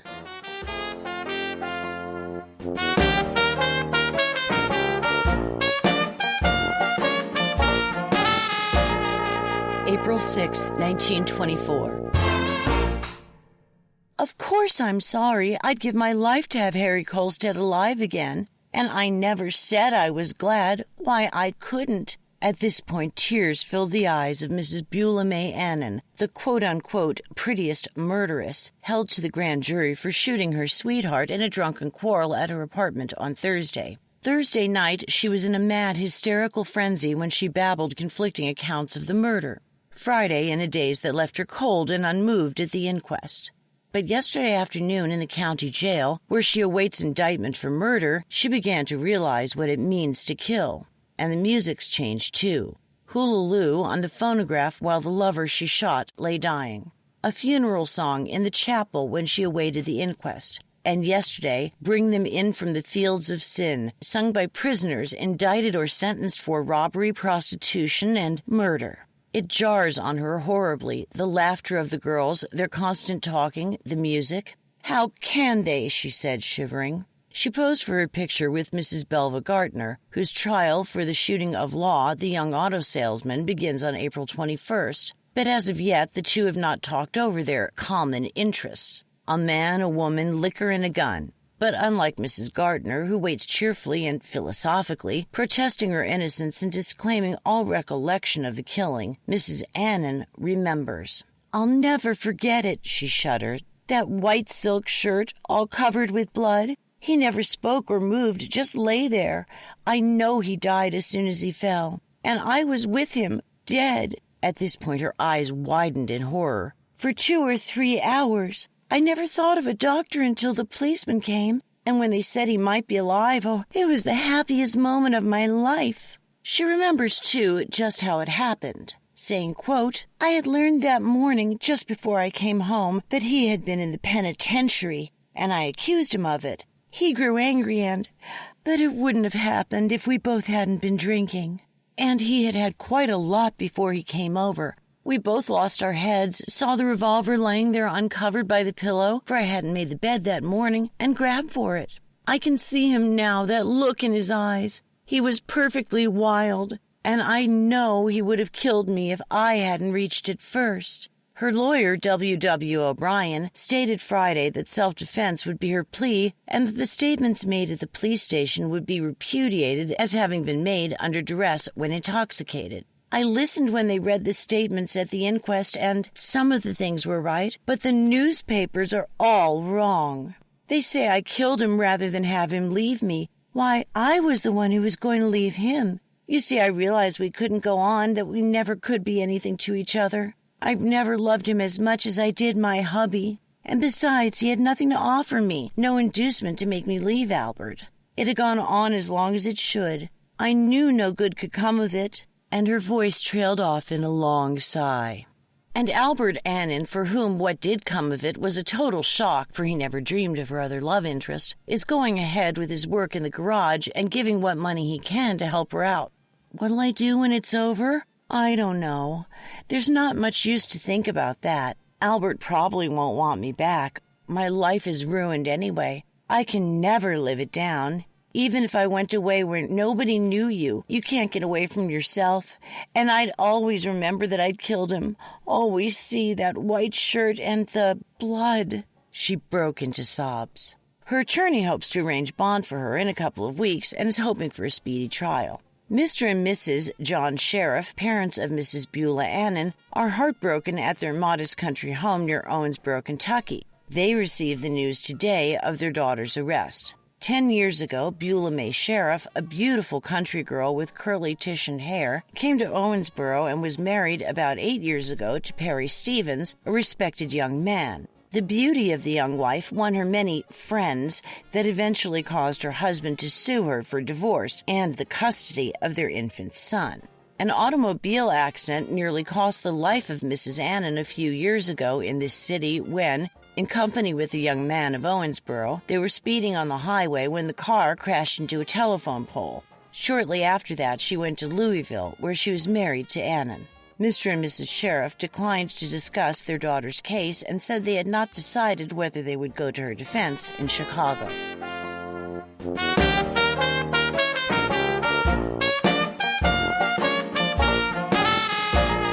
April 7th, 1924. Mrs. Beulah Annan's second day in the county jail, where she waits indictment for the murder of her sweetheart, Harry Kolstad, was a trifle monotonous.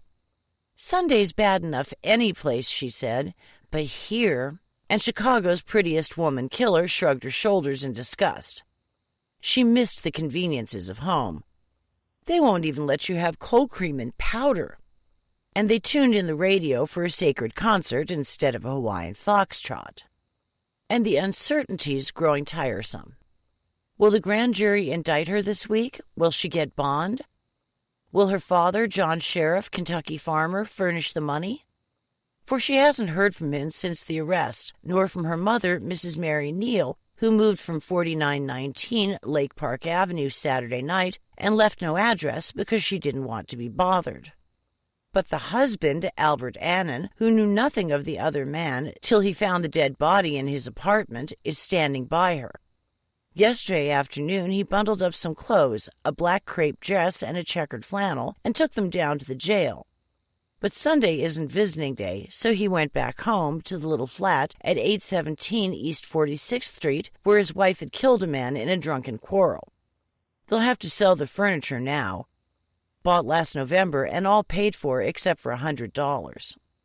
There, an hour or so later, he repeated his steady refusal. Nothing to say, and set his jaw determinedly. 10 years older than Beulah May, he is quiet and a little stern. He had talked to her only once since the tragedy at the Hyde Park station when he tried to shoulder the blame by saying he had killed Kolstad when he found the two together. "Tell her I'll stick, that's all, that I'll stick," he said slowly. He's getting off from work today. He's a mechanic at a garage at 7190 Baltimore Avenue to see her attorney, W.W. O'Brien, about getting bond. "We've got to get her out," he said fiercely. Others are helping to while away the hours for Beulah. A group of young men, admittedly after having a few drinks, sent flowers with a note. And she didn't eat the chicken dinner he had planned for her. For a friend sent in a juicy steak, French fried potatoes, and cucumber salad.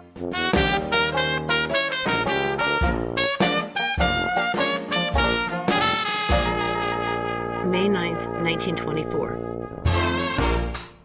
What counts with the jury when a woman is on trial for murder? Youth, beauty, and if to these she adds approaching motherhood, for pretty Mrs. Beulah Annan, who shot her lover Harry Kolstad to the tune of her husband's phonograph, is expecting a visit from the Stork early this fall. This 23-year-old murderess, now waiting trial, is making this the basis for a further appeal to clemency. Because of the 4-term rule, Mrs. Annan's case cannot be continued for more than 4 terms of court without her consent. If she is brought to trial before autumn, her condition could be considered by the jury since it has the right to pass sentence. And if the jury should give her death, there is no direct statute covering such a contingency, said a former state's attorney, but the state would have to delay execution until after the birth of the child, since it would be taking 2 lives instead of 1. Her condition has no bearing upon the legality of the case, said her attorney, William Scott Stewart. It would be a matter of executive clemency once the sentence is passed. Or it might affect the jury.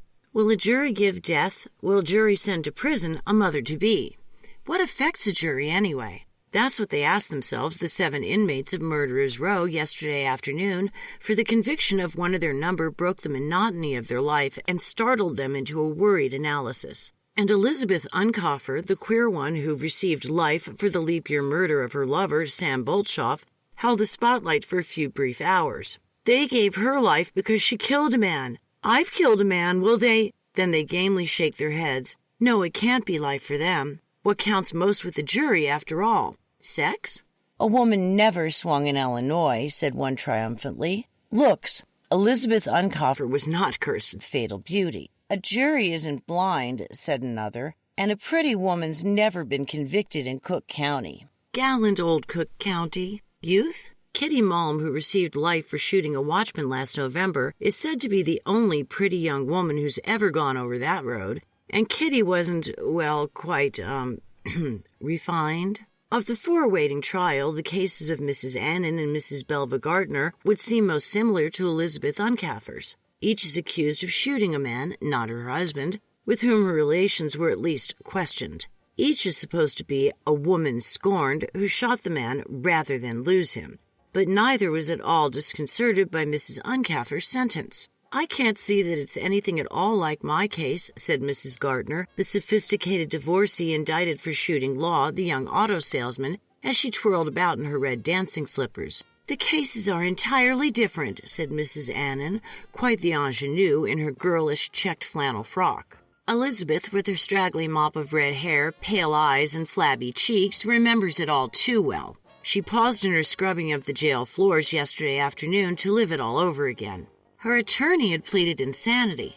"Think I'm going to say I'm crazy?" she asked indignantly. "Not much. They'd lock me up then with some that are worse than I am, and no telling then what would happen. I wanted them to shoot me. Why not? At State and Madison. Make a big day of it and give everyone a front seat. But they gave me life instead."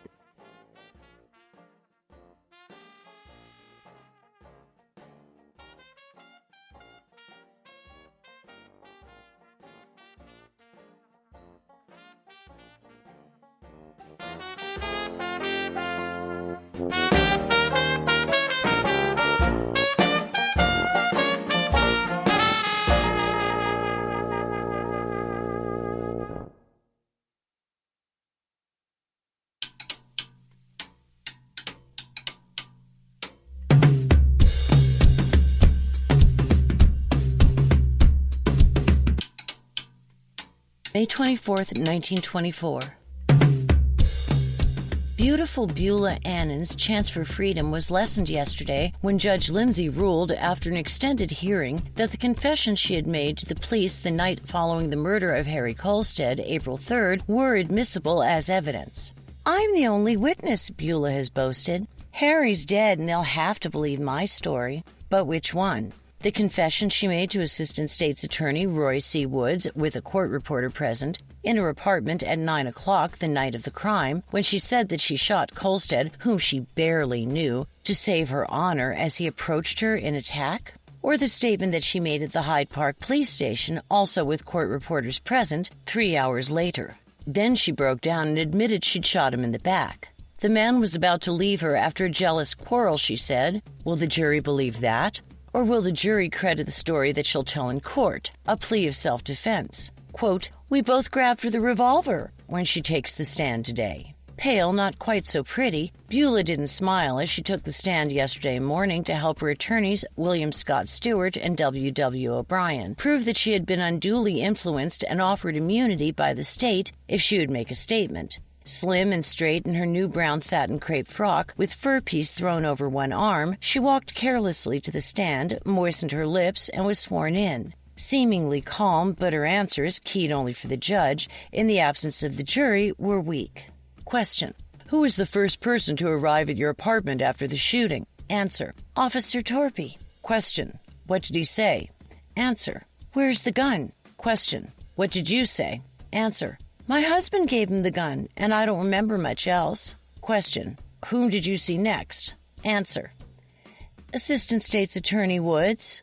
Question. Now, you had fainted during the time you saw Torpy and Mr. Woods. Answer. Yes. Question. What did Mr. Woods say? Answer. Well, we went into the kitchen and he said, "Don't you know me?" And I said, "No." And he said, "I'm Roy C. Woods, and I'm a customer of Mr. Wilcox and a personal friend of his." Then he told me not to be afraid, that I'd shot the man in my own house and that it was no crime.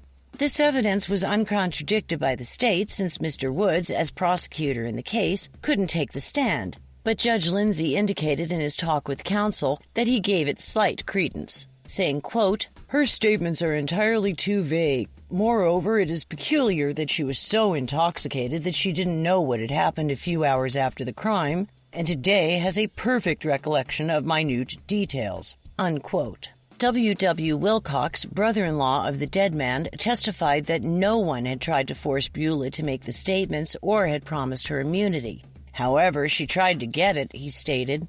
She asked Woods if he couldn't frame it to look like an accident, and Woods said, "You don't frame anything with me." He stated further that Beulah seemed perfectly natural the night of the crime, seeming a little sorry now and then, but smiling most of the time. Albert Allen, the court reporter who had taken both of her confessions, testified that she had made them with full understanding that they might be used against her and that they were voluntary and of her own free will. Police officers gave testimony to the same effect, though they noted she was in a hysterical condition for several hours. Counsel for the defense objected in particular to the admission of State's Exhibit 2, the Midnight Confession, as in it Mrs. Annan confessed to intimacy on various occasions with the man she afterwards killed.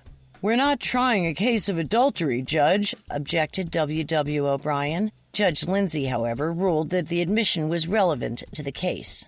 Beulah, frankly bored by such technicalities, stared around the room like a wide-eyed kitten and gave her attention only when State's Attorney William F. McLaughlin read the two confessions. According to the first statement, Kolstad had come into her house early in the afternoon, greatly to her surprise, for she barely knew him, and he took off his coat and hat, then turned and tried to take her in his arms, saying, with a look in his eyes, "Gee, Ann, I'm crazy about you." She begged him to go, she said, but he refused and followed her into the bedroom where she reached for the revolver which was lying under a pillow on the disarranged bed. Then she closed her eyes and shot him as he approached her. But he was shot in the back, they told her. It was this fact which caused her to make a new statement, giving what the state believes is a true account of the affair. Beulah listened with set features to the reading of her admission that she had given Kolstad, whom she had known for several months at Tennant's Laundry, where she was employed as a bookkeeper, $1 to get some wine to bring to her apartment Thursday afternoon, her afternoon off. He came about 12:30, and they started the party. Question: How much did you drink? Answer: Half a gallon. Question: The two of you? Answer: Yes, we had an argument. Question: What about? Answer: Well, I heard he had been in jail, and I asked him about it. Question: What did he say? Answer: He said he had, and then I told him he had always told me he had a lot of money and his people were sending him money. The questions then related to a certain Billy, who had called Mrs. Annan that morning for a date, which she had refused for Kolstad. Question: Did he say anything to you about your having done things that you shouldn't? Answer: Oh, yes, and I said to him, well, you're nothing. Question: Did you call him anything? Answer: Yes. Question: What did he say then? Answer: He lumped me. Question: Did he say anything to you about being through with you? Answer: Well, he may have said to hell with you or something like that. Question: When was that? Answer: After I told him he was just a jailbird and didn't have any money. Question: Then you say he jumped up? Answer: I was ahead of him. I grabbed for the gun. Question: And what did he grab for? Answer: For what was left. Nothing. Question: Did he get his coat and hat? Answer: No, he didn't get that far. Question: Why didn't he get that far? Answer: Darn good reason. Question: What was it? Answer: I shot him.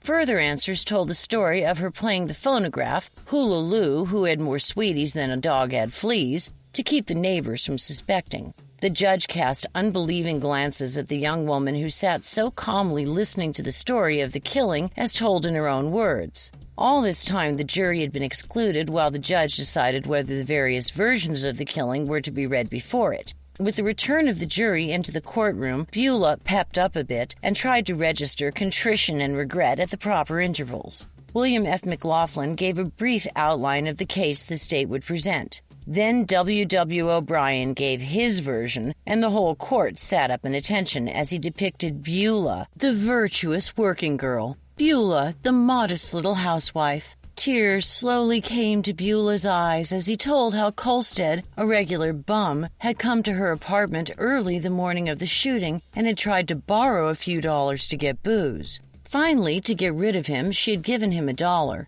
and then that afternoon he had returned intoxicated and forced his way into the house. Frightened, she begged him to leave, but he refused.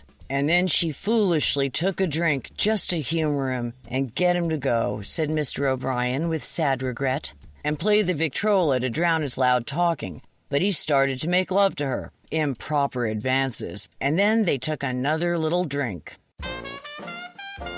Fascinated, the jury followed him down the path of another little drink until Kolstad threatened to attack her, boasting that he had served time for, quote, having his way with a woman, and, quote, that's the kind of man he was. Then, according to her attorney, Beulah in a frenzy started, oh no, not for the gun, but the telephone, to call her husband to tell him of the danger she was in. And it was then Kolstad went for the gun, conveniently parked on the bed, but she had the inside track. And in the struggle, she turned around and, that's how he was shot in the back. Attorney Stewart posed to show just how it was done. Later, the state called a surprise witness, Mrs. Maybelle Bergman, 1022 Dayton Street, head bookkeeper at the laundry where Mrs. Annan was employed. Question: Did you hear from Mrs. Annan in the afternoon of April 3rd when she was off of work? Answer: At about 4:10 she called me up at the office. Question: What was said? Answer: She said, hello, Betty, what are you doing? And I said, I'm awfully busy. And she said, is Billy there? Meaning Mr. Wilcox. And I said that he'd been in and out. And then she said, is Moo there? Meaning Harry Kolstad. And I answered, you know, he hasn't been here all day. And she said, that's funny. I had an appointment with him for 12:15, and he hasn't shown up. The court and jury looked at Beulah, for at 4:20, Kolstad was lying in her apartment, dead. And she was playing the jazz records on the Victrola. Question: What did you say then? Answer: I said, what's the matter, Red? You sound kind of stewed. And she said, no, I haven't had a drink all day. I talk queerly because I'm trying to talk to you and read the telephone directory all at the same time. And that was all. The two women exchanged flashing glances as the pretty brunette stepped down from the witness stand and sailed past Red. The character of Harry Kolstad was brought up in the questioning of W.W. Wilcox. Mr. O'Brien implied that the dead man had been in the penitentiary in Michigan, and the witness resented it. He was in the St. Cloud Reformatory, Wilcox said. For what reason, the attorney asked. Wife desertion, was the answer.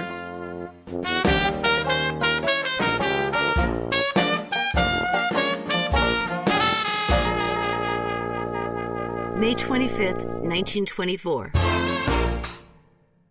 Beulah Annan, whose pursuit of wine, men, and jazz music was interrupted by her glibness with the trigger finger, was given freedom last night by her beauty-proof jury. The jury retired from Judge Lindsay's court at 8:30 and at 10:20 brought in the verdict of not guilty on the third ballot, acquitting her of the murder of her admirer, Harry Kolstad, in her apartment at 817 East 46th Street on April 3rd. The fair defendant thanked the jury all around, assisted by her faithful husband, Al. Oh, I can't thank you, she said, flashing a glance at each one as she pressed his hand. You don't understand. You can't know. But I felt sure you would.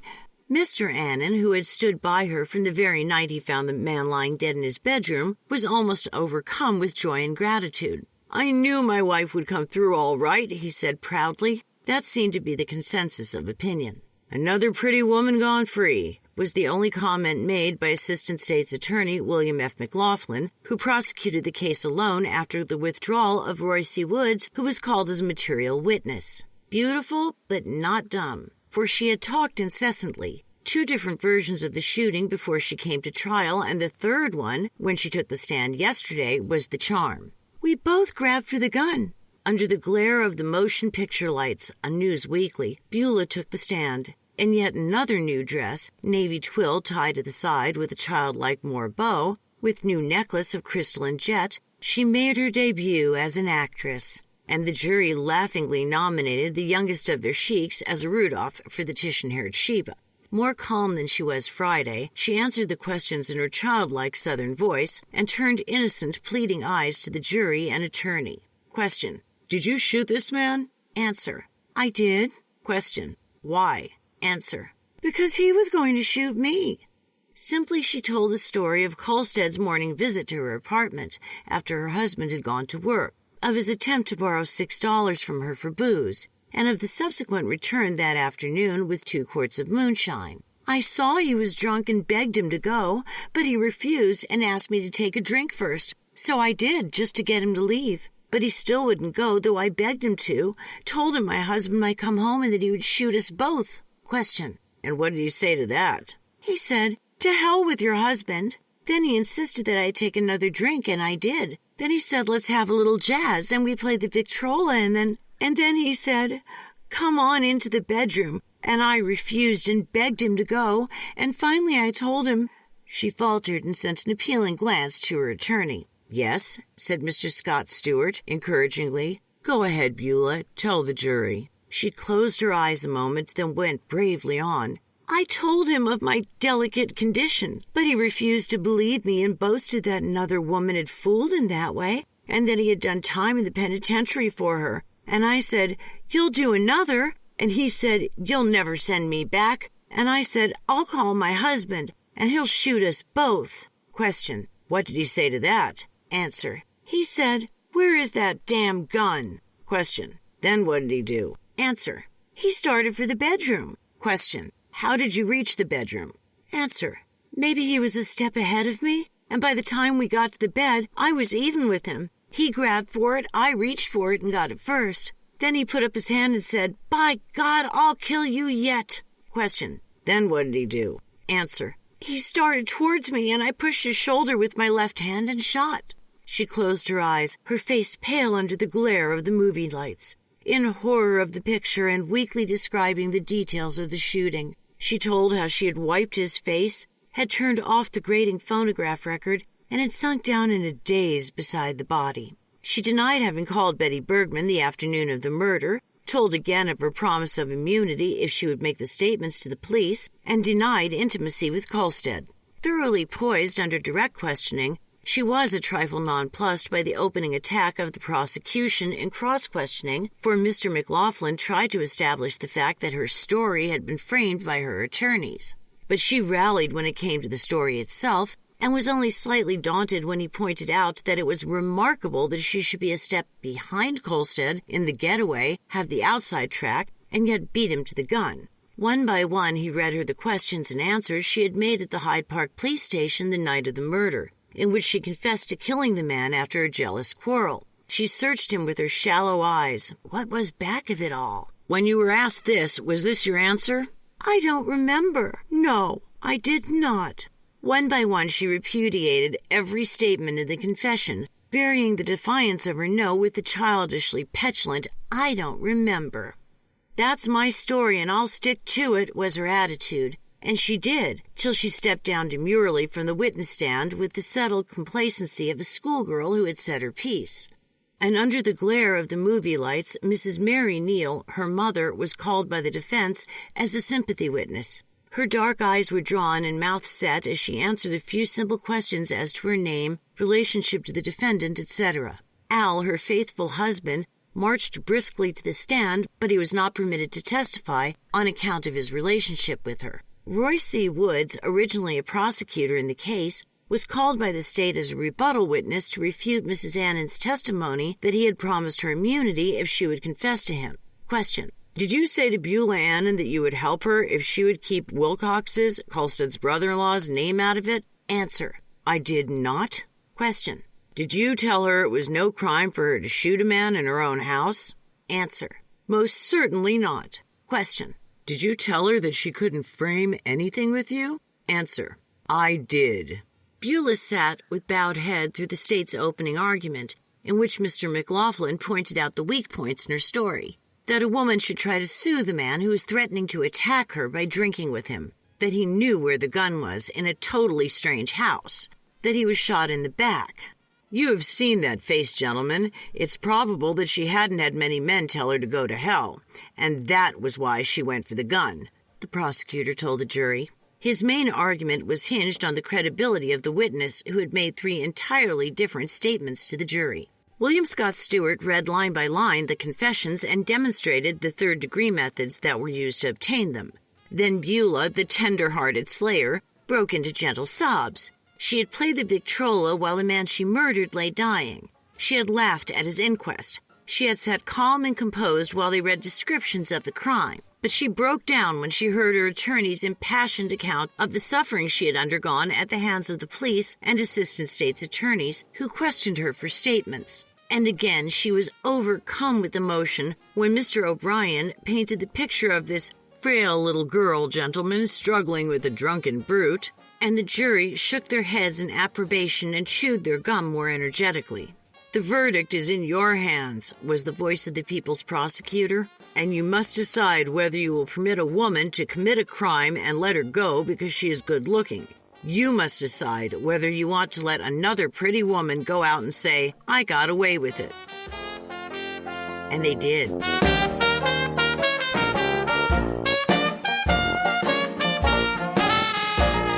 June 4th, 1924. Belva Gartner, charged with the murder of Walter Law, was a perfect lady yesterday in Judge Lindsay's court as she faced 4 of the jurors who will decide whether she really did shoot the young auto salesman found dead in her sedan March 12th. For the lady was so dead drunk after a night of gin and jazz at the Gingham Inn that she doesn't remember. And another woman studied the jurors, a sweet-faced woman in heavy mourning, Mrs. Walter Law, who did not know Belva existed until they met at the slain man's inquest, and of the two, she seemed more concerned.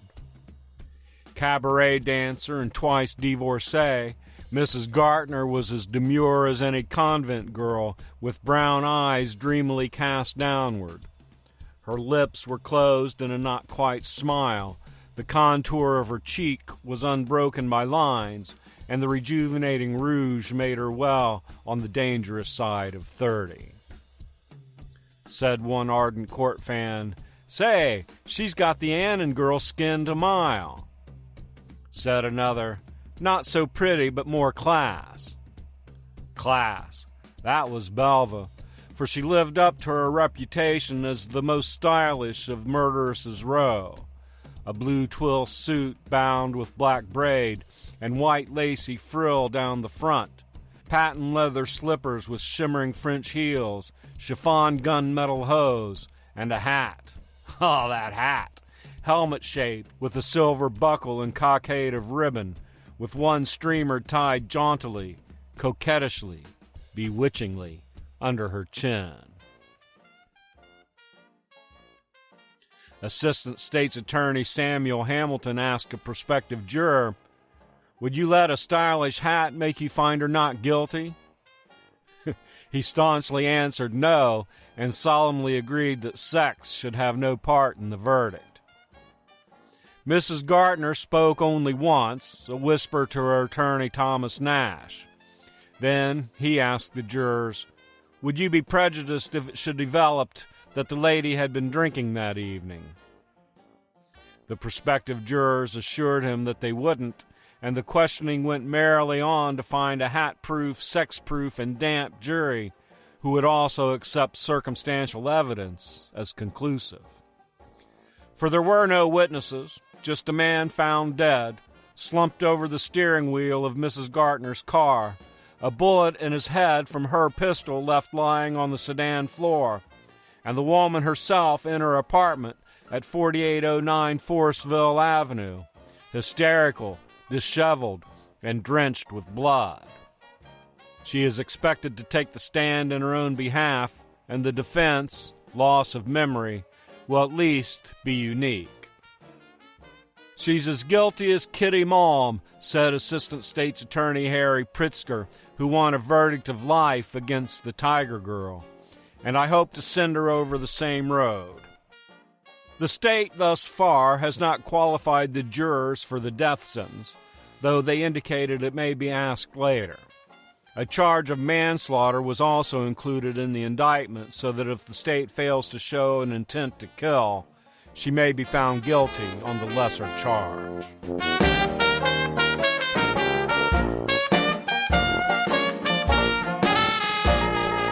June 5th, 1924.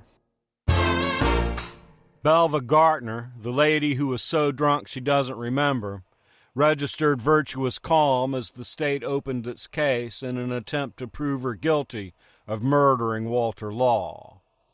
Her sultry eyes never lost their dreaminess as policemen described the dead body slumped over the wheel of her Nash sedan. Thank you. Let us pray. Our Father, who art in heaven, hallowed be thy name. Thy kingdom come, thy will be done, on earth as it is in heaven. Give us this day our daily bread, and forgive us our trespasses, as we forgive those who trespasses against us. And lead us not into temptation, but deliver us from evil. For thine is the kingdom, and the power, and the glory, forever and ever. Amen.